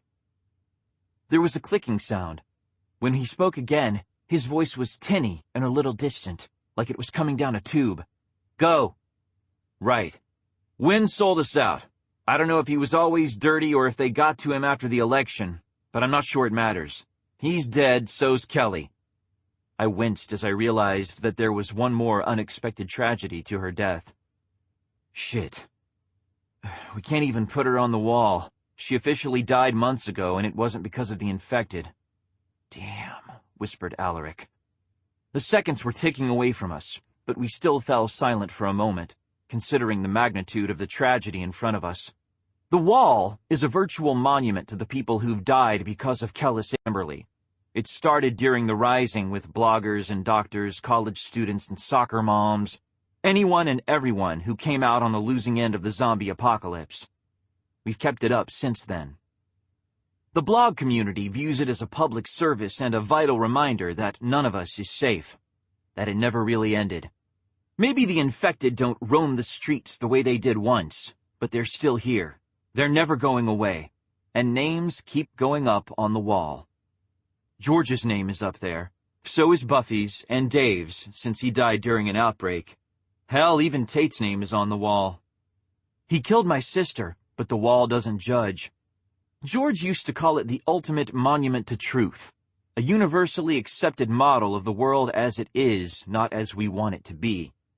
There was no way we could pretend Kelly died because of any reason other than Kellis Amberley. And because of that goddamn clone, she was never going to go up on the wall. I guess there's nothing in the world that can't lie to us, said George, sounding subdued. I think I'm glad I died before I found that out. There was nothing I could say to that. I cleared my throat, shattering the silence. We're on our way home. I can't tell you how we're going to be coming. It's not safe and I'm not sure. But I want you to stay inside, lock yourselves down, and don't go out for anything. I mean anything. The dogs, started Maggie. That's what you have security for. Call them out of the woods and make them take the little crap factories out for walkies. Damn it, Maggie, I don't think you understand how deep this shit is right now. Alaric, start backing up our databases everywhere you possibly can. Send encrypted copies to everyone in the employee database, everyone who's ever been in the employee database, your ex-girlfriend, your ex-girlfriend's new boyfriend, everyone. Everyone? Asked Alaric. I hesitated. Do it, said George. Yeah, everyone, I said. Make the flat drop. Encrypt the files first to slow things down, but make it. We'll deal with it later, assuming there is a later. Both of you make sure your wills are up to date. Maggie, tell your fictionals to stay the fuck home until further notice. I don't want anyone coming within 100 miles of weed if they have a choice in the matter. All right, boss, said Alaric quietly. Turn left at the next intersection, said Mahir. Got it. I slowed slightly as I took the turn. There were still no other cars in sight. I'm dead serious here, guys. We're on lockdown until further notice. Treat every door and window as a sealed airlock and open them only if your lives depend on it. Your lives probably do depend on keeping them closed, since these assholes have clearly demonstrated that they wouldn't know a scruple if it bit them on the ass. Mahir, how's our network security? I have no fucking idea, Shaun. If you've got a way of bringing Buffy back from the dead, maybe she could tell you. The only thing I can tell you is that you've got a right turn coming up in a block and a half. Right. Well, the dead are walking, boys and girls, but they're not doing it in our favor, so for right now, we're on our own. I don't have a safe way of transmitting our files to you. Maggie broke in. I'll tell my fictionals I've had another problem with the plumbing, and keep anything more detailed to the secure servers. Will you be able to call in again at all? Maybe, I hedged. I'm not going to promise anything, but I'll try. For the moment, assume you won't be hearing from us until we arrive, and that we won't be staying long before it's everybody out. We wouldn't be coming back at all if there was anywhere safer to go. The CDC would figure out that we'd been staying at Maggie's place eventually. I was just praying that their fear of her parents would keep them from doing anything drastic before we had time to grab our shit and hit the road. Pack a bag and be ready to move. On it. Good. This shouldn't be more than a 3-day drive, and that's assuming we actually stop to sleep. If we're not there inside of the week... "If you're not here in a week, don't bother coming," she said. "We won't be here when you arrive." That's the right answer. I glanced over at Mahir. His attention was still focused on the phone in his hand. "Mahir, you want to send a message for your wife?" "No." He looked up, offering me a strained smile. She knew where I was going. She knew I might not come back. "It's best if we don't complicate that further, don't you think?" I didn't really know what to say to that. I shook my head and checked the rearview mirror. Bex was still in watch position, expression grim as she scanned the windows. "Bex, any messages you wanted to send?" "Fuck that shit." Her narrowed eyes met mine in the rearview mirror, almost daring me to argue. "We're going to make it home, and then we're going to take them all down." Sounds like a plan to me. "Alaric, Maggie, you've got your marching orders. Now march. We'll check in if we can, and if we can't, just keep the porch light burning until our time runs out." "It's been good working with you, boss," said Alaric. "Same here, buddy, but it's not over yet." "Your lips to God's ears," said Maggie. "All of you stay safe, and don't pull any stupid heroics. I don't want to flee to the Bahamas with nobody but Alaric for company." "Truly a fate worse than death," deadpanned Mahir. "We'll do our best," I said. "Stay safe." There was nowhere good that the call could go from there, and we were almost at the limit of what the phone's security would allow. I killed the connection before pulling off the ear cuff and dropping it into the coin tray between the van's front seats. "We'll stop and torch that as soon as we can," I said. "Better make it sooner rather than later," said Bex. "On it. Mahir, take the right." I took the right. Our original route took us to Tennessee by way of the American Southwest, hour upon hour of desert unspooling outside the van's windows. Mahir's adjusted route followed roughly the same roads, at least until we got to Little Rock. Then things got weird. Instead of heading down to avoid the mountains and the hazard-marked farmland, we turned up, heading out of Arkansas and into Missouri. We stopped for gas in Fayetteville. Mahir stayed in the van while I filled the tank and Bex visited the station's obligatory convenience store. She'd done a remarkable job of changing her appearance while standing guard against possible CDC pursuit. Her hair was down, and she'd somehow managed to trade her jacket and cargo pants for a halter top and a pair of hot pink running shorts that might as well have been painted on and left absolutely nothing to the imagination. I didn't need to imagine what she'd looked like without them, and it was still hard to keep from staring at her ass as she sauntered toward the convenience store doors. The only aspect she hadn't been able to change were her shoes, still clunky, solid, and more Fight Club than fashion show. But in that outfit, I doubted anyone was going to be looking at her feet. "Sometimes you're such a guy," said George. "Yeah, well, I'm the one who isn't dead yet, remember? I was stating a fact, not making a complaint." I snorted and hit the button to start fueling up. If the CDC clued to the fact that we were using a Garcia Pharmaceuticals company ID to pay our bills, we were fucked. But our cash ran out in Little Rock, and it wasn't like we had another choice. The truth may set you free. It won't fill your fuel tank. Mahir's proposed route was a good one, cutting through the corner of Missouri and into Kansas. From there, we'd travel through Colorado, Wyoming, and Utah before hitting the home stretch across Nevada. Of the 6 states we'd be crossing before we got to California, only 2 had laws forbidding self-service fueling stations, and those were the 2 we'd be spending the least overall time in, Colorado and Utah. If we paced ourselves right, we'd be able to avoid stopping in either state for anything longer than a bathroom break. That was good. The more we could stay away from people, the better. While the tank filled, I washed the windshield, checked the tires, and did my best not to think about the fact that we were running from an organization that had the power to declare martial law without any justification more sophisticated than a sneeze. I couldn't believe the CDC was doing this alone, or that the entire CDC was involved. Kelly clearly hadn't been, and I was willing to bet that all the other team members who died hadn't been either. Still, a properly seated cabal of people willing to do anything to get their way is more than enough to be a major problem, especially when they have essentially infinite resources to throw around. At the same time, they were obviously trying to stay at least somewhat under the radar, or they wouldn't be bothering with artificial outbreaks and assassinations made to look like natural deaths. All that spy shit is necessary only when you're trying to pretend you don't exist. Bex came sauntering out of the convenience store with a paper sack in each arm and a smug, cat-that-ate-the-canary smile curling her lips. It faded as soon as she was close enough to be out of the cashier's sight, and she yanked the van's rear door open without so much as a hello as she scrambled to get herself and our supplies inside. I unhooked the fuel pump and opened the driver's side door, sliding myself behind the wheel.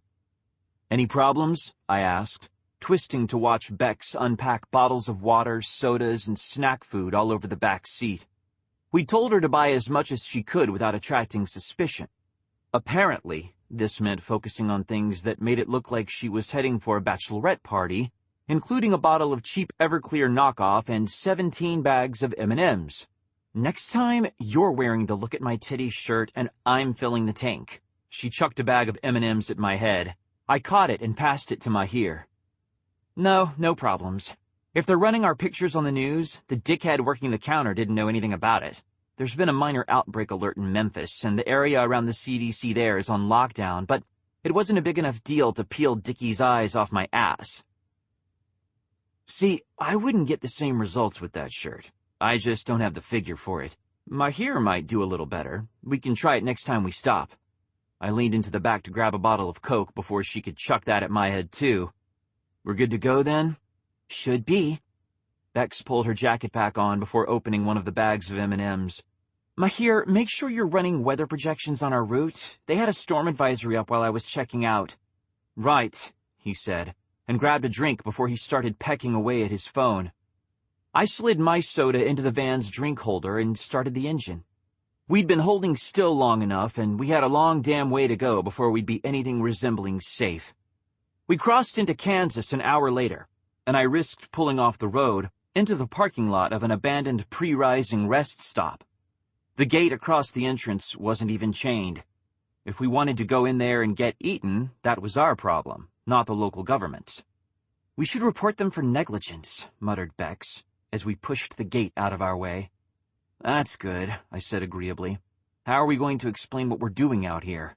Are we on a sightseeing tour of the haunted cornfields of North America or something?"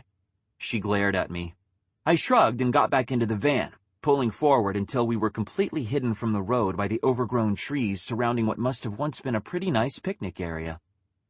People used to bring kids and their dogs to places like this, letting them run wild on the grass to burn off a little energy before they got back into the car and continued their drive toward the American dream. These days, that kind of thing will get you thrown in jail for child abuse. Not even the Masons were that crazy, and they did a lot of dangerous things with me and George while we were growing up. Running around in the grass near an unsecured structure and a bunch of trees is a good way of taking yourself out of the gene pool. Bex stood guard with her rifle, while I took the fire and forget phone over to the remains of a barbecue pit. Mahir followed me, observing without comment as I beat the phone with a large rock, tossed it into the hole, and set it on fire. A few squirts of lighter fluid from the travel kit made sure that it kept burning, delicate circuitry and memory chips melting into slag under the onslaught of the flames. "Hey, check it out, Mahir. The green wires burn purple. What's up with that?" No answer. I looked up. "Mahir?" He was staring toward the low brick building that contained the restrooms and water fountains like a man transfixed. "Why haven't they torn this thing down?" he asked. "It's like a bloody crypt, right in the middle of what ought to be civilization." "I don't know. Maybe they don't have the money. Maybe they think it's better to give the infected someplace they can hide so they'll know where to go when they start getting outbreak reports." I squirted more lighter fluid onto my makeshift pyre.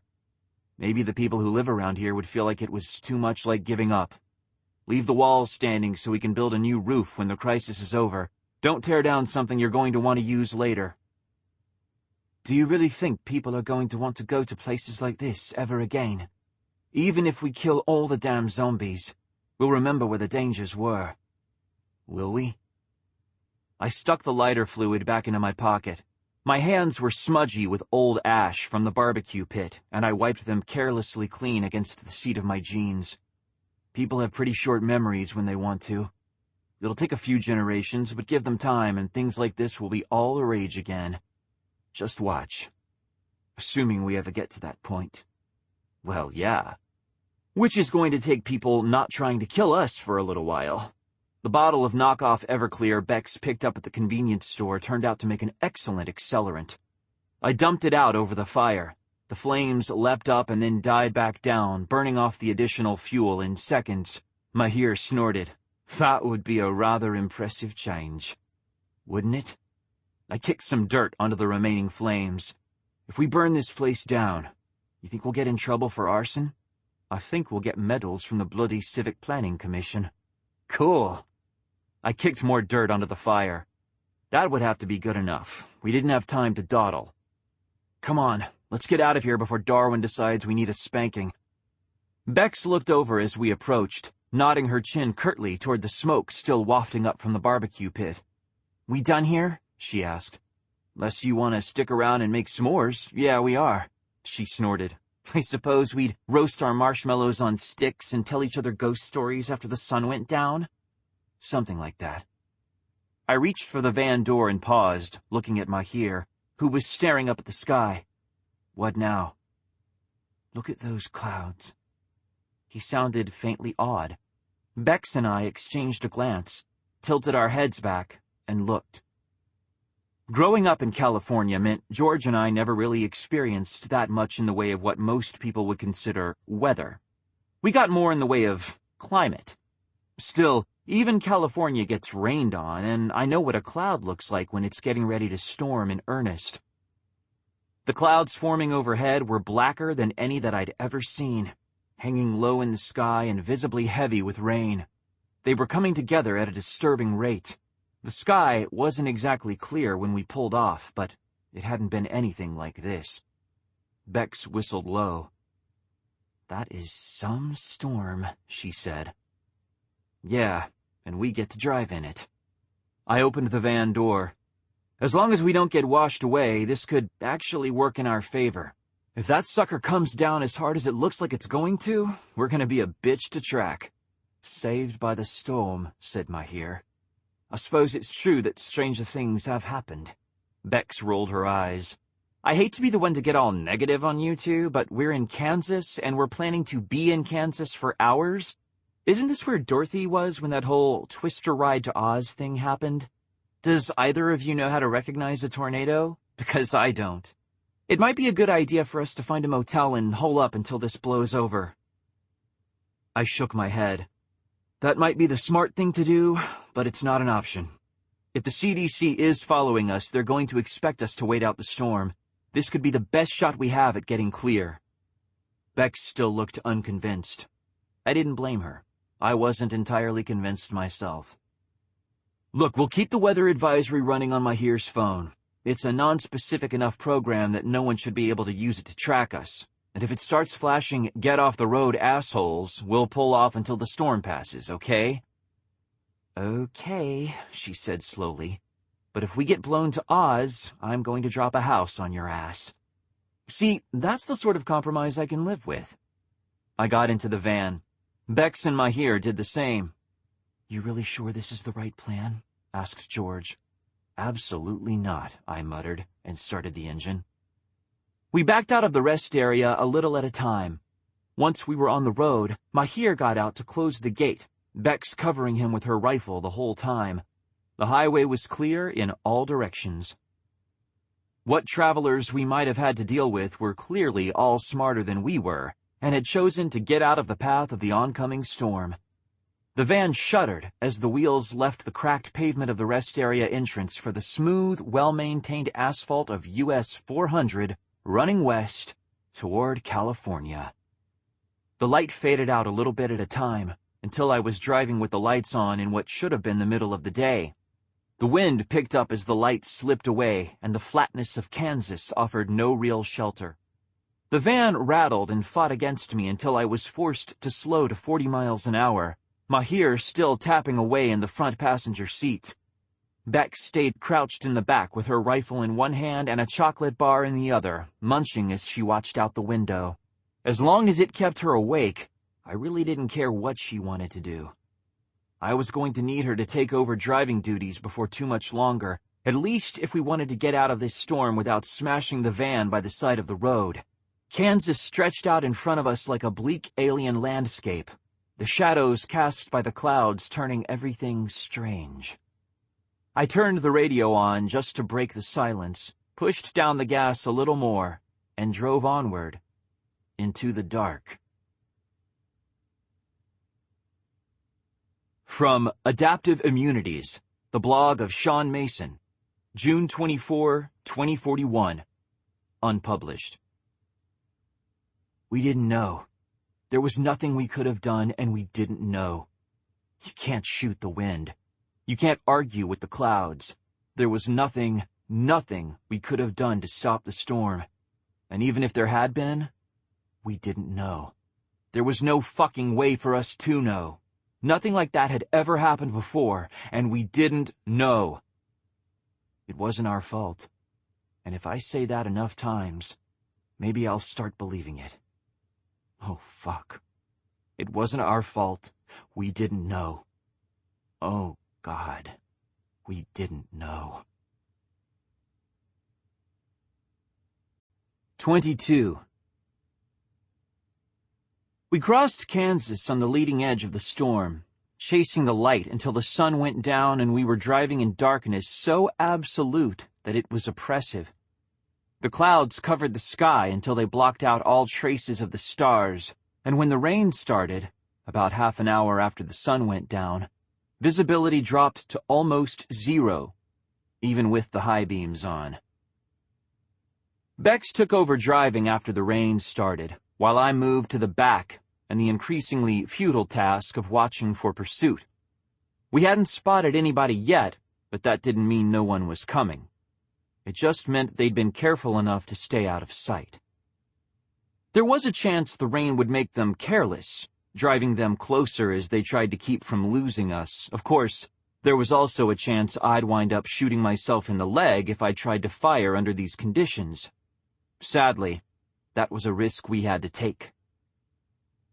There was one good thing about the way the wind was howling. With Bex and Mahir in the front seat and me at the rear, they wouldn't be able to hear me over the storm. "Christ, George, will you listen to that?" I whispered. "It's like it wants to blow us all the way back to California." "I don't like it," she said, tone clipped and razor sharp with tension. It felt almost like I'd see her if I turned my head just a little to the side, watching the other side of the van with her favorite .40 in her hands as she scanned the road for trouble. I didn't turn. She added, "There's something not right about all this. Why aren't they coming after us yet?" Maybe they're not sure it was us. The excuse sounded stupid almost before it was out of my mouth. The people Dr. Wynn was working with had to know he'd sent Kelly to infiltrate us. He couldn't have triggered the outbreak in Oakland remotely, and he certainly could have called in an airstrike without somebody to approve it. Finding Kelly dead in his lab might confuse the legit members of the CDC, but the corrupt ones would know exactly who must have brought her back to Memphis, and they'd be watching the roads. So where were they? This is too easy. I know. I took a breath, scanning what little of the road was still visible through the darkness and the pounding rain. I almost wished there was someone else out there. At least a second pair of headlights would have broken up the black a little bit. I think we fucked up, George. I think we fucked up big. We should have come up with a better plan. There has to have been another way. Her voice turned bitter. If anyone should have known better, it was me. I didn't argue with her. George was stubborn even when she was alive. Dead, she was basically impossible to convince of anything she didn't agree with. So now we head home, we regroup, and we head someplace where we can be invisible. We can't stay with Maggie anymore. It's not safe. We can't leave her there alone either. I could almost see the resignation on her face as she added, in an intentional echo, "It's not safe." "Fuck," I whispered, and settled against the seat, eyes still on the road. Maggie never needed to be a blogger. She never needed to be anything. She had her parents' money and could have spent her entire life doing nothing as ostentatiously as possible. I've never been sure how she and Buffy met. It never really mattered. They were friends when Maggie joined the site, and they stayed friends right up until the day that Buffy died. She was our only real choice to take over the fictionals, and she'd done an amazing job from day one, and she never needed to. Most people come to the news because there's something driving them, something that they need to find a way to cope with. Maggie was just looking for something to do with her time. She did it well, she did it professionally, and now she was in just as much danger as the rest of us. She knew the job was dangerous when she took it, George said. She was trying to be reassuring. She was failing. Really? I asked, because Buffy didn't. Not even George had an answer to that one. Shaun! Mahir pitched his voice just short of a shout to be heard above the roaring wind. The wireless has gone out. We've no more GPS connection from here, so we're going to need to pray for clarity of road signs. That's awesome, I called back, as deadpan as I could manage.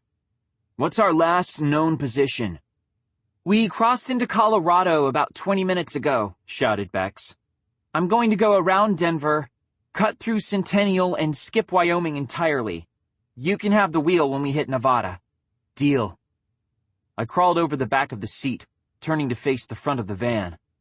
But I have to get some sleep before I can drive again. Mahir, can you watch the back? Just scream if anything looks funny. I think I can manage that, said Mahir, unbuckling his belt. I stretched out on the middle seat as he worked his way past me. A bag of cheap potato chips from the first convenience store made a decent if funky-smelling pillow, and my jacket was a better blanket than I've had in some motels. I closed my eyes, listening to the howling wind and the sound of modern country drifting from the radio. George's phantom fingers stroked my forehead, soothing some of the tension away, and the world faded out as I slipped into a shallow doze. I woke up several hundred miles and 5.5 hours later. Mahir was asleep in the rear seat of the van, and the radio was blasting, not that you could really tell. The cloud cover seemed lighter here, allowing a few traces of what might have been sunlight to cut through. The wind was still committed to playing storm, screaming even louder than it had been when I went to sleep. I sat up groggily, rubbing the grit from my eyes, and swallowed twice to clear my throat before I rasped. Where are we? About 30 miles into Nevada, said Bex. She sounded exhausted. I was going to ask how she was still awake when I noticed the drift of Red Bull cans covering the floor. Those hadn't been there when I went to sleep. I rubbed my eyes again. Another supply run? I guessed. Sort of. Bex met my eyes in the rearview mirror, and I realized with a start that she was on the verge of panic. The wireless is still out. I can't get a decent radio signal. I stopped for gas about 20 minutes ago and the place was deserted. Open, but there was no one there. I grabbed what I could, filled the tank, and ran. Did you grab anything but Red Bull? Generic donuts, enough Coke to get you through Nevada, and some salmon jerky. She returned her attention to the road. I don't think we should stop again if we don't have to. Something's really wrong out there. How do you mean? I dug around between the seats until I found the bag with the Cokes. I grabbed one of those and a box of donuts, the kind so cheap that they may as well have been dipped in faintly chocolate-flavored plastic. Then I half stood and made my way to the front passenger seat, dropping down next to her. I haven't seen another person since Burlington, Bex said. Her hands were clenched on the wheel, hard enough to turn her knuckles white. The streets were pretty normal there. People trying to get home before the storm really hit. People trying to stock up on the things they didn't keep in the house. About what you'd expect. We rolled through Centennial so late that it wasn't weird that the streets were empty, but the sun's been up for an hour now. There should be cars, there should be commuters, even all the way out here. So where the fuck is everybody? Maybe it's a holiday?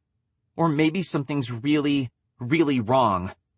Bex pressed the radio's scan button, scowling as it skipped through a dozen channels of static before settling back on the canned modern country station she'd been listening to the night before. All my live news is off the air. There's nothing running but the pre-programmed music channels. I'd kill for an internet connection right now, I swear to God. Something's really wrong. Have you tried to call anyone? Making a call on an unsecured phone line could potentially blow our position. It was a last resort. With what Bex was saying, I wouldn't have questioned the choice. She exhaled slowly and nodded. I did.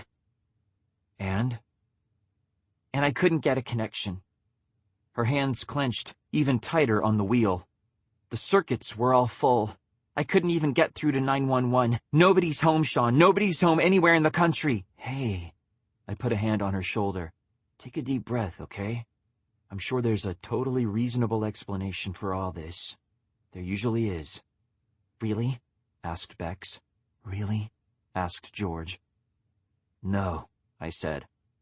But we've got a long way to go before we get back to Maggie's, so let's try to stay calm until we get there. I'd like to avoid having a fatal accident, if that's cool with you. I glanced back at Mahir, who was still flopped in the rear seat with his eyes closed. He was using one of Kelly's sweaters as a blanket. I guess there was no reason for him not to. It's not like she was going to be wearing it again.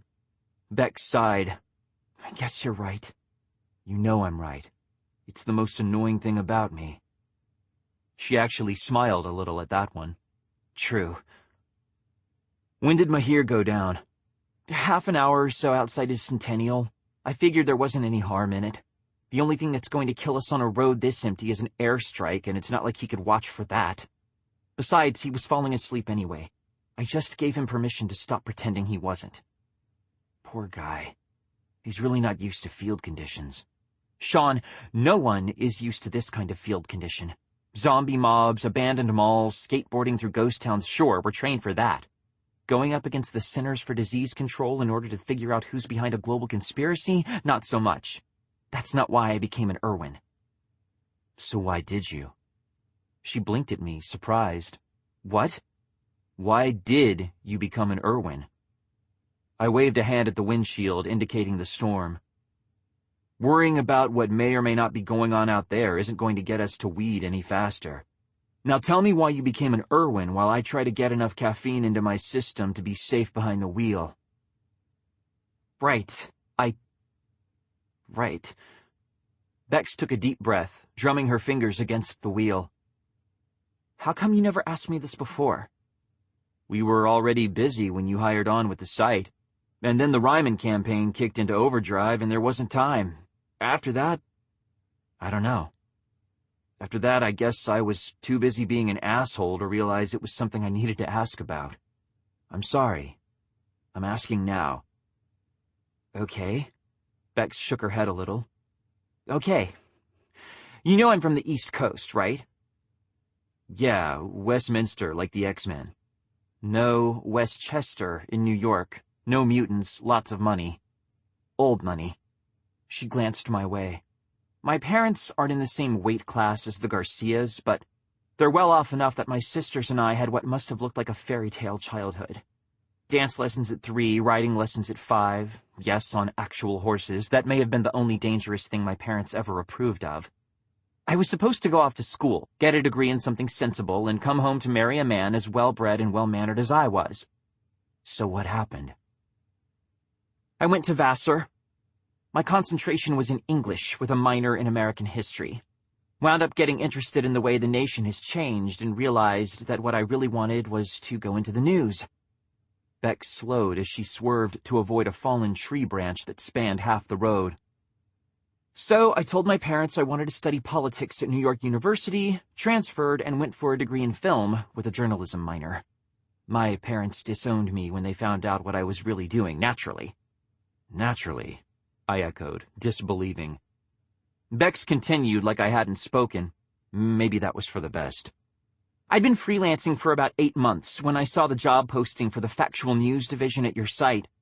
I was doing action news, I was doing factual news, I was doing everything but supporting myself. I was living in a walk-up in Jersey City, eating soy noodles for every meal. I applied almost as a Hail Mary, and I got the job. George was really excited about your application, I said. Thanks. Bex smiled a little. I knew the newsies weren't for me after my second press conference. I kept wanting to slap people until they got off their asses and did something. So I started trying to transfer. I just wanted, I don't know, I guess I wanted to do something fun for a change. I wanted to have a life before I died. Cool. I finished my Coke in one long swallow before wiping my mouth with the back of my hand and tossing the bottle into the back. Thanks for telling me. I'm ready to drive if you want to pull over. Yeah, well, I figure we're past the point of keeping secrets, right? Bex began to slow. Which reminds me, what's the flat drop you told Alaric to do? I grimaced. She shot a sharp look in my direction as she pulled the van to a stop on the shoulder of the road. Hey, I answered yours. I know. It's not that I don't want to answer, it's just that it's complicated. I unfastened my belt as I spoke and moved to slide between the seats, creating the space for Bex to move to the passenger side. So, you know the situation with the Masons, right? The whole thing where they adopted George and me after their biological son died in the Rising? I've read George's essays on the adoption process, said Bex carefully as she moved to take the seat I had so recently vacated. Yeah, well, after she died, they tried to take her files away. We even went to court over her estate. They lost. George had a really solid will, but they weren't happy about it. So the flat drop was to the Masons. I fastened my seatbelt and resettled the seat, adjusting it to my height before taking the wheel. Once those ratings hounds get involved, there's no way this story is getting buried again. Hell, maybe we'll get lucky, and if anybody else needs to die, it'll be them. That's a pretty horrible thing to say about your parents.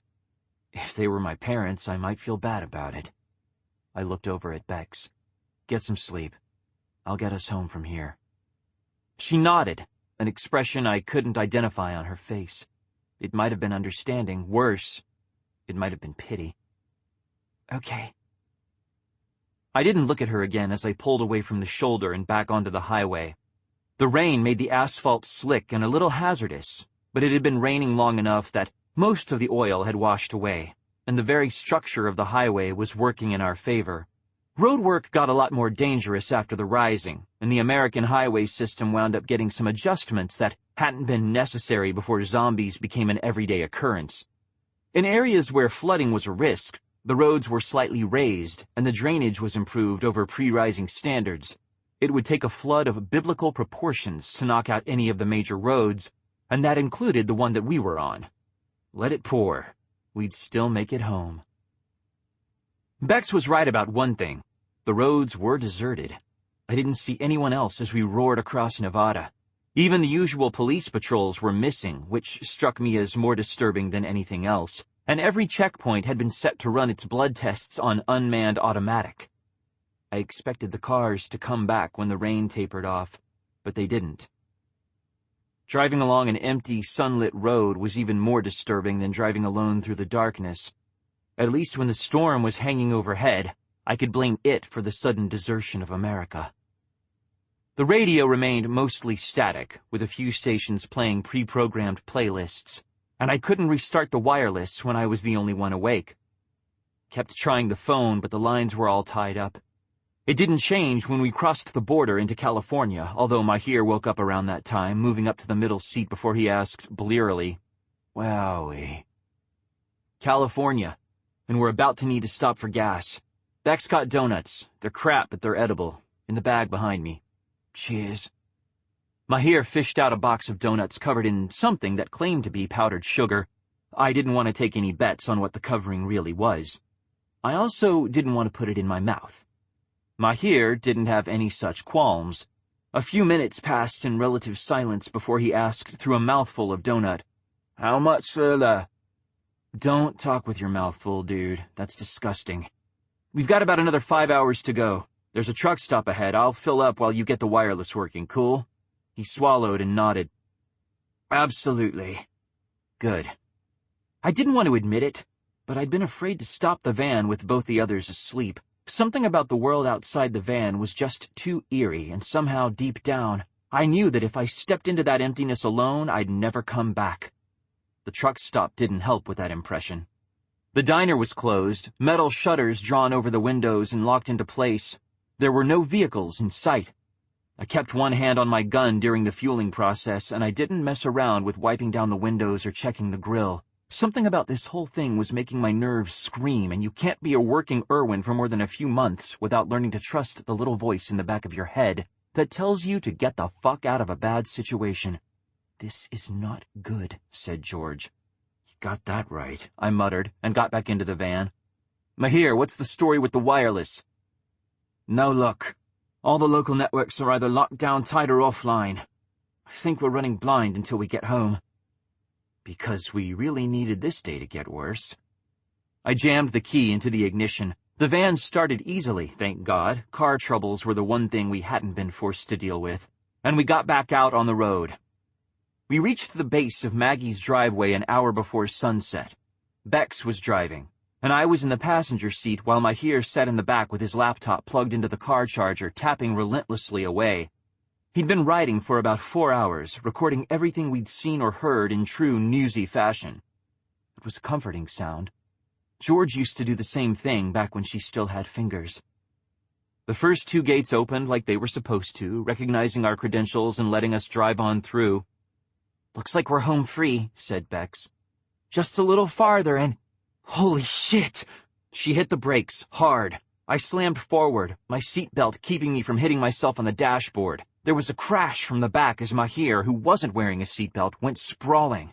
"Jesus, Bex, what the fuck?" I demanded. She didn't answer me.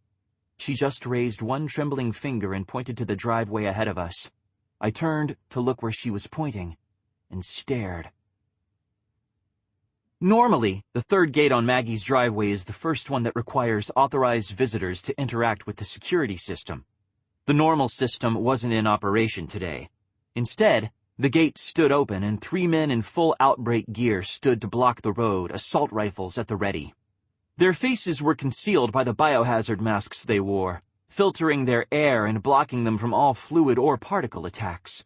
That, more than anything else, told me this wasn't a drill. Those masks are hell to wear. Nobody would do that without good reason. One of the men beckoned for us to come closer. Bex crept forward until the same man waved for us to stop. He walked over to the van and tapped the muzzle of his rifle against the glass of my window.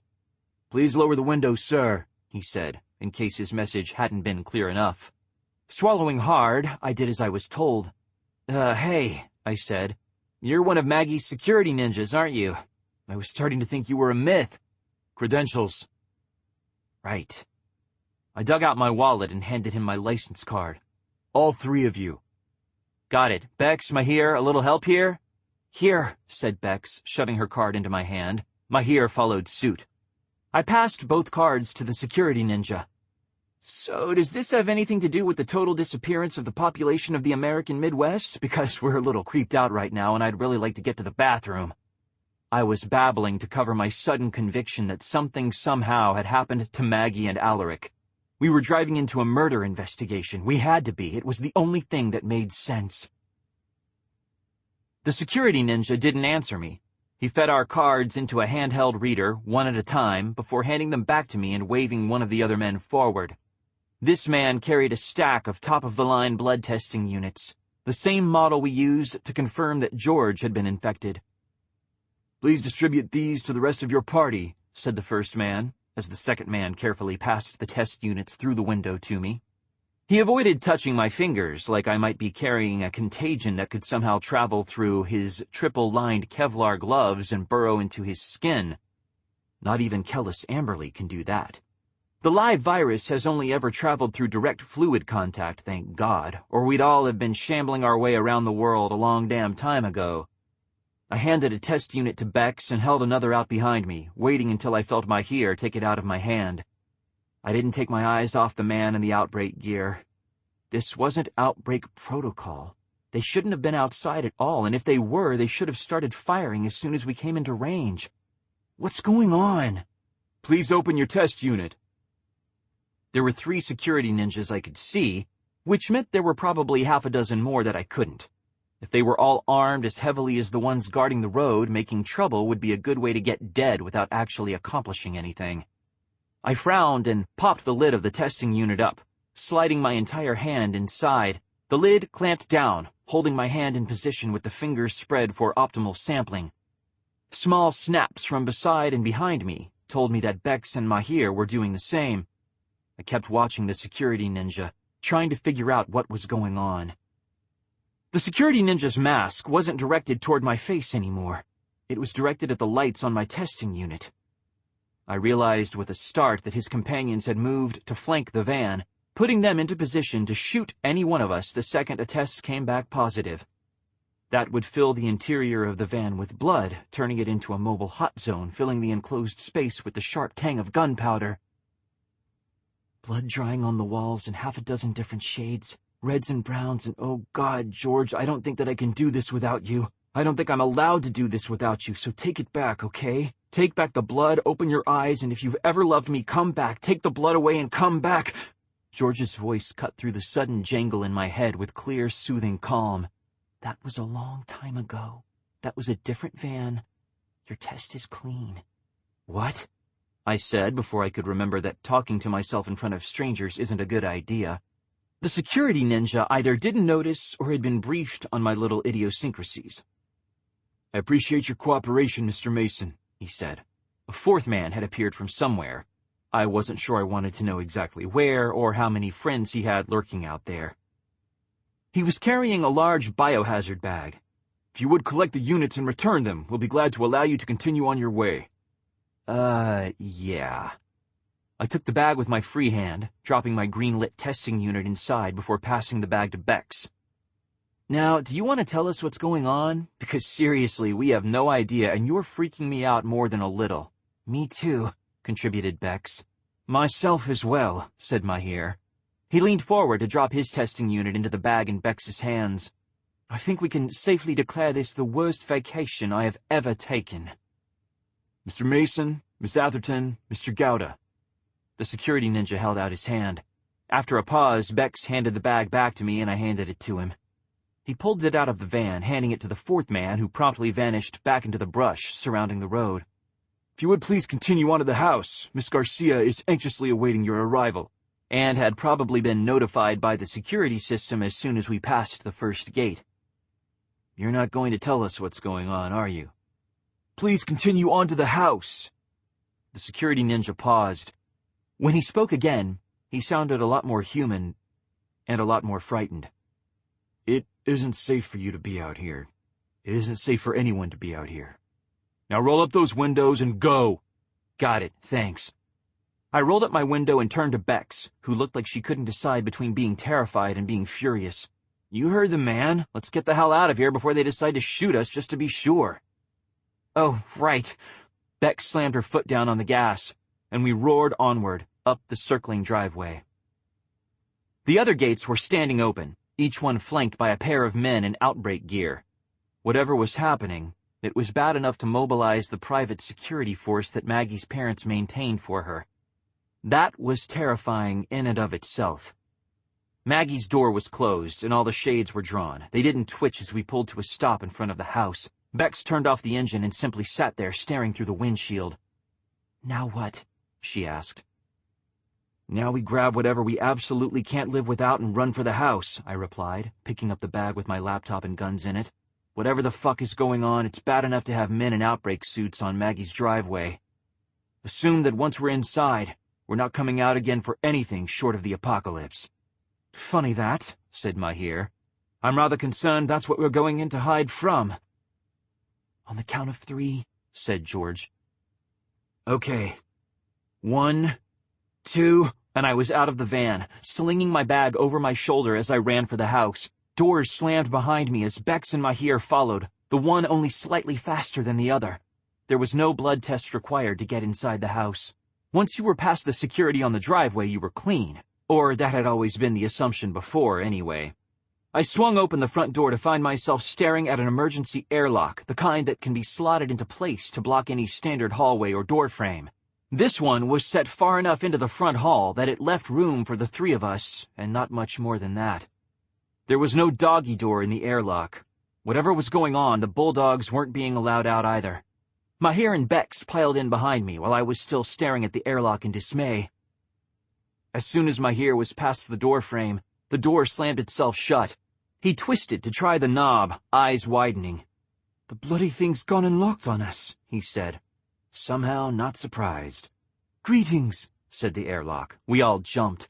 It was Bex who collected herself first, clearing her throat before she said, "Hello, House. What do you need us to do?" "Please remove all exterior layers of clothing and place them in the chute for sterilization." A panel slid open at the base of the airlock, displaying a metal box. "You want us to strip?" The words burst out before I could stop them. "Please remove all exterior layers of clothing," repeated the House, with the infinite patience of the mechanical. "Once all potentially contaminated materials have been placed in the chute for sterilization, blood testing can begin." Mahir cleared his throat. "Excuse me, but failure to comply will result in sterilization." Okay, maybe not infinite patience. "What about our equipment?" I asked. "Our laptops can't survive a full sterilization." A second panel slid open next to the first. "Please place your equipment inside," said the House. "Anything that is not contaminated will be returned to you. All fabrics will be isolated and sterilized. Any materials that test positive for contamination will be destroyed. You have 5 minutes remaining in which to comply." Let's stop arguing with the creepy House and just do what it says, okay? I slung my bag into the equipment chute before hauling my shirt off over my head and stuffing it into the clothing chute. I don't really feel like getting sterilized today. "The things I do for journalism," muttered Mahir and took off his shirt. In under a minute, the three of us were standing there barefoot in our underwear trying to look at anything but each other. Since we were crammed in like sardines, that wasn't easy. The panel in the airlock door didn't close until the last of our clothing had been shoved through. "Please place your hands on the test panels," said the House, voice still mechanically calm. "Your testing will commence as soon as everyone is in compliance." "I fucking hate talking machines," I muttered, and slapped my palm down on the nearest panel. Getting Mahir and Bex access to their respective panels practically required us to play a game of standing twister in the hall. I'd never noticed how narrow the damn thing was until I was penned in it. Finally, all three of us were in skin contact with the House security system. 3 sets of lights clicked on, beginning to cycle rapidly between red and green. "We haven't encountered any contagions between here and the gate," said Mahir. He sounded uncertain. I didn't blame him. I wasn't feeling all that certain myself. "What if that's the problem?" asked Bex, giving voice to the one thought I was trying desperately not to have. "Maybe that's why there was no one on the roads, why those men were all wearing masks. Maybe the virus has finally gone airborne." "It's already airborne," I said. That was true. Kellis Amberley is an airborne virus with a droplet-based transmission vector. But it wasn't the point. Bex wasn't talking about the passive, cooperative version of Kellis Amberley, the one that protects us all from colds and cancer. She was talking about the live version, the one that turns us into shambling zombies who'd eat our own families in order to fuel the virus powering our bodies. "I suppose we'll know in a moment, won't we?" said Mahir. As if on cue, the lights started settling on green. Bex was the first, followed by Mahir's. Mine kept flashing for a few seconds more, just long enough to start making my chest get tight. Then the lights settled on green, and the airlock hissed as it unsealed. "Thank you for your compliance," said the House. I directed my middle fingers at the ceiling. Mahir and Bex pushed past me while I was distracted by telling the House to go fuck itself, stepping out of the airlock and into the living room where Maggie and Alaric were waiting. Bex ran to hug Alaric, while Mahir stepped off to one side, crossing his arms over his chest and looking self-conscious. I stepped out of the airlock, looking cautiously around. Inside the house, it was obvious that the shades weren't just drawn. They were locked down, reinforced with sheets of clear plastic. The floor was practically covered with diminutive bulldogs, the entire pack forced inside by whatever emergency was at hand. Maggie walked calmly over to me, slapped me hard across one cheek, and then, while I was still staring at her in confusion, throwing her arms around my shoulders. "We thought you were dead," she hissed, through gritted teeth. "You didn't call, and you didn't call, and we thought you were dead, you asshole. Next time, find a way to send a fucking message." "How about there's not a next time? Can we do that instead?" Maggie was clothed. I essentially wasn't, which was making this hug even more awkward than it would normally have been. I extricated myself from her embrace, looking around the room again. I know we said to close the windows, but I didn't mean you had to go quite this far. Wait, what? Alaric pulled away from Bex, looking utterly bemused. What do you mean? After you told us to close the windows... Don't you know what's going on out there? Maggie studied my face for a moment, horror dawning in her expression. Oh my God, she whispered. You really don't know. You have no idea, do you? No idea about what? I shook my head. We haven't seen anyone since Kansas, but we thought it was just the storm keeping people inside. It's not just the storm. Alaric walked across the room with sharp, jerky motions and grabbed the television remote, turning the TV on. He hit another button and the infomercial that had been playing disappeared, replaced by CNN. The picture showed a flooded street, helpfully labeled Miami Live Footage. A newscaster was speaking in a low, anxious tone, saying something about death tolls and tracking survivors. I didn't really hear him. I was transfixed by the picture, my brain refusing to accept what my eyes were telling me. As always, it was George who grasped the reality of the situation first, and her understanding allowed me to understand. Oh my God, she said, horrified. I couldn't argue. The street was choked with debris and abandoned cars, brown and white water swirling everywhere as it tried to force itself down clogged sewer drains. They should have been cleared before the flooding could get this bad, and the city had tried to clear them. That much was obvious from the number of people in fluorescent orange shirts who were shambling down the street, moving jerkily along with the rest of the mob. I had never seen that many infected in one place. I counted 50 before my brain shut down, refusing to process any more. We repeat, the federal government has declared the state of Florida a hazard zone. Uninfected citizens are urged to stay in your homes and await assistance. Anyone found on the street may be shot without warning. Anyone leaving their home will be assumed infected and treated with the appropriate protocols. Please stay in your homes and await assistance. Please. The newscaster faltered, losing the rhythm of his carefully prepared statement. The footage of the flood was silent. Even recorded moaning can bring zombies to your position. Recovering himself, the newscaster said, Reports of similar outbreaks are coming in from Huntsville, New Orleans, Baton Rouge, and Houston. We don't have numbers yet, but the death tolls are estimated to be in the thousands and are climbing steadily. He paused again, longer this time, before saying, Some sources are referring to the event as the second rising. God forgive me, but I'm not so sure they're wrong. God forgive us all. There was a rattling noise, like someone putting a microphone down, and then the sound of footsteps. The silent footage of the flood and the infected continued to play. That's what's going on, Alaric said. His voice was toneless, and I remembered with the start that his family lived mostly in Florida. The second rising. You drove right through the middle of it and you didn't notice. Oh my God, I whispered, echoing George's earlier statement. The picture on the TV jumped, the label at the bottom changing to Huntsville. The newscaster didn't return. Is this for real? It's real, said Maggie. It's the end of the world, said George, and I silently agreed. Maggie was crying without any sign of shame, tears running down her cheeks. Her nose was chapped. She'd been crying off and on for a while. She reached for my hand and I didn't pull away, letting her lace her fingers through mine. Bex moved to stand next to Alaric, and he took her in his arms again, holding her against his chest. All 5 of us stood transfixed, staring at the television, staring at the end of the world. Book 5. The Rising. The one thing I have absolute faith in is mankind's capacity to make things worse. No matter how bad it gets, we're all happy to screw each other over. It's enough to make me wonder if we should have let the zombies win. Shaun Mason. I believe in the truth. I believe in the news. And I believe in Shaun.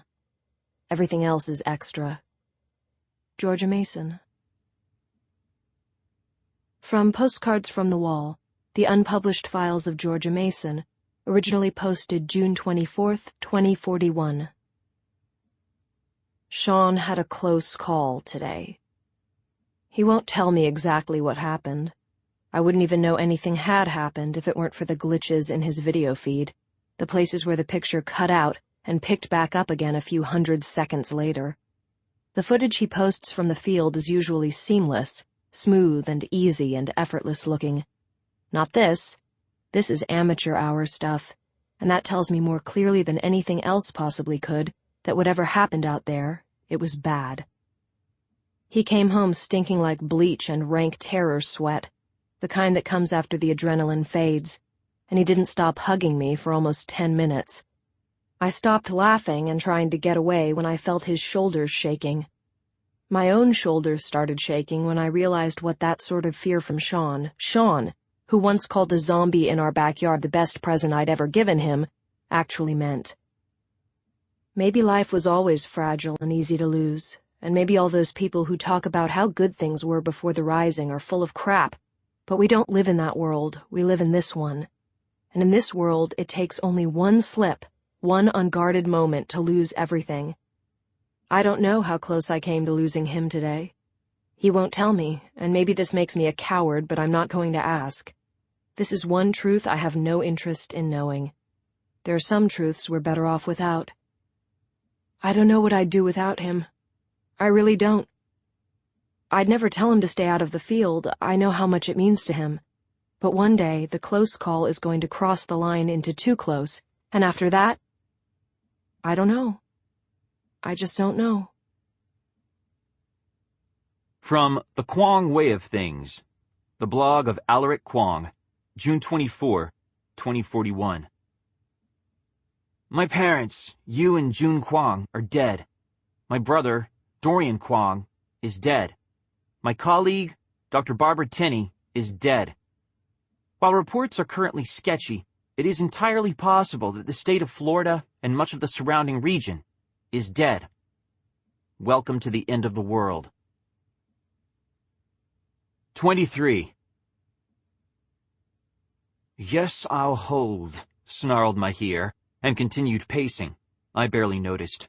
I couldn't take my eyes away from the television, where CNN continued to faithfully record the worst disaster to strike the human race since the summer of 2014, when the dead first decided to get up and nosh on the living. Maggie sat next to me on the couch, even more fixated on the news than I was. Her interest in the situation was a little more proprietary than mine. Garcia Pharmaceuticals owned 3 factories and a research center in the affected area, and with the fatality reports updating every few seconds, a moment's inattention could mean missing the deaths of people she'd known her entire life. Alaric and Bex had retired to the kitchen after the first hour. Alaric was trying to get the wireless up and running, while Bex was cleaning her guns and checking the catches on the windows, just in case. It was a sentiment I could appreciate, even if I couldn't find it in myself to move. That's enough, said George abruptly. The television was showing a school bus packed with refugees being besieged by the living dead. The people inside were screaming. I could see their faces through the windows. As long as they were screaming, they were still essentially human. They were past saving. I hoped that infection took them quickly, or that someone had enough bullets to— Shaun! George's shout was enough to shock me out of my stupor. It's amazing how loud something like that can seem when it's coming from inside your head. I turned to glare at the air to my left. Maggie, sunk deep in her own fugue state, didn't appear to notice. What? I demanded. George folded her arms and glared back. You're not doing anyone any good sitting there like a media consumer, you know. You need to be finding out what the hell is going on. And how do you suggest I do that, huh? I spread my arms, indicating the television and Mahir, still pacing and snarling into his phone, with the same gesture. Things are sort of shitty right now, George, in case you failed to notice. Oh, trust me, I noticed. I just don't see where I need to care. George grabbed my arm and hauled me to my feet. Come on, you've got work to do. Giving me a slow look, she added, and some clothes to put on. God, Shaun, are you really sitting around watching television in your boxers? That's just sad. If there's all this work, why don't you do it? Because I'm dead, remember?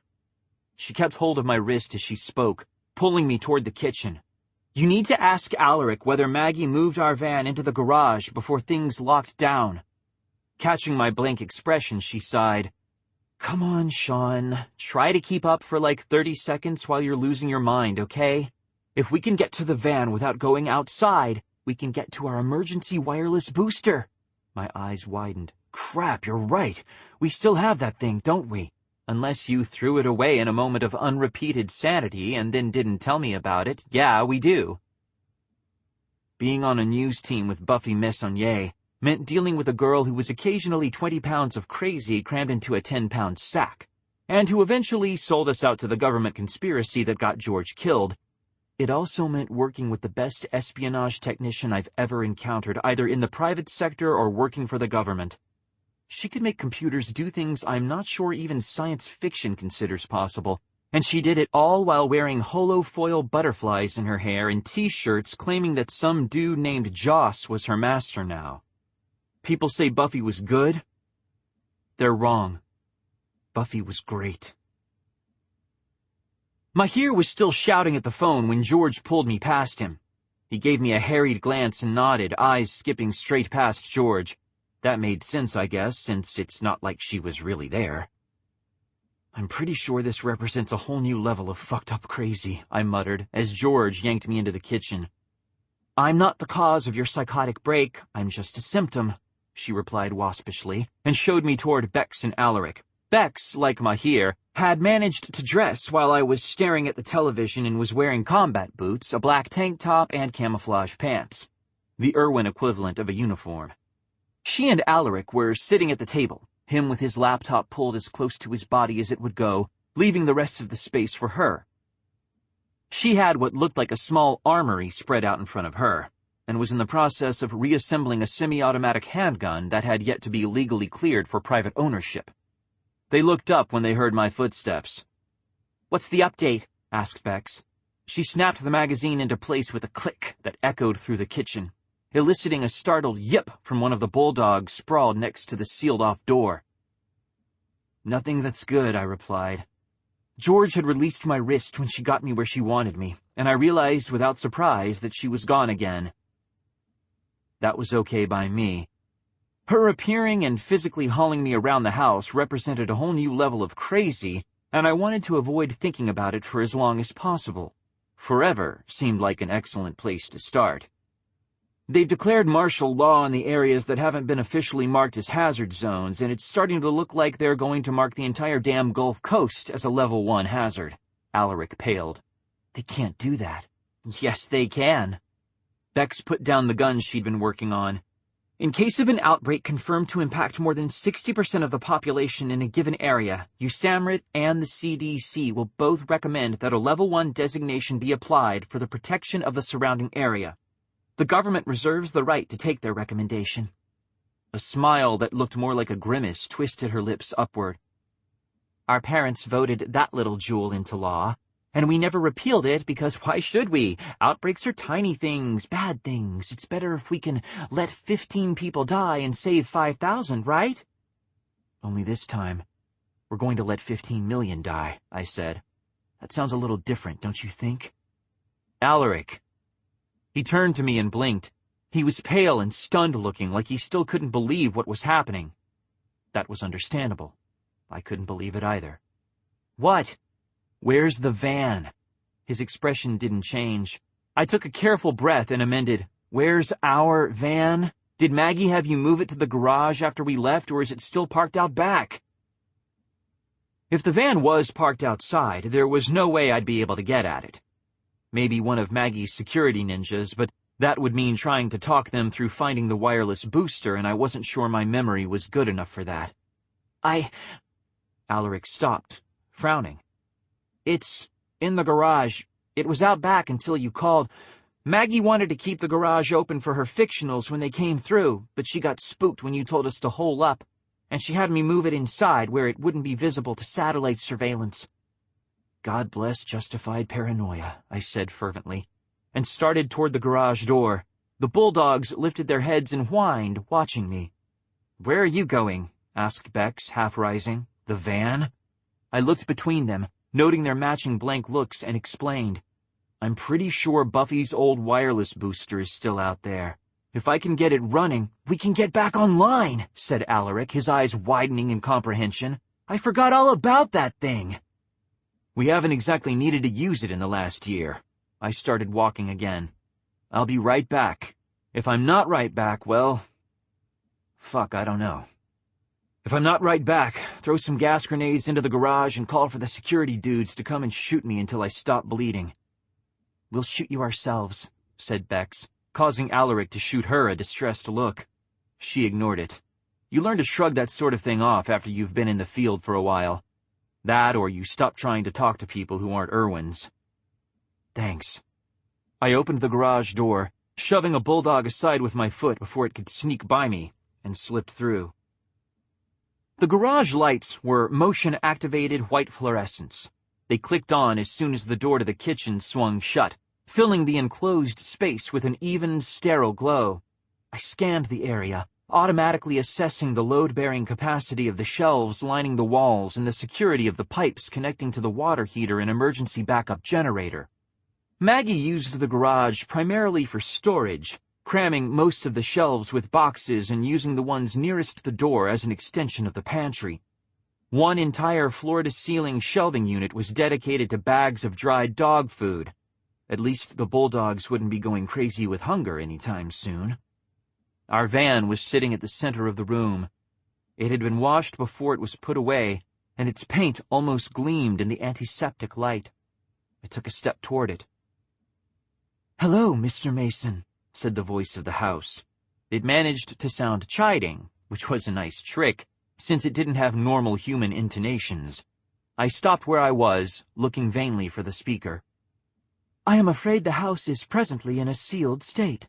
You will be unable to exit and should return to the interior."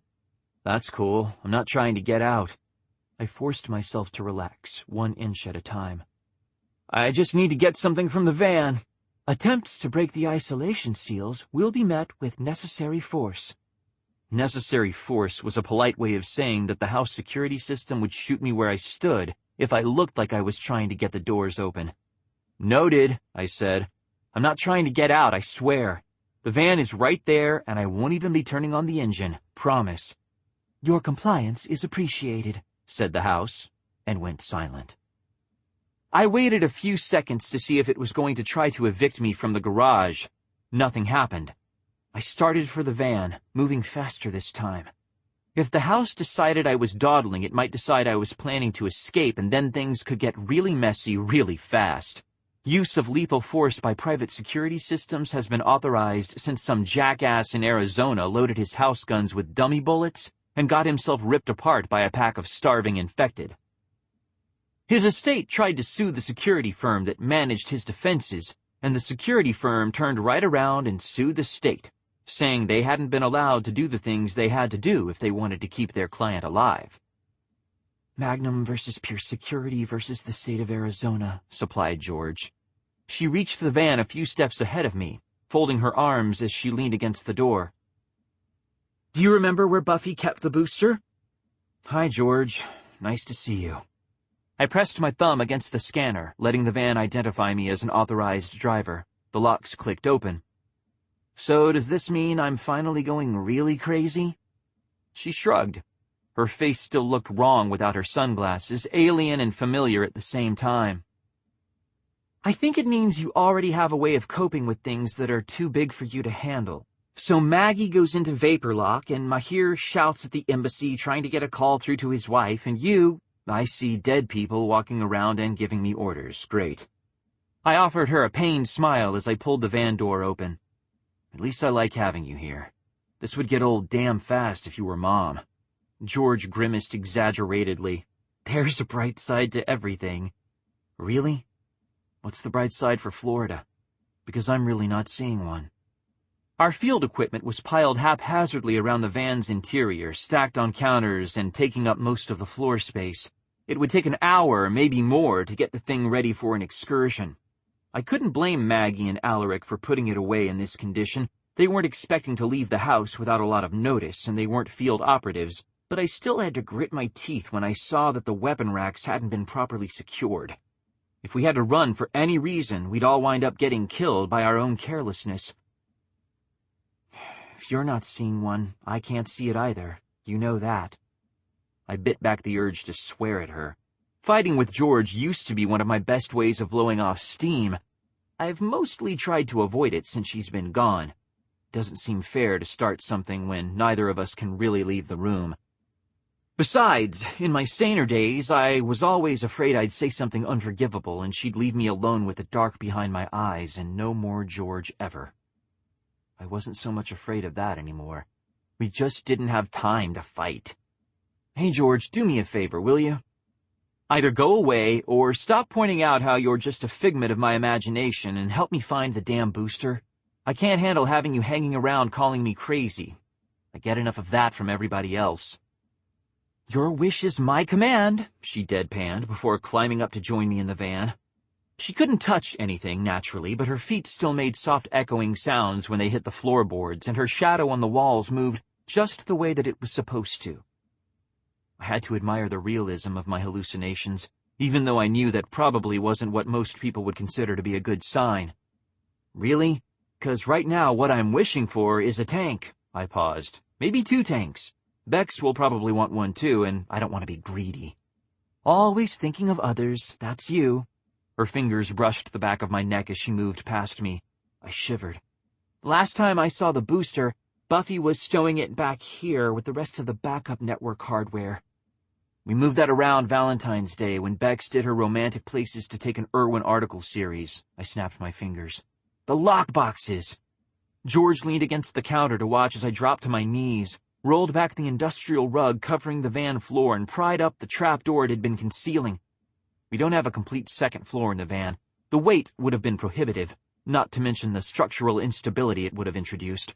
But we had a few extra storage compartments built in for a rainy day during the first major retrofit.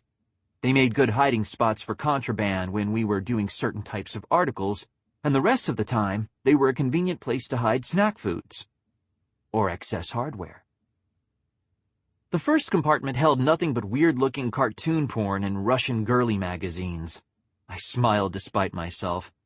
Damn, Dave. You had smarts and you had guts, but what you did not have was taste. He was pretty much in love with Magdalene, said George. I amended. Most of the time, what you didn't have was taste. Sometimes you were spot on. I pried open the second compartment. A metal box with half a dozen antennae welded to the sides was nestled in the bottom, padded by wads of duct tape. I reached down to wriggle it loose, lifting it carefully out of its cradle. There we go. Remember, there's supposed to be a detached battery pack that goes with it. Right. I stuck my hand into the welter of duct tape, rummaging for a moment before pulling up a small metal square with a power adapter at one end and a USB port at the other. Got it. I held it up, turning to show her. George was gone. Again. I stopped for a second, looking at the space where she'd been, hadn't been, had appeared to be, only a moment before. Then I sighed, lowering the battery pack as I picked the wireless booster back up and pushed myself to my feet. This stage of the crazy is going to get real old, real fast, you know. Sorry. But you're still too sane to sustain that sort of breakdown for very long. Guess this means that whole not for everything we talked about before is sort of moot, huh? My hands moved automatically as I spoke, pulling a bag from under the counter and sliding the wireless booster inside. I think that depends on you, said George apologetically. I'm not the one who needs to move on. I'm the one who's here because you still need me. Yeah, well, right now, I think being crazy may be the only thing that's keeping me sane. Come on. I closed the van door and made my way back across the garage. The house security system didn't say anything. I guess it was smart enough to recognize that I hadn't gone near any of the exits. That or it just wasn't in the mood to argue with me. I didn't care either way. Alaric and Bex were still at the kitchen table in the exact positions they were in when I went into the garage. There was one difference. Half of Bex's guns were gone, making room for me to put down the bag. "Alaric, you got an extension cord?" "In my laptop bag," he said. As he bent to retrieve it, he asked, "Did you find the wireless booster?" "I did." "Got any idea how it works?" "Not really." "That explains why we stopped using it. I guess we're going to have to hope that my classic smack it until it works approach can save the day." I sat, unpacking the wireless booster and connecting it to the battery pack. Alaric passed me an extension cord. I hooked it to the battery and Bex took the other end, plugging it into the wall. "Try not to break anything you can't fix." "Hush you," I said vaguely. "Working now." Bex and Alaric exchanged a glance, but didn't say anything. That was probably the best thing they could have done. Buffy built all her own equipment. That would have been fine. A lot of people build their own equipment, if it weren't for the fact that her idea of what equipment should look like was almost completely defined by pre-rising television. She could put more wires, switches, and buttons on a single remote than anybody else I've ever met, and each one had a specific purpose. She also understood that by her standards, she worked with a bunch of ham-handed techno-illiterates. After the 5th time George tried to reboot a server by putting her foot through it, Buffy started putting idiot buttons on everything. They wouldn't provide access to the more complicated functions, but they'd get things going. "Red," I mumbled. "Red, red, red." Red buttons used to be common. They were visible, hard to miss, and universally understood as important. After the Rising, red took on another meaning. It became the color of infection, the color of danger, the color of death.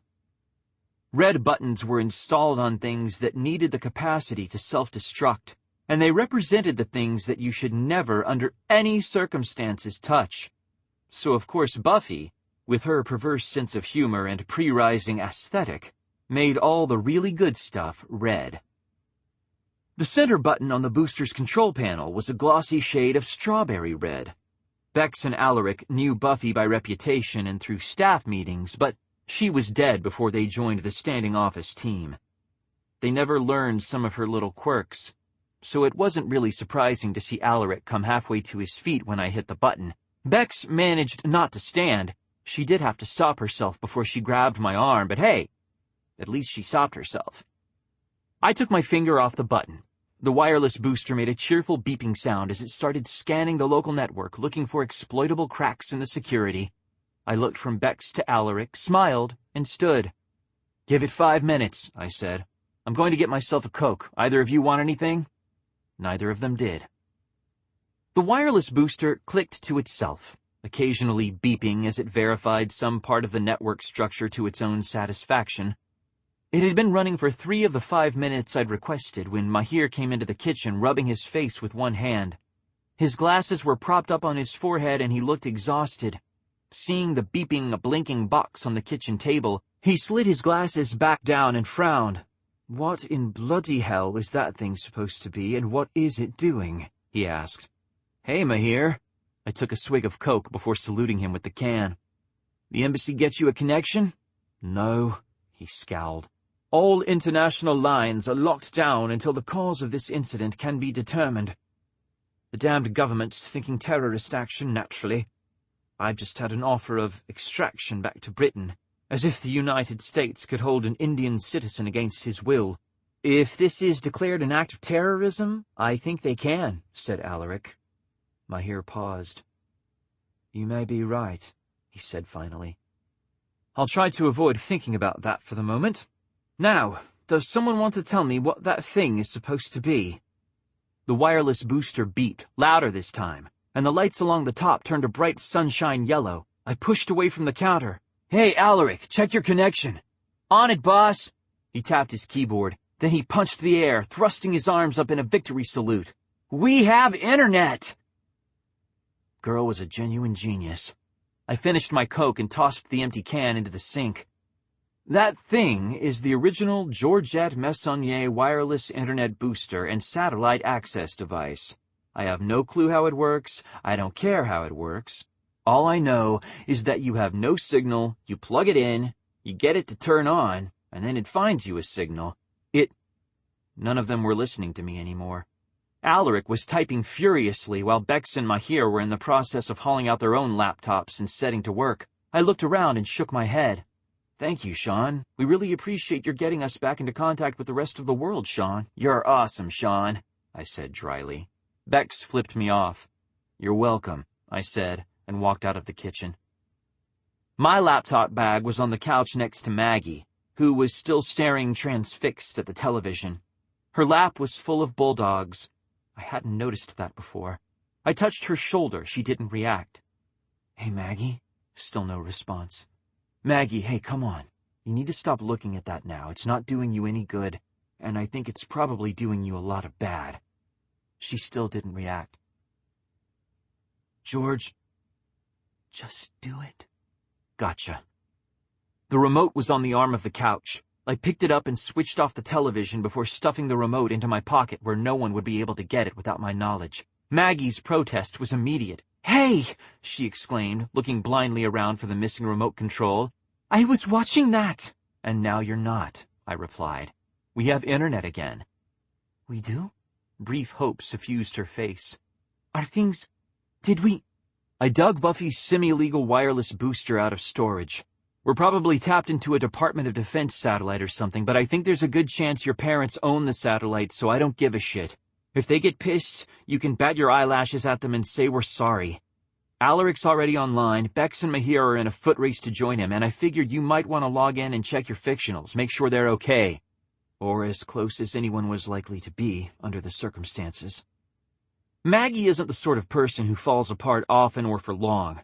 Her eyes cleared when I mentioned her fictionals, and she nodded. "I'm not sure how many of them will have connectivity, but the ones who do will be worried sick." She lifted the bulldogs from her lap and set them on the couch. 2 jumped down to the floor and went trotting off on unknowable bulldog errands. The third one made a fussy grunting noise, curled up, and went back to sleep. I've never envied a dog before. "The cities must still be online," I said. "If they knocked San Francisco off the network, they'd have riots to go with their zombies. I figure we lost connection because we're too far out in the boonies for anyone to give a shit about what happens to us." "These cold equations," said George with a sigh. "Exactly," I said. Maggie pretended not to notice as she stood, brushed the dog hair from her legs, and said, "If we have internet, we have VoIP again," she said. "I'm going to go call my parents." I blinked. Maggie was generally happy to spend her family's money, but I'd never heard her say she was going to contact them. That was a part of her life that the rest of us really weren't invited into. "Really?" "Really," she gave me a wry look. "Unless you want a private army descending to extract me." "Go call your parents." Half the dogs followed Maggie out of the living room, leaving the other half sprawled around in various stages of repose. I sat down on the couch, bracing my elbows on my knees and dropping my head into my hands as I tried to figure out our next move. No pressure or anything. It was just the end of the world. I went through a science fiction phase when I was in my teens, around the time George was having her American history and angry beat poetry phase. We always shared the best stuff, so she learned a lot about ray guns and I learned a lot about revolutions. There was this one story, I don't remember who the author was, about a dude who was flying a bunch of vaccine to a sick planet. The fuel was really precisely calculated because fuel was expensive and the ship was pretty small, and this teenage girl who didn't understand stowed away on his ship. She wanted to get to her brother. Only there wasn't enough fuel to get them back to the sick planet, and she didn't know how to land the ship or deliver the vaccine. If she lived, everybody died. That was the cold equation. How many lives is one person, even a totally innocent person, going to be worth? We used to argue about that, more for fun than anything else, but we never managed to get that equation to equal anything but death. If the outbreak was bad enough, they'd start diverting all but the most essential services to the big cities. Cold equations again.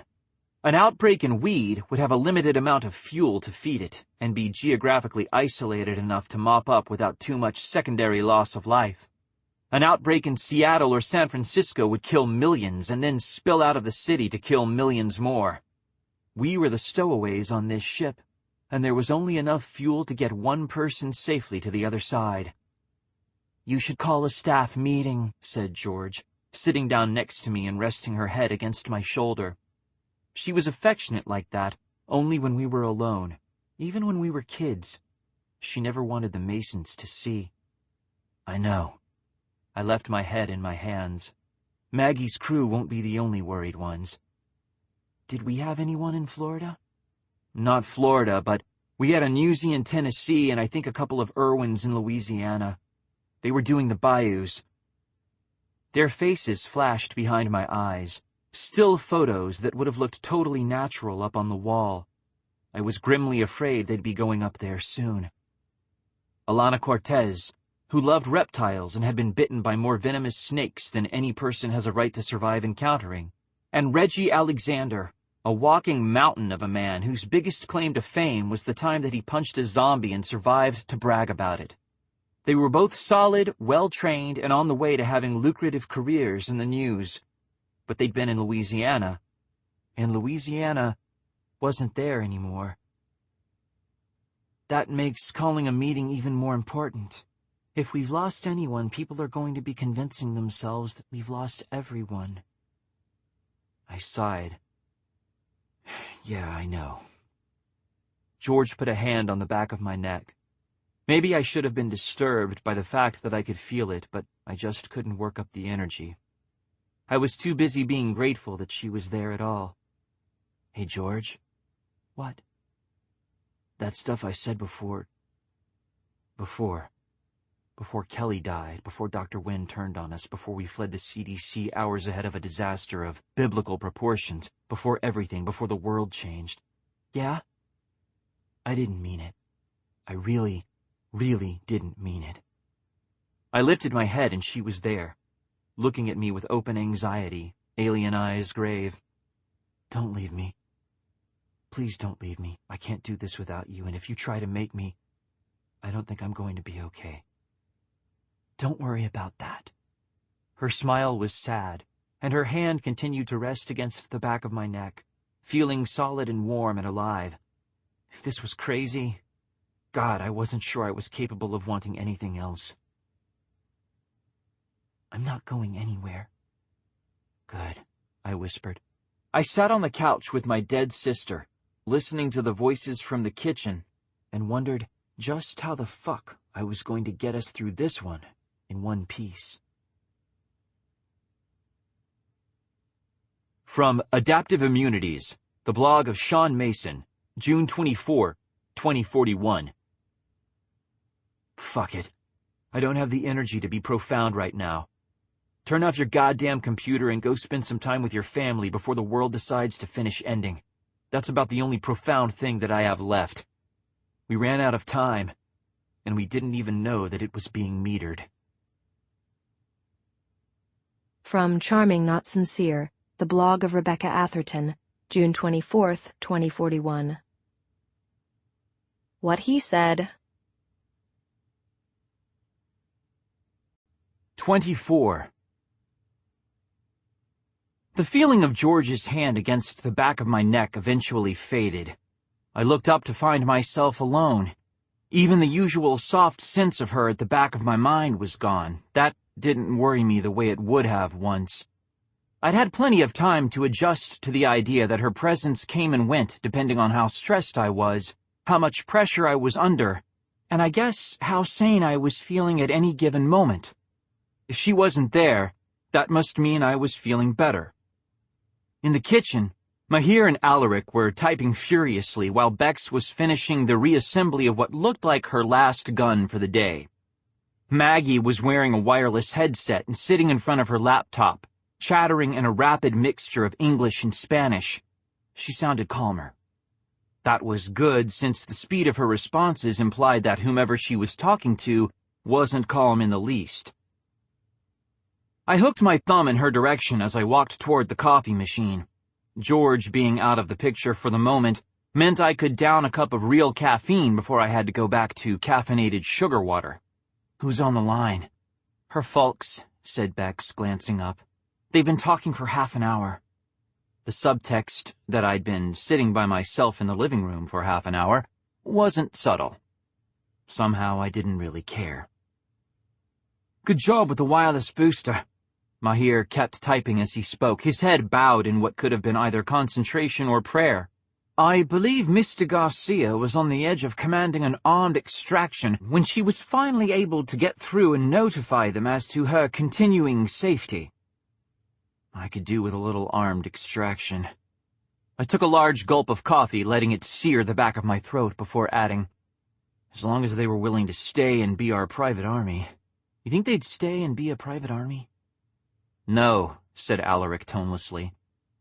Mahir did look up at that, shooting a worried glance toward Alaric before turning to me and saying, Internet journalists have been largely expelled from the impacted areas, and those attempting to take pictures or live blog from inside have been cited with practicing journalism without a license. What? I straightened. That's not legal. Becoming a blogger requires only that one establish a blog, and not necessarily even that, if one is willing to exist solely through commentary on the blogs of others.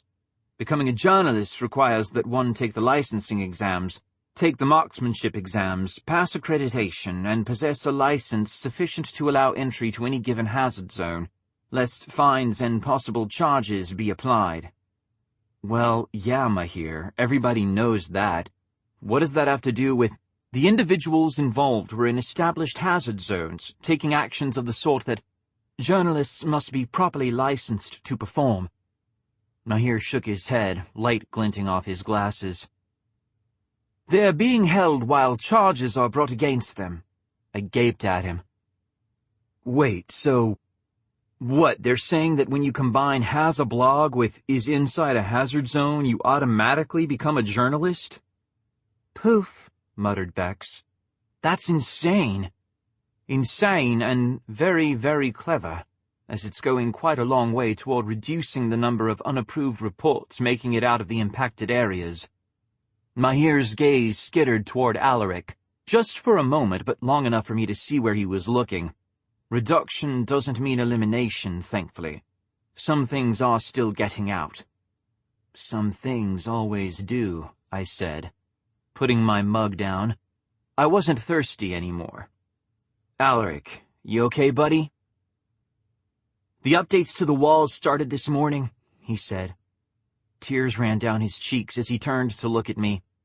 He didn't bother wiping them away. Maybe he knew that drying his face wouldn't be enough to make the crying stop. My little sister posted for our parents and our brother. Dorian shot our parents, and Alyssa shot Dorian after he'd started to turn. I always knew getting her shooting lessons for her birthday was a good idea, even if Mother wanted her to take dance classes. I winced. Fuck. Alaric, did it help you when I said I was sorry George died? Everyone said they were sorry when George died, even the Masons, and not a single apology had made a damn bit of difference. No, it didn't help. Then don't say it. He looked back to his computer. The forums are exploding. We're one of the only major sites that has people actually responding to queries. That's because we don't know anything. That's not entirely true, said Mahir. We know the outbreak started when Tropical Storm Fiona made landfall, and that it spread with the storm. Only with the storm. Wait, what? All the index cases have matched up with the initial footprint of the storm. I stared at him. What he was saying didn't make sense. An outbreak starting when a major storm hit was reasonable, if horrifying. Storms cause devastation, they cause injuries, and they can cause a hell of a lot of cross-contamination. There have been documented cases of someone being injured in a major storm, only to have the wind carry their infected blood onto a bystander before anyone knew what was happening. But that outbreak would be geographically contained, and even though it would be horrible, it wouldn't be anything unique enough to cause the sort of devastation they were showing on the news. If the live state of the virus had gone airborne, it would be reasonable to assume that it would spread with the storm. It would also spread without the storm, and while its initial footprint might have been defined by Fiona, it wouldn't stay that way. If this was a purely airborne outbreak, it should have been breaking out of any containment not defined through a complete absence of uninfected bodies. Wait, I said again. Slow dread worming its way into my stomach. I hadn't realized I still had the capacity to be frightened. Somehow it wasn't a welcome discovery. Alaric, your sister. You said she posted to the wall. Is she all right? She's scared out of her mind, and she's alone in the attic of the family condo, but she's physically fine. Alaric looked up, expression challenging me to say something as he added, She's using the company server to chat with me. Good. Make sure she has a login of her own. If she wants to co-author reports with you on what's going on out there, use your own discretion, but I say let her. It may take her mind off things until she's evacuated. Can you ask her a question for me? Alaric eyed me suspiciously. What do you want me to ask? Ask whether any of them had been outside since the start of the storm. The idea that was unfolding in the back of my head wasn't a pleasant one. It also wasn't one that I could categorically ignore. Alaric frowned. I don't think... Please. He hesitated, then turned back to his computer and began to type. Mahir and Bex looked up from their respective tasks, watching him. Maggie continued to chatter in the background for a few minutes more before saying her goodbyes and walking over to stand beside me. What's going on? I gestured toward the still typing Alaric. Alaric's asking his sister a question for me. The one in Florida? She gave me a sidelong look. That seems a little... I know how it seems, but it's important. All right, said Alaric. Alyssa says Dad was the first to... He was the first to get sick, and he went outside just after the storm started, to bring in the recycling bins before they could blow away. Did she say whether anyone else went outside before they got sick? No one else went outside. Mother was trying to make Dad feel better. No one really understood what was happening. Kellis Amberley doesn't transmit like that. When he bit her, Dorian tried to separate them and Dad bit him too. So only your father went outside, and only your father got sick without a recognizable vector? Alaric was starting to scowl. Yes, I just told you that. Bex and Mahir kept looking at me blankly. It was Maggie, daughter of pharmaceutical magnates, fan of bad horror movies, the girl who'd grown up steeped in the medical community, whose eyes widened with a shocked horror that perfectly mirrored my own. You can't be serious. I wish I weren't. I could feel George at the back of my head again, watching the proceedings. I moved to grab a Coke out of the fridge as I said, Alaric, tell your sister to close all the windows she can get to and not to open the door for anyone. How long is it to sunrise there? Another 5 hours or so? He nodded mutely. Okay.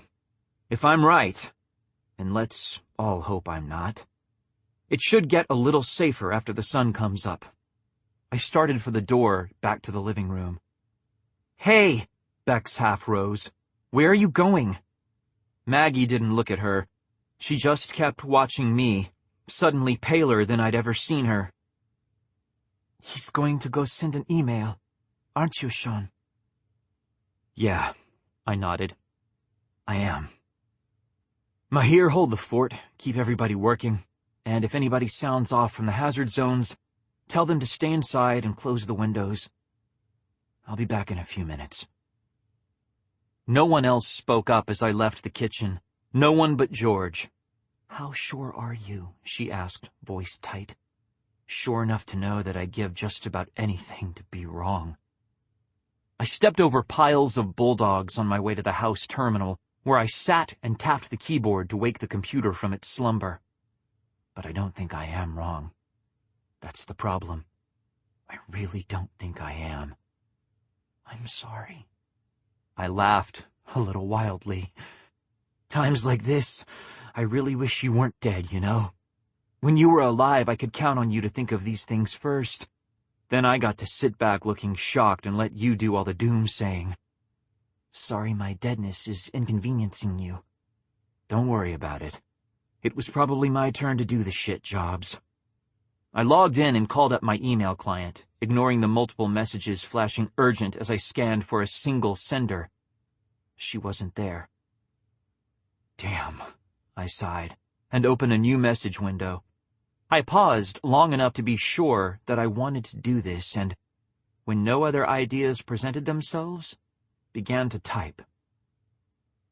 From Shaun.Mason at aftertheendtimes.com to Taunted Octopus at redacted.cn.com. Subject: The current outbreak. Hey, Dr. Abby. I know you said we needed to stay away from you and all, but we have sort of a problem, and I was hoping you were the person who could tell me what's up with it.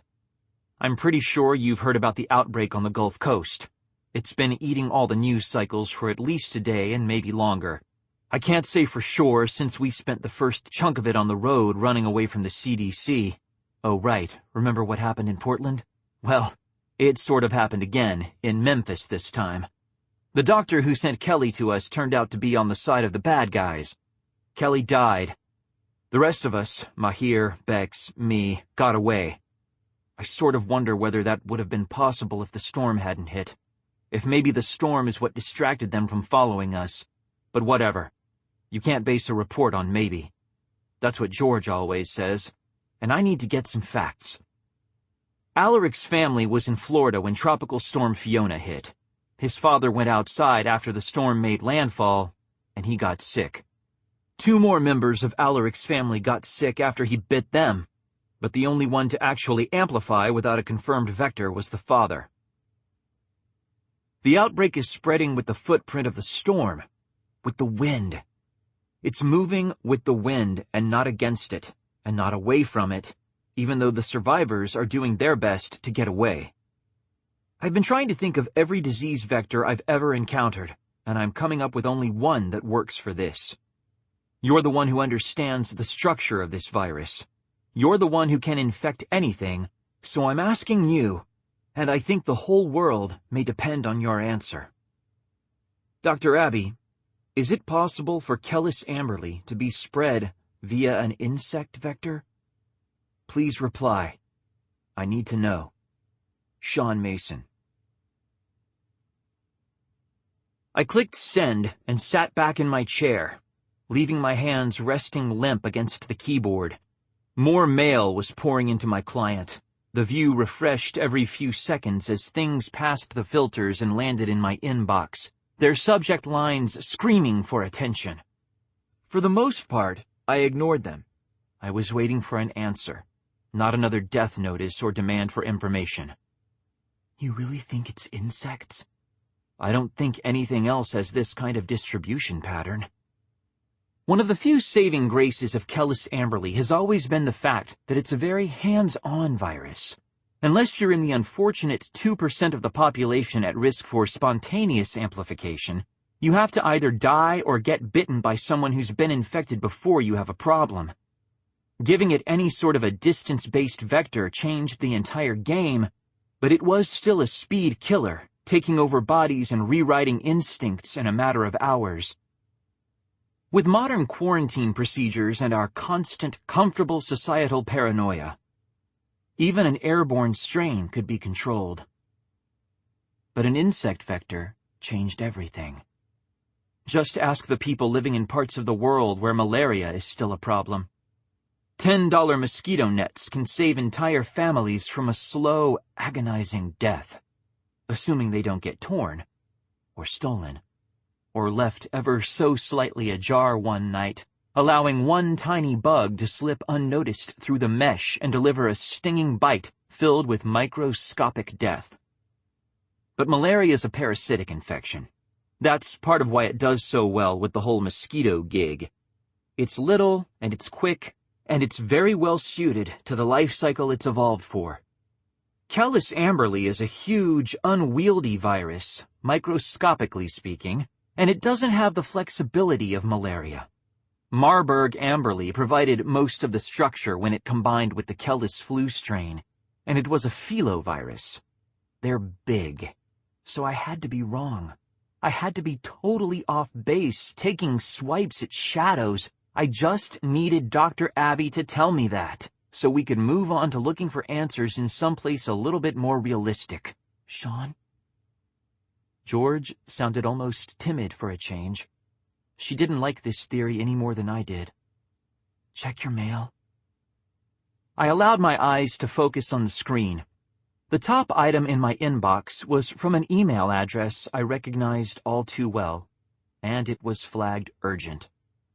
The little status marker was blinking bright red, which meant every possible read this immediately switch had been flipped, some of them maybe more than once. I took a breath, sent a silent prayer to anyone who might be listening, and opened the message. For a long moment, everything was silent. "Oh," said George finally. "I guess that answers that." "Yeah," I said. "I guess it does." From Taunted Octopus at redacted.cn.com to Shaun.Mason at aftertheendtimes.com. Subject: regarding the current outbreak. 10 points, kid. You got it faster than I expected you to. The yellow fever epidemic of 1858 happened after a tropical storm blew infected Aedes aegypti mosquitoes over from Cuba.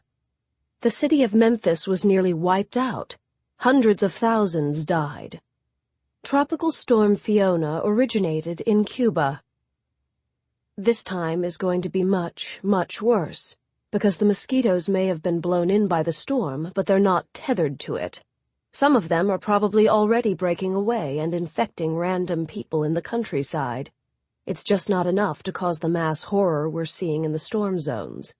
People and their shotguns can keep up with it, and as long as Fiona keeps going, the majority of the bugs will stay with the winds.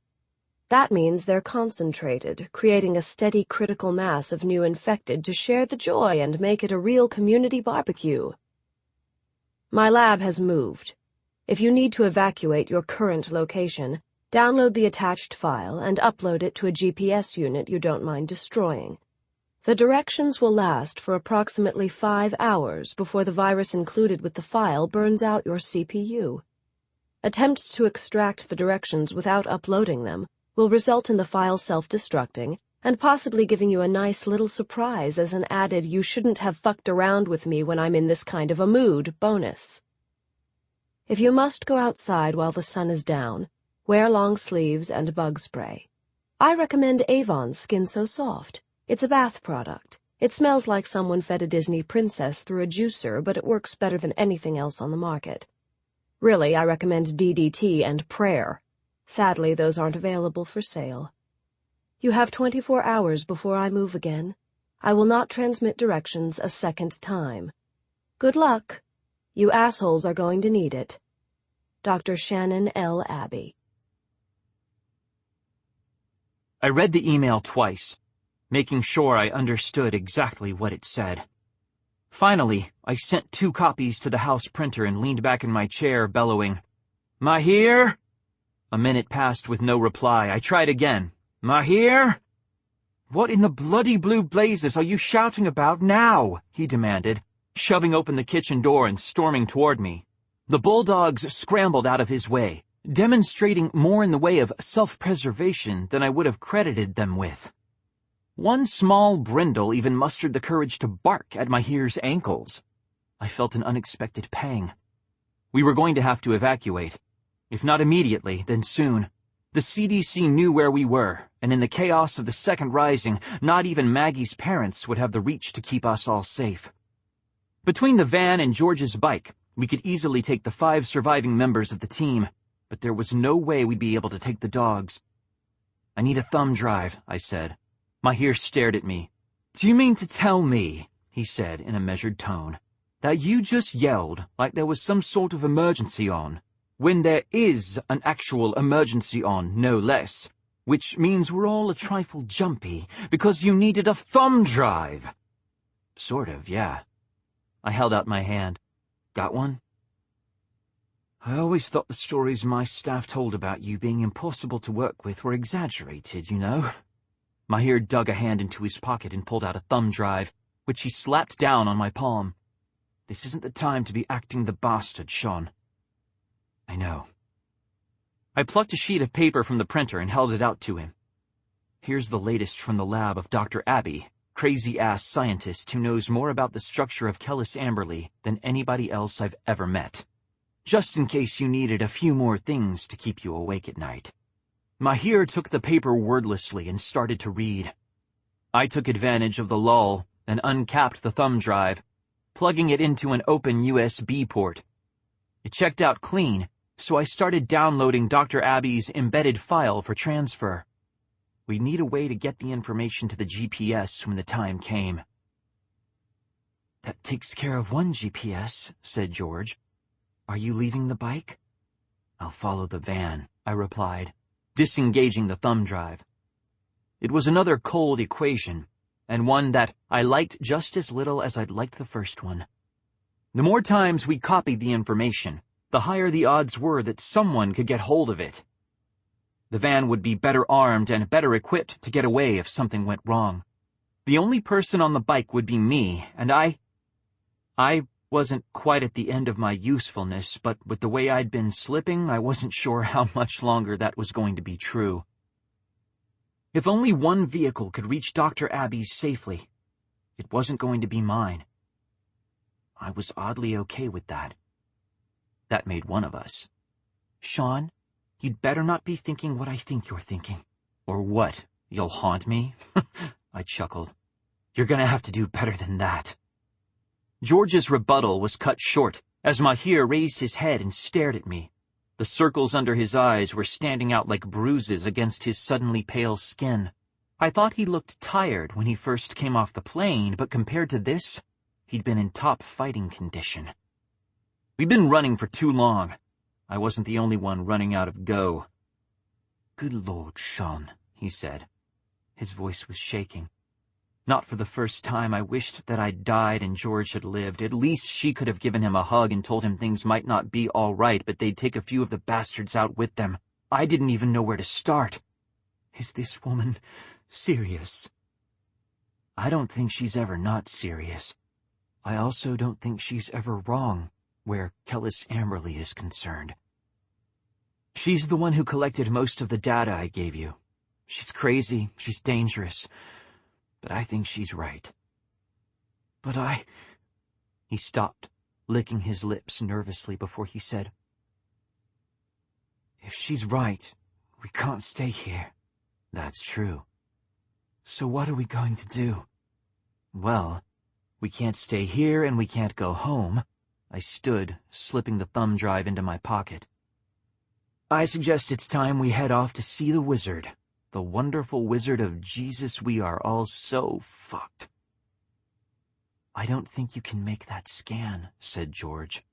"I don't think so either," I replied. Mahir gave me an odd look. I ignored it. We were past the point of me feeling self-conscious about talking to someone nobody else could hear. "Dr. Abby's right about the Avon Skin So Soft. It's sold as a cosmetic, but it's the best bug repellent on the domestic market. I have a couple of bottles in my kit, so should Bex." Mahir blinked. "Kellis Amberley has never had an insect vector. I'm not sure I'm willing to believe that it has one now. Why are you already carrying this stuff?" I smiled thinly. "Because it's the best bug repellent known to man.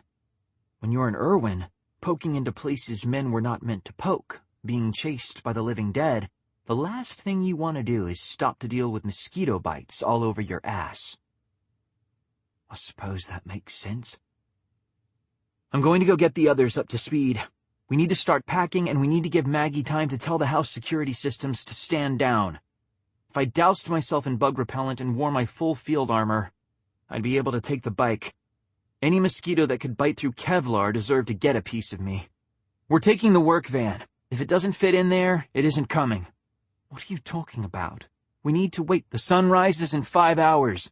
The instructions will wipe themselves in 5 hours. If we want to get to Dr. Abby alive, we need to leave now." Mahir hesitated, eyes searching my face. Finally, carefully, he said, "Shaun, are you sure? I mean, are you really sure we should be going to this woman, rather than staying here where it's safe?" "Is it safe here?" "Maggie's folks know where we are. The security staff knows. It's only a matter of time before one of us slips and our readership knows. We're on the verge of full-blown martial law, which means that eventually some asshole at the CDC is going to put two and two together and realize that we're sitting ducks. It's going to be Oakland all over again. They just have to make sure their fall guy knows enough to be believable as the one who pressed the button and blew the only heir to Garcia Pharmaceuticals to hell. If we want to stay alive through this, we need to get the fuck out of here. Mahir stopped. Squaring his shoulders, he looked me in the eye and asked, "What is it you need me to do?" "Check with your newsies. See who's posting what and how much they have ready to go up. Also see who can play phone tree. We're going to want to hold a short staff meeting before we get out of here, and by we, I mean you, me, and Maggie." Bex and Alaric weren't department heads. They could be packing the van and gathering any essential supplies from the house while we made the requisite reassuring noises and made it seem like we'd be staying where we were for the foreseeable future. I hated the idea of lying to my crew. I hated it. But I didn't see any alternative. Not if we wanted to stay alive. I didn't think any of them were secretly working for the enemy. Buffy was a special case, and I was pretty sure they were all willing to do whatever it took to help us spread the truth. George had a gift for hiring good people, and the best thing about hiring good people is that they'll recommend other good people when it comes time to expand. I would trust our staff with my life, and had on several occasions. But we couldn't take them all with us, and that meant they couldn't know where we were going. More cold equations. If someone came looking, it was important there be no one who could give our location away. Mahir was clearly doing the same math I was because he looked stricken before he nodded. "I'll get them to report in, and I'll pass the word about the staff meeting. How long do you think we need?" "Tell them to be online in 15 minutes. Anyone who isn't there when we get started can join late and try to catch up as best they can." I paused. "Also, tell them I'm not my sister. I'm not going to pull a grand gesture like she did. But if they want to quit without consequences, now would be the time to do it." George called a staff meeting when we first started to realize the size of the conspiracy we were facing. She made sure everyone was connected and fired them all. Anybody who wanted to stay on could stay, but they had to sign another contract first. They had to understand what they were getting into. It was a big deal. It was incredibly important. And there just wasn't time for that kind of theater. They'd stay or they wouldn't. Anyone who'd signed on during the meeting with George knew the score, and so did anyone who'd signed on since. "All right," said Mahir. He was already moving toward the house terminal, my printout clutched in one hand. I leaned over and plucked it from his grasp, offering a wan smile in his direction before I turned and started for the kitchen. It was time to get everybody on the same page, get Maggie to start packing, and get ready to go on the run. "Bet you wish we'd never signed up for the Ryman campaign, huh?" "The thought has crossed my mind," I admitted. "When you said, 'Hey, Shaun, let's be journalists,' I'm pretty sure this part wasn't in the brochure." "Would it have made any difference?" I paused with my hand raised to push the kitchen door open. Mahir and Buffy, Maggie, Alaric, and Bex. We knew them all because of what we'd chosen to do with our lives. More important, they were our lives, not mine. If I'd said no, that I wanted to be something else when I grew up, George would still have become a blogger, and I would have lost her long before I actually did. "Not a bit," I said, and stepped into the kitchen. From Dandelion Mine, the blog of Magdalene Grace Garcia, June 24th, 2041. I am a poet, and I am a storyteller, and it is with these two callings in mind that I make the following statement, which comes from my heart, my soul, and my middle fingers. Fuck you people and the horses you rode in on. You better watch yourselves because we are done screwing around, and we are going to take your bitch asses down. This is for Dave. From Fish and Clips, the blog of Mahir Gowda, June 24, 2041. The world has gone insane, and you can't get a decent pint of lager anywhere in this bloody country. I think I can safely say that my schoolmates were correct when they predicted my eventual destination. And I am now in hell. 25. The staff meeting went better than I was afraid it would. That's about the only good thing that I can say about it. Everyone was scared, and everyone was expressing that fear in a different way. The Irwins were restless and pissed off about being forbidden to go into the field. The Newsies were split into two distinct camps, the ones who wanted to grab an Irwin, get outside, and find out what the hell was going on out there, and the ones who were happy to stay as far away from the disaster zone as possible but wanted information to flow freely while they stayed indoors. That's the kind of Newsie attitude that's always pissed me off, since it seems to come with a blanket assumption that the Irwins are overjoyed to be risking their lives for the benefit of the Newsies' careers. The fictionals, on the other hand, were uniformly glad to be staying inside, but were all scared out of their minds and spent half the call going off on tangents that required all business to come grinding to a halt while Maggie calmed them down. She was good at her job, maybe better than I ever realized, and not even she could keep them on track for more than a few minutes at a time. After 20 minutes, I was ready to kill someone, and I wasn't all that picky about who. Mahir saved everyone's asses. He took over the call and led it with calm and grace, pausing when Maggie needed to play kindergarten teacher, and otherwise keeping us moving forward. He fielded every question that was tossed his way, somehow prompting the rest of us to speak up just often enough that no one forgot we were there. If he'd wanted to go into event planning instead of journalism, he probably could have made a fortune. The whole time the call was going, Alaric and Bex were packing up supplies and moving them to the back of the kitchen just outside the closed garage door. Maggie and Alaric had done a lot of packing before the rest of us got there, but neither of them was an Irwin, and Bex felt the need, probably rightly, to go through everything and make sure that we had enough supplies to reach our destination in one piece. "All right, folks," I said, breaking into the fifth near-identical argument over who was getting more screwed by the current embargoes, the Newsies or the Irwins. "I'm glad we're all on the same page now, but the wireless booster is about to shut down from lack of juice, so I figure we should wrap this up. I don't know how long it'll be before they get our little slice of the internet back online. In the meantime, everybody has their assignments, and we have our temporary department heads. Are there any questions?" There were no questions. That was practically a goddamn miracle. Our 3 temporary department heads, Katie in Connecticut for the fictionals, Luis in Ohio for the Newsies, and Dimitri in Michigan for the Irwins, were nervous enough that their tiny digital pictures looked faintly ill. Still, we wouldn't have asked them to do the jobs if we didn't think they were ready. Not that anyone could really be considered ready to take over 1/3 of a major news site during a disaster this large, but they were about as prepared as the rest of us, and no one was shooting at them yet. That had to count for something.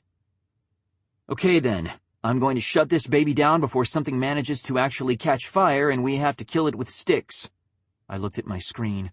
The faces of After the End Times looked back at me, all filled with the same anxiety. The world might actually be ending. That was a bit more than we were used to dealing with on a normal workday. "Say something inspirational," prompted George.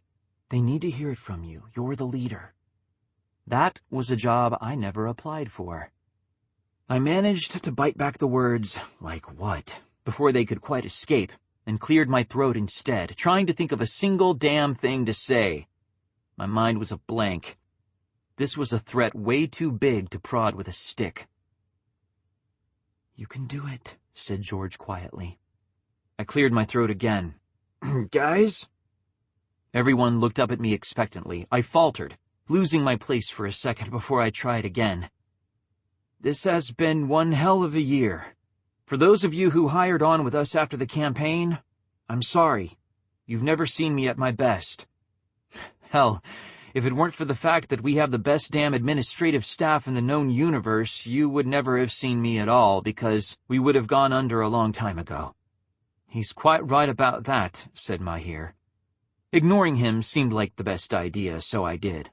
"And for those of you who've been with us since the beginning, I know this isn't what you signed on for. Hell, it's not what I signed on for, and you'd think I might have some say in what we do, right? But the thing is, Regardless of when you came on with us, whether it was day one or yesterday, you have all done an amazing, amazing job.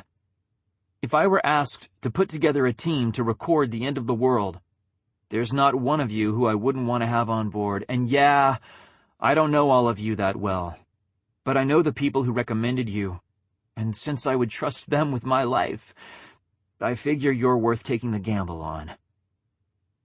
Laughter followed this statement, some nervous, most not. A few people were nodding. That was sort of unnerving. I don't know how much worse things are going to get before they get better. We're in the same place now that we were in 20 years ago. The dead are rising, the situation looks grim as hell, and no one really knows what's going on. I won't lie to you. If the first rising is anything to go by, we're not all going to live to see the end of this. Some of us will be going up on the wall before this is over.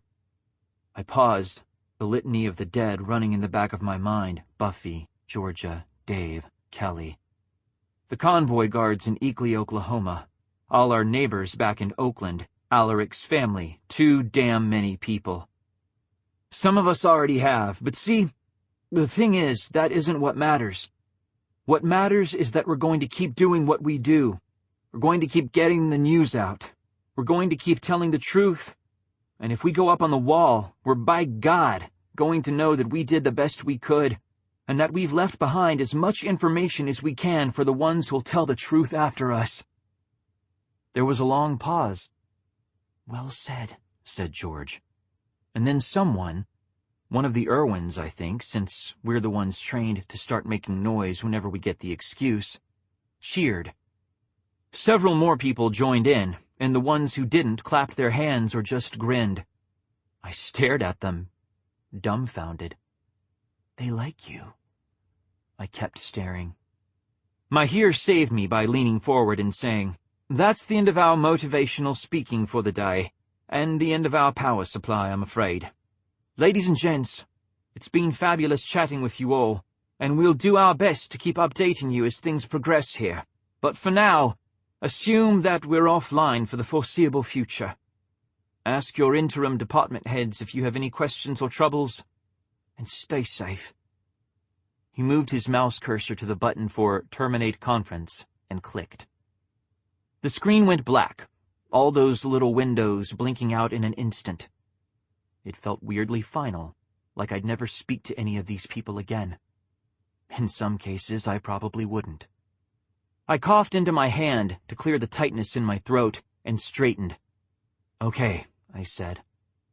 "Let's go." Packing the rest of the equipment took less than 10 minutes. Maggie spent the time in the living room, feeding treats to the bulldogs and telling them how good they were. They were happy to receive the attention, if a little confused by all the fuss that she was making. People came and went all the time, after all, and she didn't normally make such a big deal out of it. To their canine minds, this excursion didn't look any different from the hundreds of others she'd taken. Maybe it was better that way. While she was dealing with the dogs, I went upstairs to the guest room and changed into my body armor. I slathered Avon's Skin So Soft over every inch of skin I had, even the skin that would be covered by 3 layers of Kevlar and leather. I was going to be as soft as a baby's ass, and more important, I wasn't going to get infected if I had any choice in the matter. I paused in the doorway before heading back down to join the others, looking at the guest room. The bed was made, the nightstand was empty, and there was nothing to indicate that I'd ever been there at all. "Will we ever stop just passing through?" I asked aloud. George didn't answer, and so I went back downstairs. Maggie had joined the others in the kitchen while I was getting changed. She offered me a nod, wiping her eyes with the back of one hand before turning to walk up to the back door. "House," she said clearly, "please contact Officer Weinstein. Tell him it's time for the matter we discussed earlier." "All right, Magdalene," said the House. Its tone was blandly pleasant as always. "Thank you, House." Maggie looked over her shoulder to me. "I warned Alex we might need to go, and that we'd need it to be as quiet as possible. He's been waiting for my word." "And the House will let us out?" asked Bex. If the security crew outside says that we're opening the isolation lock, even for a few minutes, the house won't have a choice. My security logs are only uploaded if there's an unapproved breach, so unless the infected take the house, no one will know for sure that we're gone. Maggie wiped her eyes again. I hate this. I know, I said quietly. The house speaker crackled as someone switched to manual, and a man's voice came through asking, Miss Garcia, are you sure this is what you want to do? Maggie smiled unsteadily at a point just above the door, probably the location of a hidden security camera. No, but I'm sure it's what I have to do. Please let us out, Alex. Your father signs your checks, but you work for me, remember? That was always the deal. Now please, just give us 10 minutes to get out of here, and you can lock the place down again. He sighed heavily. If anything happens to you, your father will have all our asses. You understand that, right? I do. Just checking. You have 10 minutes. Now please, try not to make me regret this. The speaker crackled again as he hung up his end, and the house said, sounding almost perplexed, The isolation order has been rescinded. Thank you for your patience. You are now free to leave the premises if you so choose. Grab your gear, folks, I said, picking up a duffel bag with one hand and my helmet with the other. We need to get rolling. On it, said Alaric, grabbing the wireless booster.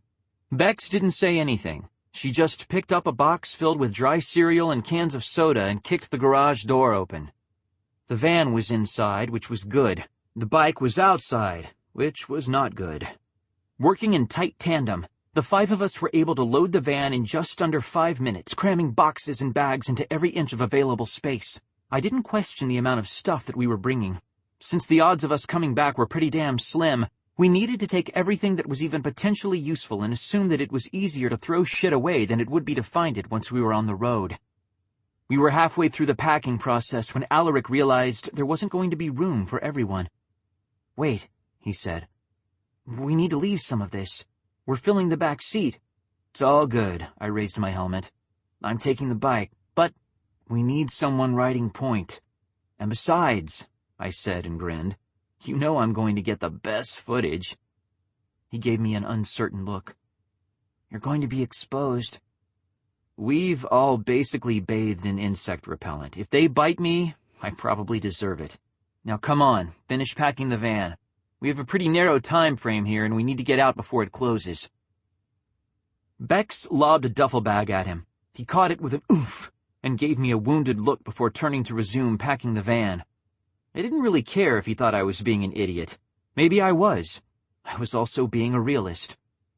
When the last box was wedged into place and the last bag was stowed, the 4 of them got into the van, rolling the windows all the way up. I put on my helmet, sealing it tightly before nodding to activate the intercom. How's our connection? I asked. Loud and clear, Mahir replied. Great. Now let's roll. The garage door rolled smoothly upward in answer to some unseen signal from Maggie, and the night air came flooding in, chilling me even through my leathers. It wasn't the temperature so much as the uncertainty that the air represented, the risk of a kind of infection we'd never been afraid of before. Kellis Amberley was a known quantity. It was, for lack of a better phrase, a safe virus, something that could kill you, but which we understood. The thought of a new vector made it all terrifying again. Bex started up the van engine and turned on the headlights. I didn't need them to see where I was going, since the exterior house lights were turned up so far that it practically looked like noon out in the yard. I walked over to the bike and swung my leg over it, balancing myself. Go, I said into the microphone in my helmet. I'll be right behind you. The van pulled out of the garage. I let them get to the first gate before I started the ignition and followed. The trip down the driveway was harrowing. We moved slowly enough that I had to walk the bike about 2/3 of the time. When that wasn't possible, I had to coast, trying to keep from either overbalancing or stalling out. Neither would be good, and I'd be dealing with it alone either way, since there was no way I was letting the others stop the van to help me. That wasn't part of the plan. All the gates stood open, allowing us to keep moving through as we wound our way toward the street below. Maggie's security guards flanked the open gates, their guns held at the ready.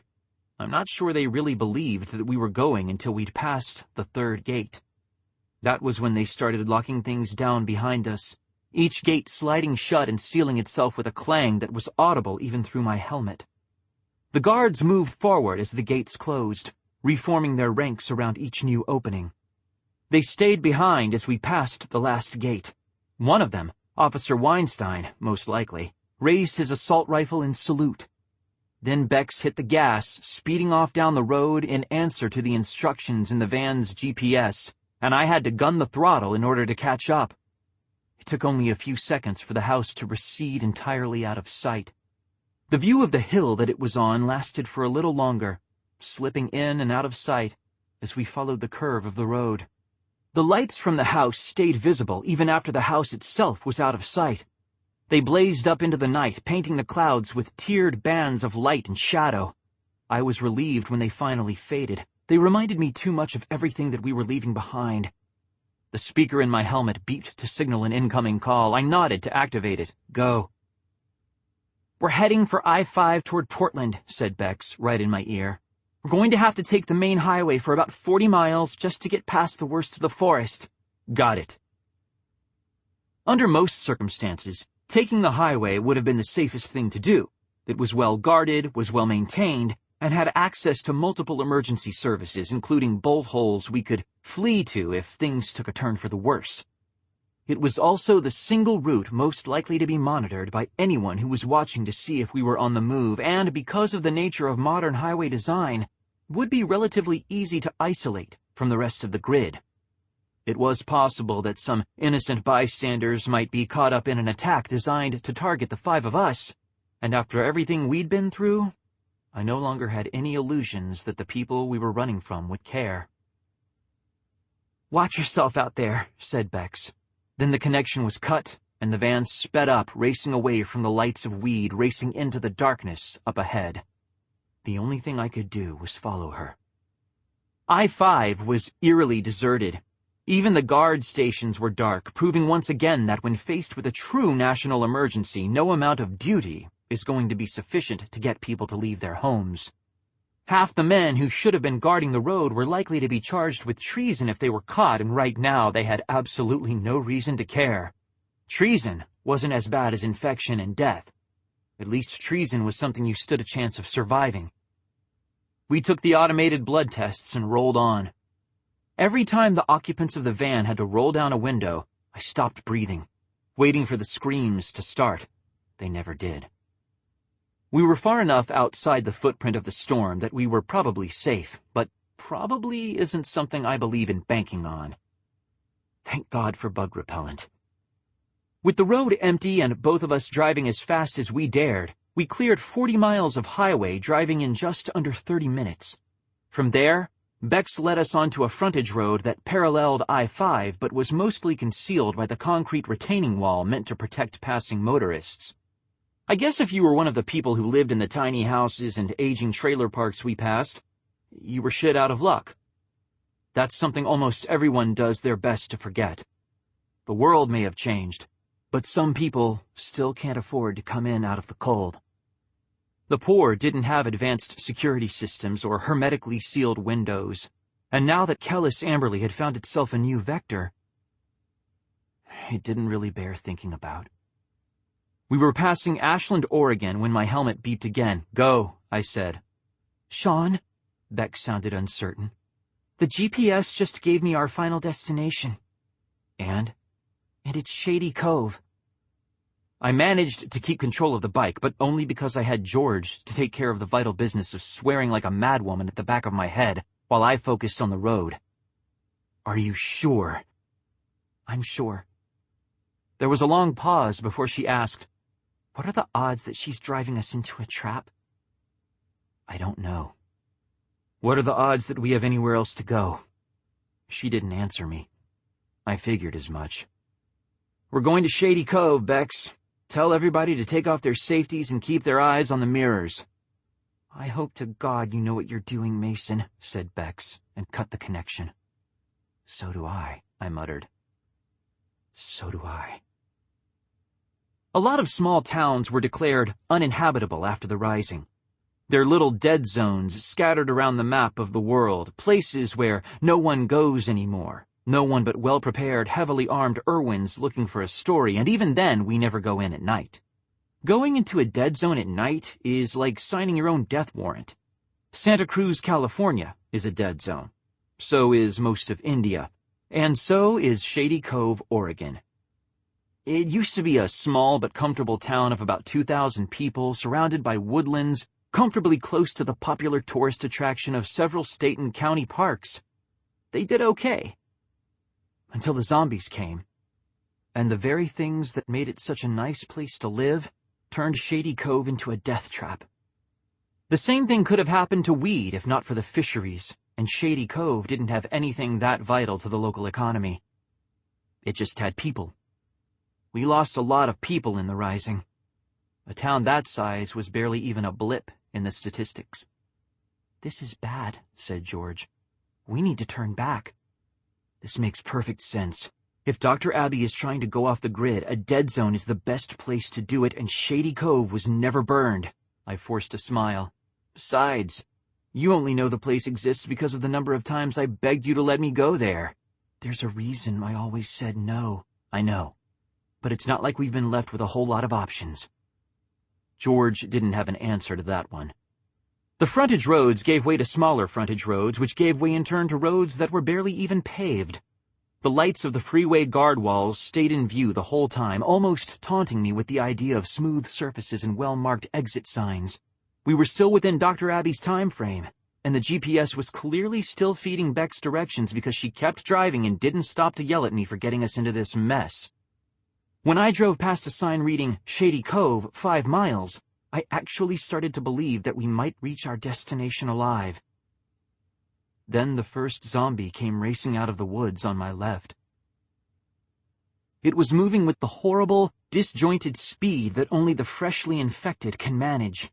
A normal human will always be faster in a short sprint, but the freshly infected win every time in a long race. They don't care about pain, and they don't really notice when their lungs stop pulling in enough air. The uninfected will eventually stop chasing you. A zombie will run until it collapses from exhaustion, and there's a good chance that even that won't keep it down for long. The van swerved to avoid the zombie. I did the same.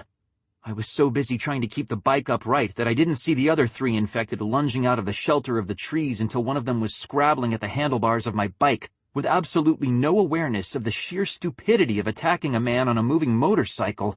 Holy! I slammed on the brakes, sending the zombie tumbling away from me. The van was back on track, moving away at top speed. I twisted the throttle, starting after them, only to come up short as an arm was hooked around my neck and I was jerked off the bike. The Kevlar jacket I was wearing absorbed most of the impact with the road, but it couldn't save me from the hands that were pulling me down, uncoordinated fingers trying to find an opening in my body armor. I smacked them away, flailing to get free. If I could get to my guns, either of them, I would stand a chance of getting away from this. Not a good chance, but a chance. My questing fingers found the grip of a pistol. I yanked it from the holster hard enough to break one of the snaps and fired it into the face of the first zombie without pausing to aim. The report was loud enough to make my ears ring, even through the still-sealed helmet. The zombie fell back, leaving me with just enough leverage to push myself into a sitting position and shoot the zombie to my right. That left... crap. That left at least 3 by a quick count, and all of them focused entirely on me. The bike was on its side up ahead. There was no way I'd be able to get it righted and running again, unless I took all the zombies out and the numbers were not on my side. "Don't be an idiot. You've survived worse," says you, I muttered, and took another shot. I was so focused on the zombies I could see that I forgot one of the first rules of dealing with any zombie mob larger than 3. Remember that they're smarter than you think they are.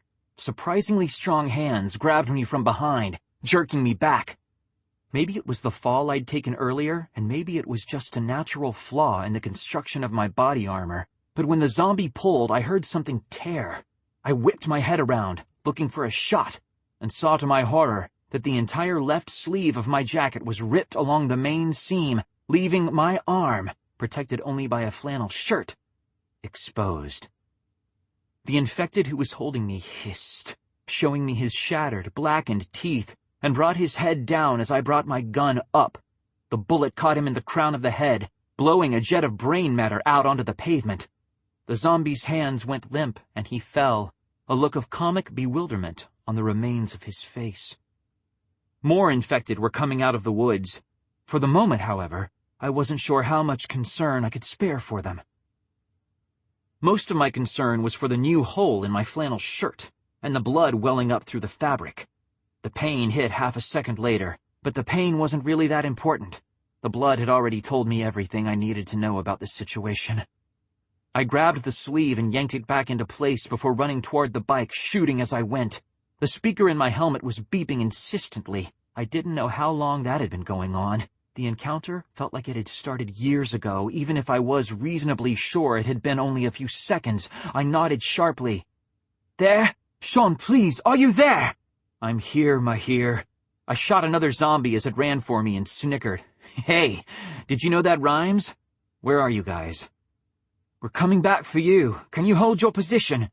"I can, but I gotta tell you, buddy, that's not the best idea you've ever had." He took a sharp breath. "Shaun, please don't tell me. No test results yet, but I'm definitely bleeding." The lights of the van blazed back into sight ahead of me. I groaned. "I told you not to come back." "Not in so many words, you didn't. And if you think we're leaving you without a test, you're an asshole. Now down!" Mahir's command was sharp enough that I obeyed without thinking, hitting the road on my hands and knees a second before bullets sprayed through the air where I'd been standing. The rest of the undead fell in twitching heaps. The gunfire stopped, leaving the night silent. "Get on the bike and go," said a voice in my ear. For a dazed second, I couldn't tell whether it was George or Mahir. Then it continued. "We want the turnoff for Old Ferry Road."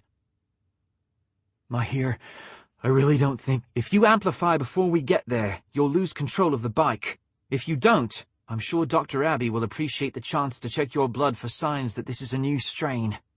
Mahir's voice gentled. "Please, Shaun, don't make us leave you out here." "This is idiotic," I said. "Yes. Just wanted to be sure you were aware." I nodded again to cut the connection and took a moment to pull my sleeve closed as best as I could before riding the bike and getting back on. It started easily. There went that excuse for staying behind. I could want to protect them, but I couldn't lie to them. "Well?" asked George, next to my ear. "Are you going to follow them or what?" "I'll follow," I said. The van turned laboriously around on the narrow road, taillights gleaming red through the darkness as Bex hit the gas and started forward once again. I squeezed the throttle, whispered a prayer for swift amplification, and followed them. From Postcards from the Wall, the unpublished files of Georgia Mason, originally posted June 24th, 2034. We took a tour of the government zombie holding facility on Alcatraz today. A lot of people don't like having it there, even though it's been scientifically proven that Romero was wrong about at least one thing. Zombies can't survive without oxygen. Since they're too uncoordinated to swim and they don't know how to operate boats, if there were ever an outbreak, it would be naturally confined. That doesn't matter. "Not in my backyard" comes out loud and clear where the dead are concerned. I looked through the safety glass into the pens, into the dozens of eyes that looked just like mine, and I searched them as hard as I could for a sign of something, anything that would tell me they were still human. There was nothing there, only darkness. If I pray for anything tonight, it will be that when Shaun eventually does something insane and gets himself bitten, I'll be there to shoot him. Because I couldn't live with myself knowing I'd allowed him to amplify. No one deserves to end up like that. No one. 26. The building housing Dr. Abbey's new lab must have started life as the local forestry center. The front looked like pure glass until you got close enough to see that it was backed with sheet metal. Better yet, the trees had been cut back on all sides, making room for a massive parking lot that provided clear sight lines for anyone trying to guard the building from the infected, or as we pulled up to park near what looked like the front entrance, from us. There was even a structure on the roof that might have started out as an observatory but would make a damn good shooter's nest if necessity demanded. Bex was the first out of the van, and she had a gun pointed at my head before I could get my helmet off. I could have kissed her for that, if it weren't for the history between us and the fact that I was probably contagious. Field protocol said I was to be kept under constant guard until I could be confirmed as uninfected, and somehow that didn't seem likely to me. I pulled off my helmet. The night air was cool, and even cold where it hit the sweat on the back of my neck. "Hey," I said wearily. My throat was a little dry, but that was all. I wasn't experiencing any of the other symptoms I knew would signal the start of amplification. Just my luck. I would have to go and develop a sturdy immune system. "Hey," Bex agreed, with a small tilt of her head. "How are you feeling? Like I want to go redline a test and get this over with?"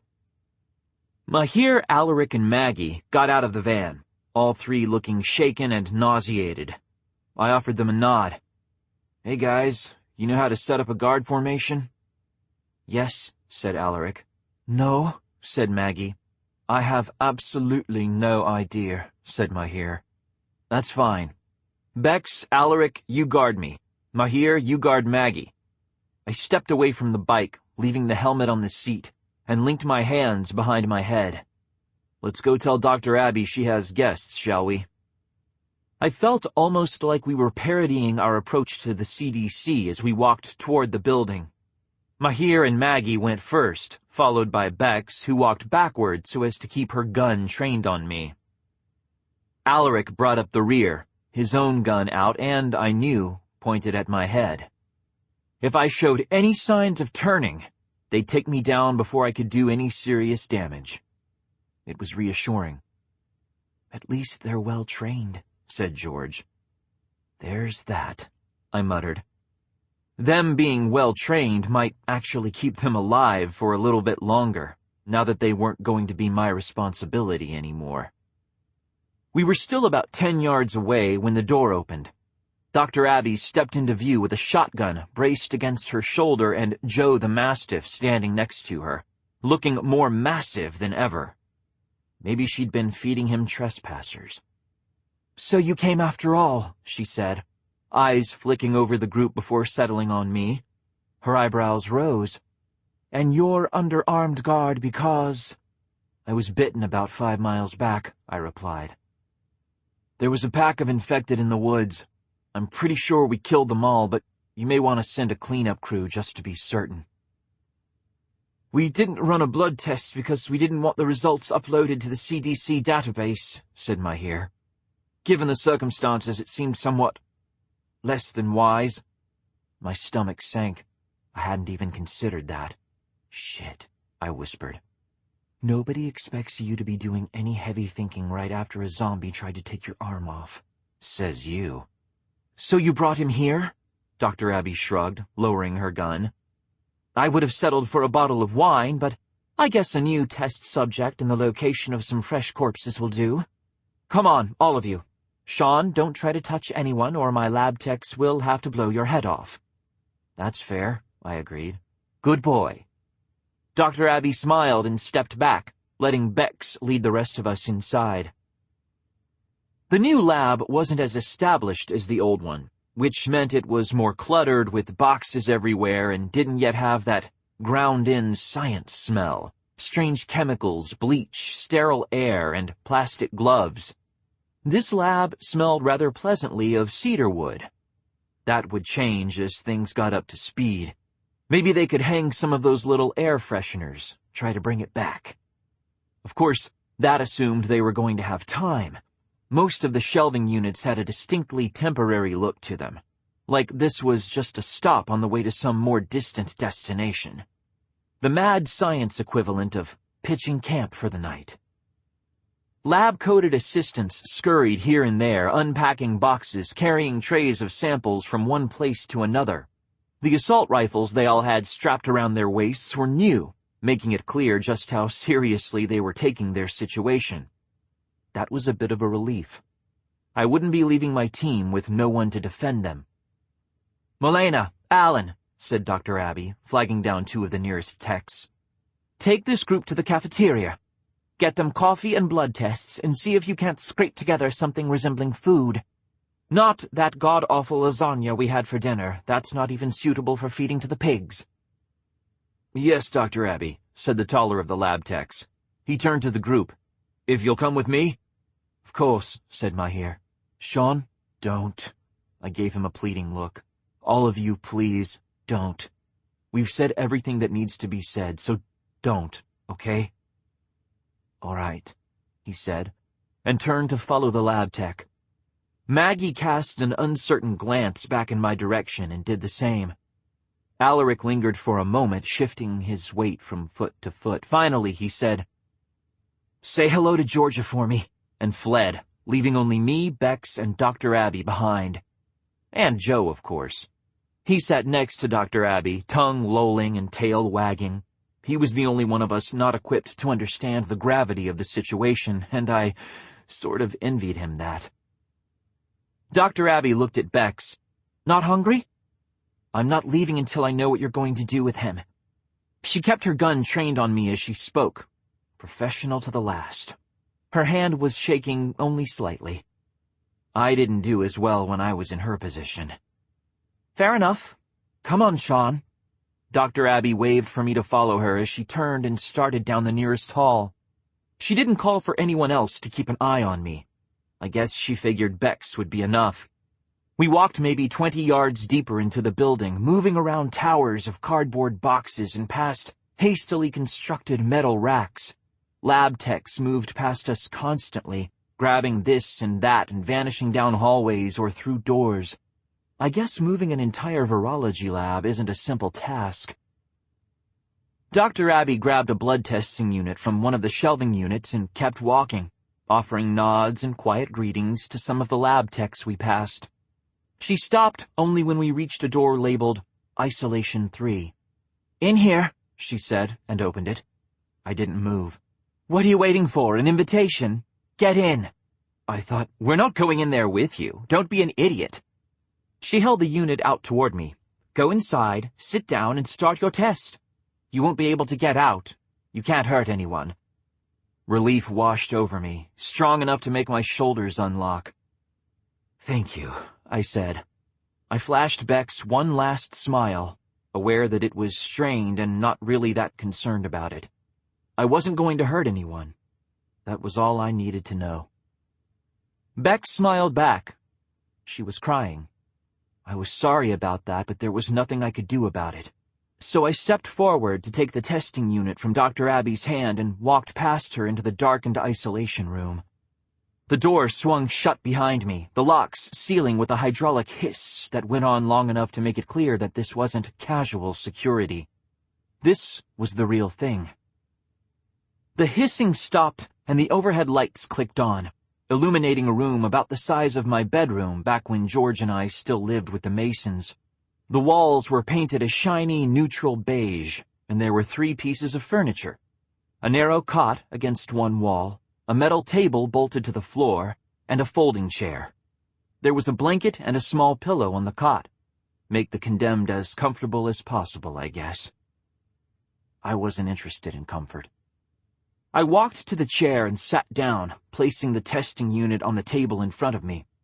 It seemed to stare back accusingly, like it didn't understand why I wasn't getting on with it already. "It's not like this is important or anything," I said sourly, and unfastened my gloves, dropping them on the table. Blood had run down my left arm and onto the hand, crusting under my nails.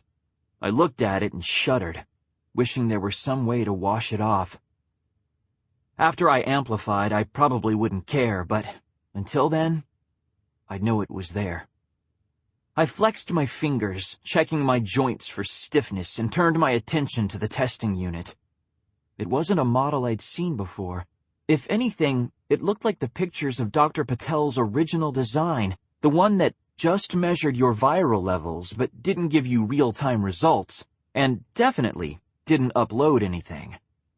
I picked it up, checking it for lights, and didn't find any.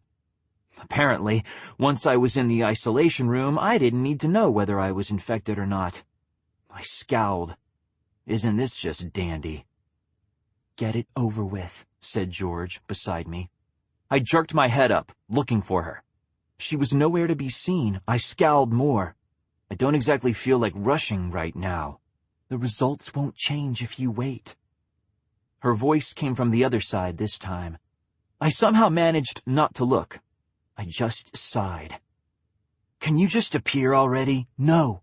I'm sorry, but that's your choice, not mine." "Okay. Right. Well, if you won't appear, will you at least stay?" I felt the ghost of her hand brush the back of my neck, there and gone in an instant. "Until the end, I promise." "Okay," I said, and popped open the lid on the unit. 1, 2... I slammed my hand flat on the metal pressure pad, triggering the needles to start their business. They bit deep, and I hissed, biting my tongue against the pain. I thought amplification was supposed to make this sort of thing easier. I didn't feel any difference at all. Blood tests always hurt, but this one was worse than most. Maybe because the unit was so primitive. When the last of the needles disengaged, I pulled my hand away. The test unit beeped once and was silent. No lights, no alarms, nothing to indicate whether I'd passed or failed. Not that I really needed the confirmation that I was infected. Get a bite, say goodnight, as they said when I was in training. But it still would have been nice. You were supposed to see your results. That was how the testing worked. "Hey," George put her hand on my shoulder. "Why don't you go lie down? You're exhausted." I shrugged her hand off. "No, I don't want to sleep through this. If this is the end of me being me, I don't want to miss it." A thought struck me, and I chuckled bitterly. I can't be too far gone if I'm still hallucinating you, can I? You're a pretty complicated delusion. Zombies probably can't manage this quality of crazy. Thanks a lot. You're welcome. She fell silent, and so did I. I was too tense to carry on a conversation, even with a dead person who lived only in my head. I'd just keep trying to pick a fight, and she'd keep trying to stop me, until we wound up screaming at each other, and I spent the last minutes of my conscious life arguing with the one person I least wanted to argue with. I just wanted to know that she was there and that I wasn't going through this alone. So I stared at the test unit instead of talking to her, willing it to develop lights and tell me what I needed to know. All I needed was for it to confirm that my life was over. Nothing difficult, nothing any fucking toaster couldn't manage these days. I don't know how long I sat there staring at the test unit, feeling my throat getting drier and waiting for the other symptoms to set in. The difficulty breathing, the sensitivity to light, the murkiness of thought, all the little dividing lines that separated human from zombie. Dryness of the throat was only the beginning, and my training was extensive enough to tell me exactly what the progression would be, every little step along the way. The door opened. My head snapped up, tensing as I waited for the gunmen to enter. I wondered whether they'd send Bex to shoot me. I wondered whether she'd insist. We'd been colleagues for a long time, and Irwins tend to view shooting infected comrades as part of the job. It's a sign of respect. Dr. Abby stepped into the room. I stopped breathing for a second, eyes going wide. They went even wider as Joe pushed past her, his tail wagging wildly from side to side. "You're going to let him be in here while you put me down?" I asked. That's cold. I mean, not that I'm one to judge, but that's cold. Dr. Abby smiled. "Hello, Shaun." She shut the door behind herself, waiting until the locks finished hissing before she walked over to the other side of the table. She was carrying a folding chair, which she set up and sank into, watching me the whole time. "How are you feeling?" "You shouldn't be in here," I said. Joe walked around the table and shoved his enormous head into my crotch in canine greeting. I barely remembered the blood on my hand in time to stop myself from pushing him away. "This isn't safe." "Oh, right, you're contagious." She reached into the pocket of her lab coat, pulling out a can of Coke and putting it down on the table between us. "You must be thirsty. You've been sitting in here for a while." I stared at her. "No, really, open the can. I want to see how good your manual dexterity is." Still staring, I reached out and picked up the can.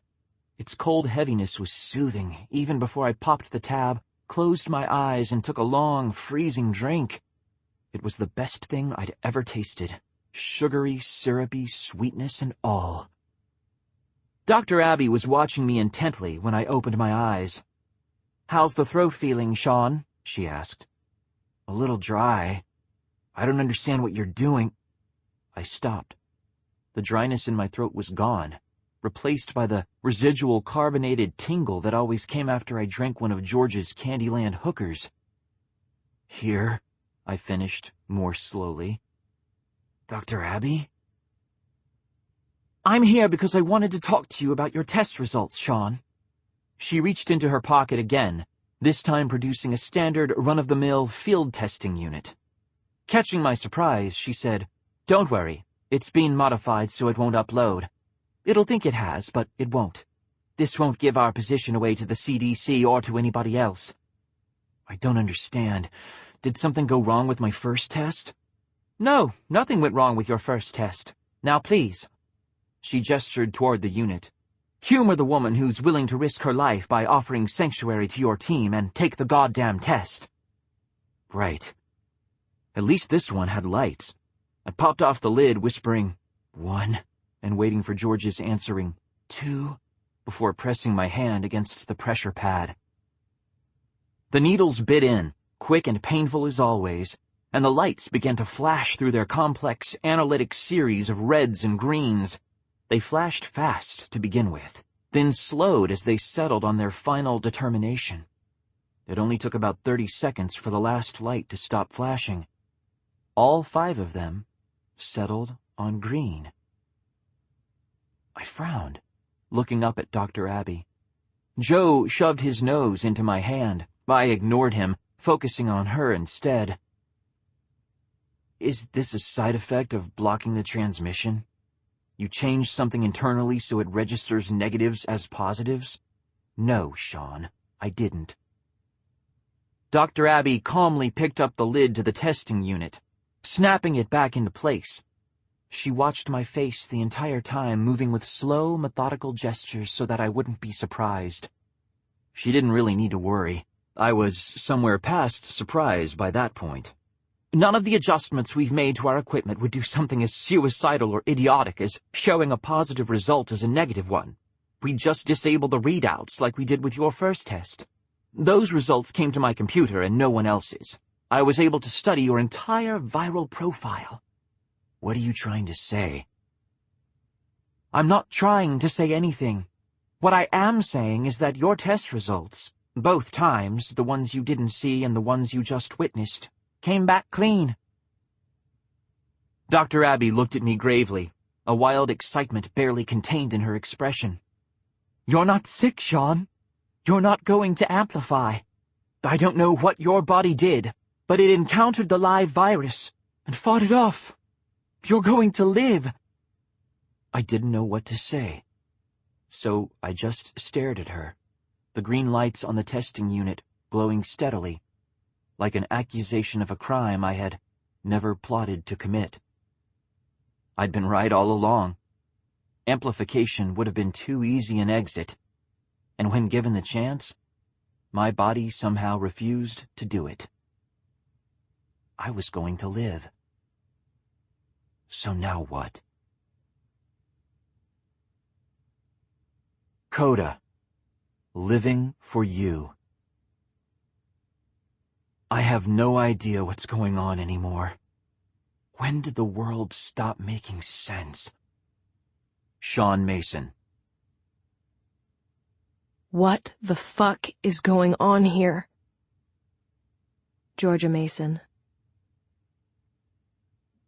From Adaptive Immunities, the blog of Shaun Mason, January 5, 2041. One of the fictionals asked me this morning if I could have one wish, any wish in the world, no matter how big or how small, what would I wish for? This would be a universe-changing wish. I could wish away Kellis Amberley. Hell, I could wish away the Rising if I wanted to. Restore us to a universe where the zombies never came, and we never wound up hiding in our houses, scared of everything we couldn't sterilize. And I stared at him until he realized what a stupid question that was, and went running off, probably figuring that I was going to start hitting next. He wasn't wrong. If I could have any wish, no matter how big, no matter how small, I'd wish to have George back. Without that, nothing else I could wish for would be worth a fucking thing. And if you don't like that, you can shove it up your ass, because I don't care. 27. I woke up in a white bed in a white room, with the cloying white smell of bleach in my nose, and the tangled white cobwebs of my dreams still gnawing, rat-like, at the inside of my brain. I sat up with a gasp, realizing as I did that I was wearing white cotton pajamas, and covered by a white comforter with no buttons or snaps. I took a breath, then another, trying to force my heart rate down as I looked around the room, seeking some clue as to where I was. The only furnishings were the bed I was in and a single bedside table with rounded edges. I reached out and gave it an experimental shake. It was bolted to the floor. The bed probably was, too. Nothing in the room could be used as a weapon unless I wanted to try strangling myself with the sheets. Even hanging was out of the question, since there was nothing for me to hang myself from. A huge inset mirror that almost certainly doubled as an observation window took up one entire wall. That sort of fixture in this sort of room can mean only one thing: medical holding facility, probably owned by the CDC. That fit with the dreams I'd been having, horrible, tangled things about some sort of major outbreak. No, not a major outbreak. There weren't that many people involved, at least not when we closed the doors. And we had to close the doors. We had to close the doors because... I see you're awake. The voice came from a speaker in the wall above the mirror, and caught me entirely by surprise. I screamed a little, clutching the blanket against my chest before I realized I was being an idiot. Whoever had me in here could do a lot worse than talk to me if they decided that was what they wanted. I eyed the speaker suspiciously, letting go of the blanket. "I'm awake," I confirmed.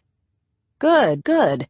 Now, you may be a little shaky at first. I don't recommend trying to walk before you've had a little time to get adjusted." I was out of the bed before the voice was finished with its warning, stalking across the floor toward the mirror. Then I stopped again, stunned by the sight of my own reflection in what should have been, for me, a completely transparent surface. My eyes make one-way glass a pretty fiction. Or they're supposed to, anyway.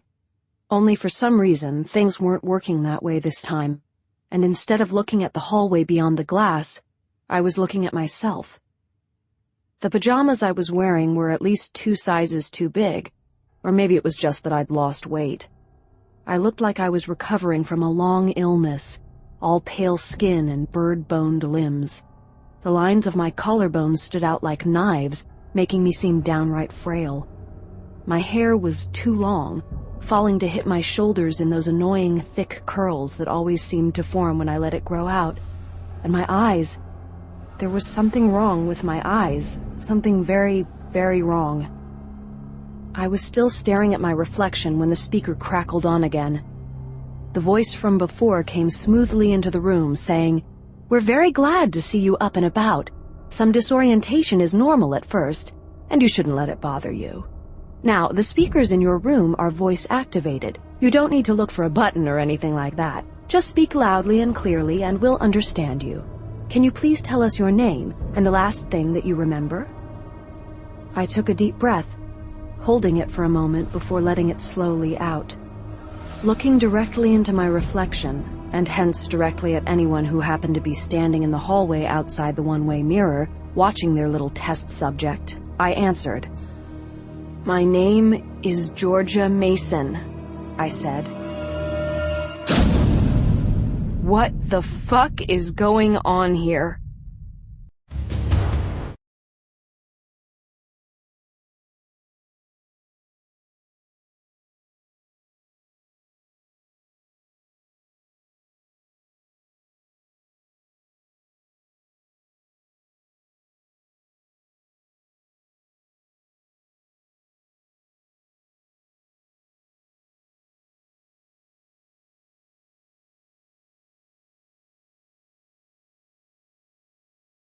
This has been an Oshad audio production of Deadline, Book 2 of the Newsflesh trilogy, written by Mira Grant, read by Chris Patton and Nell Geislinger, produced by Cynthia Bauman, recorded by Chris Patton and Nell Geislinger, post-production by Greg Lawrence, production supervised by John Clem.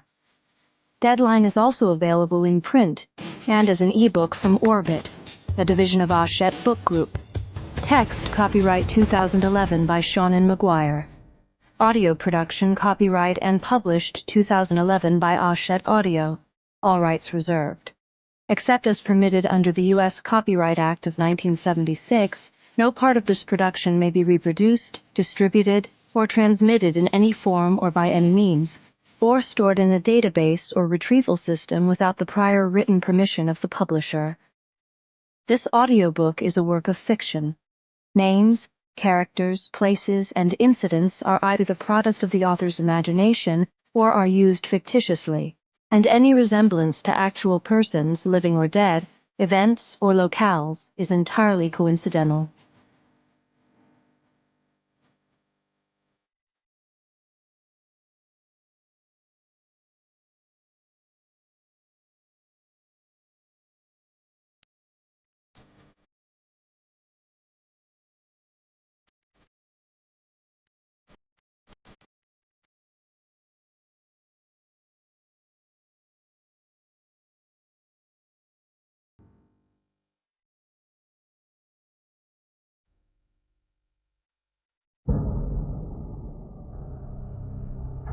Be seen on every page. Alan Beats joined the proofing pool as my new weapons expert, and his patient efforts to make me understand why a shotgun isn't the ideal zombie-fighting weapon did a lot to improve my combat scenes. I am incredibly grateful, especially given that it was really late in the process when I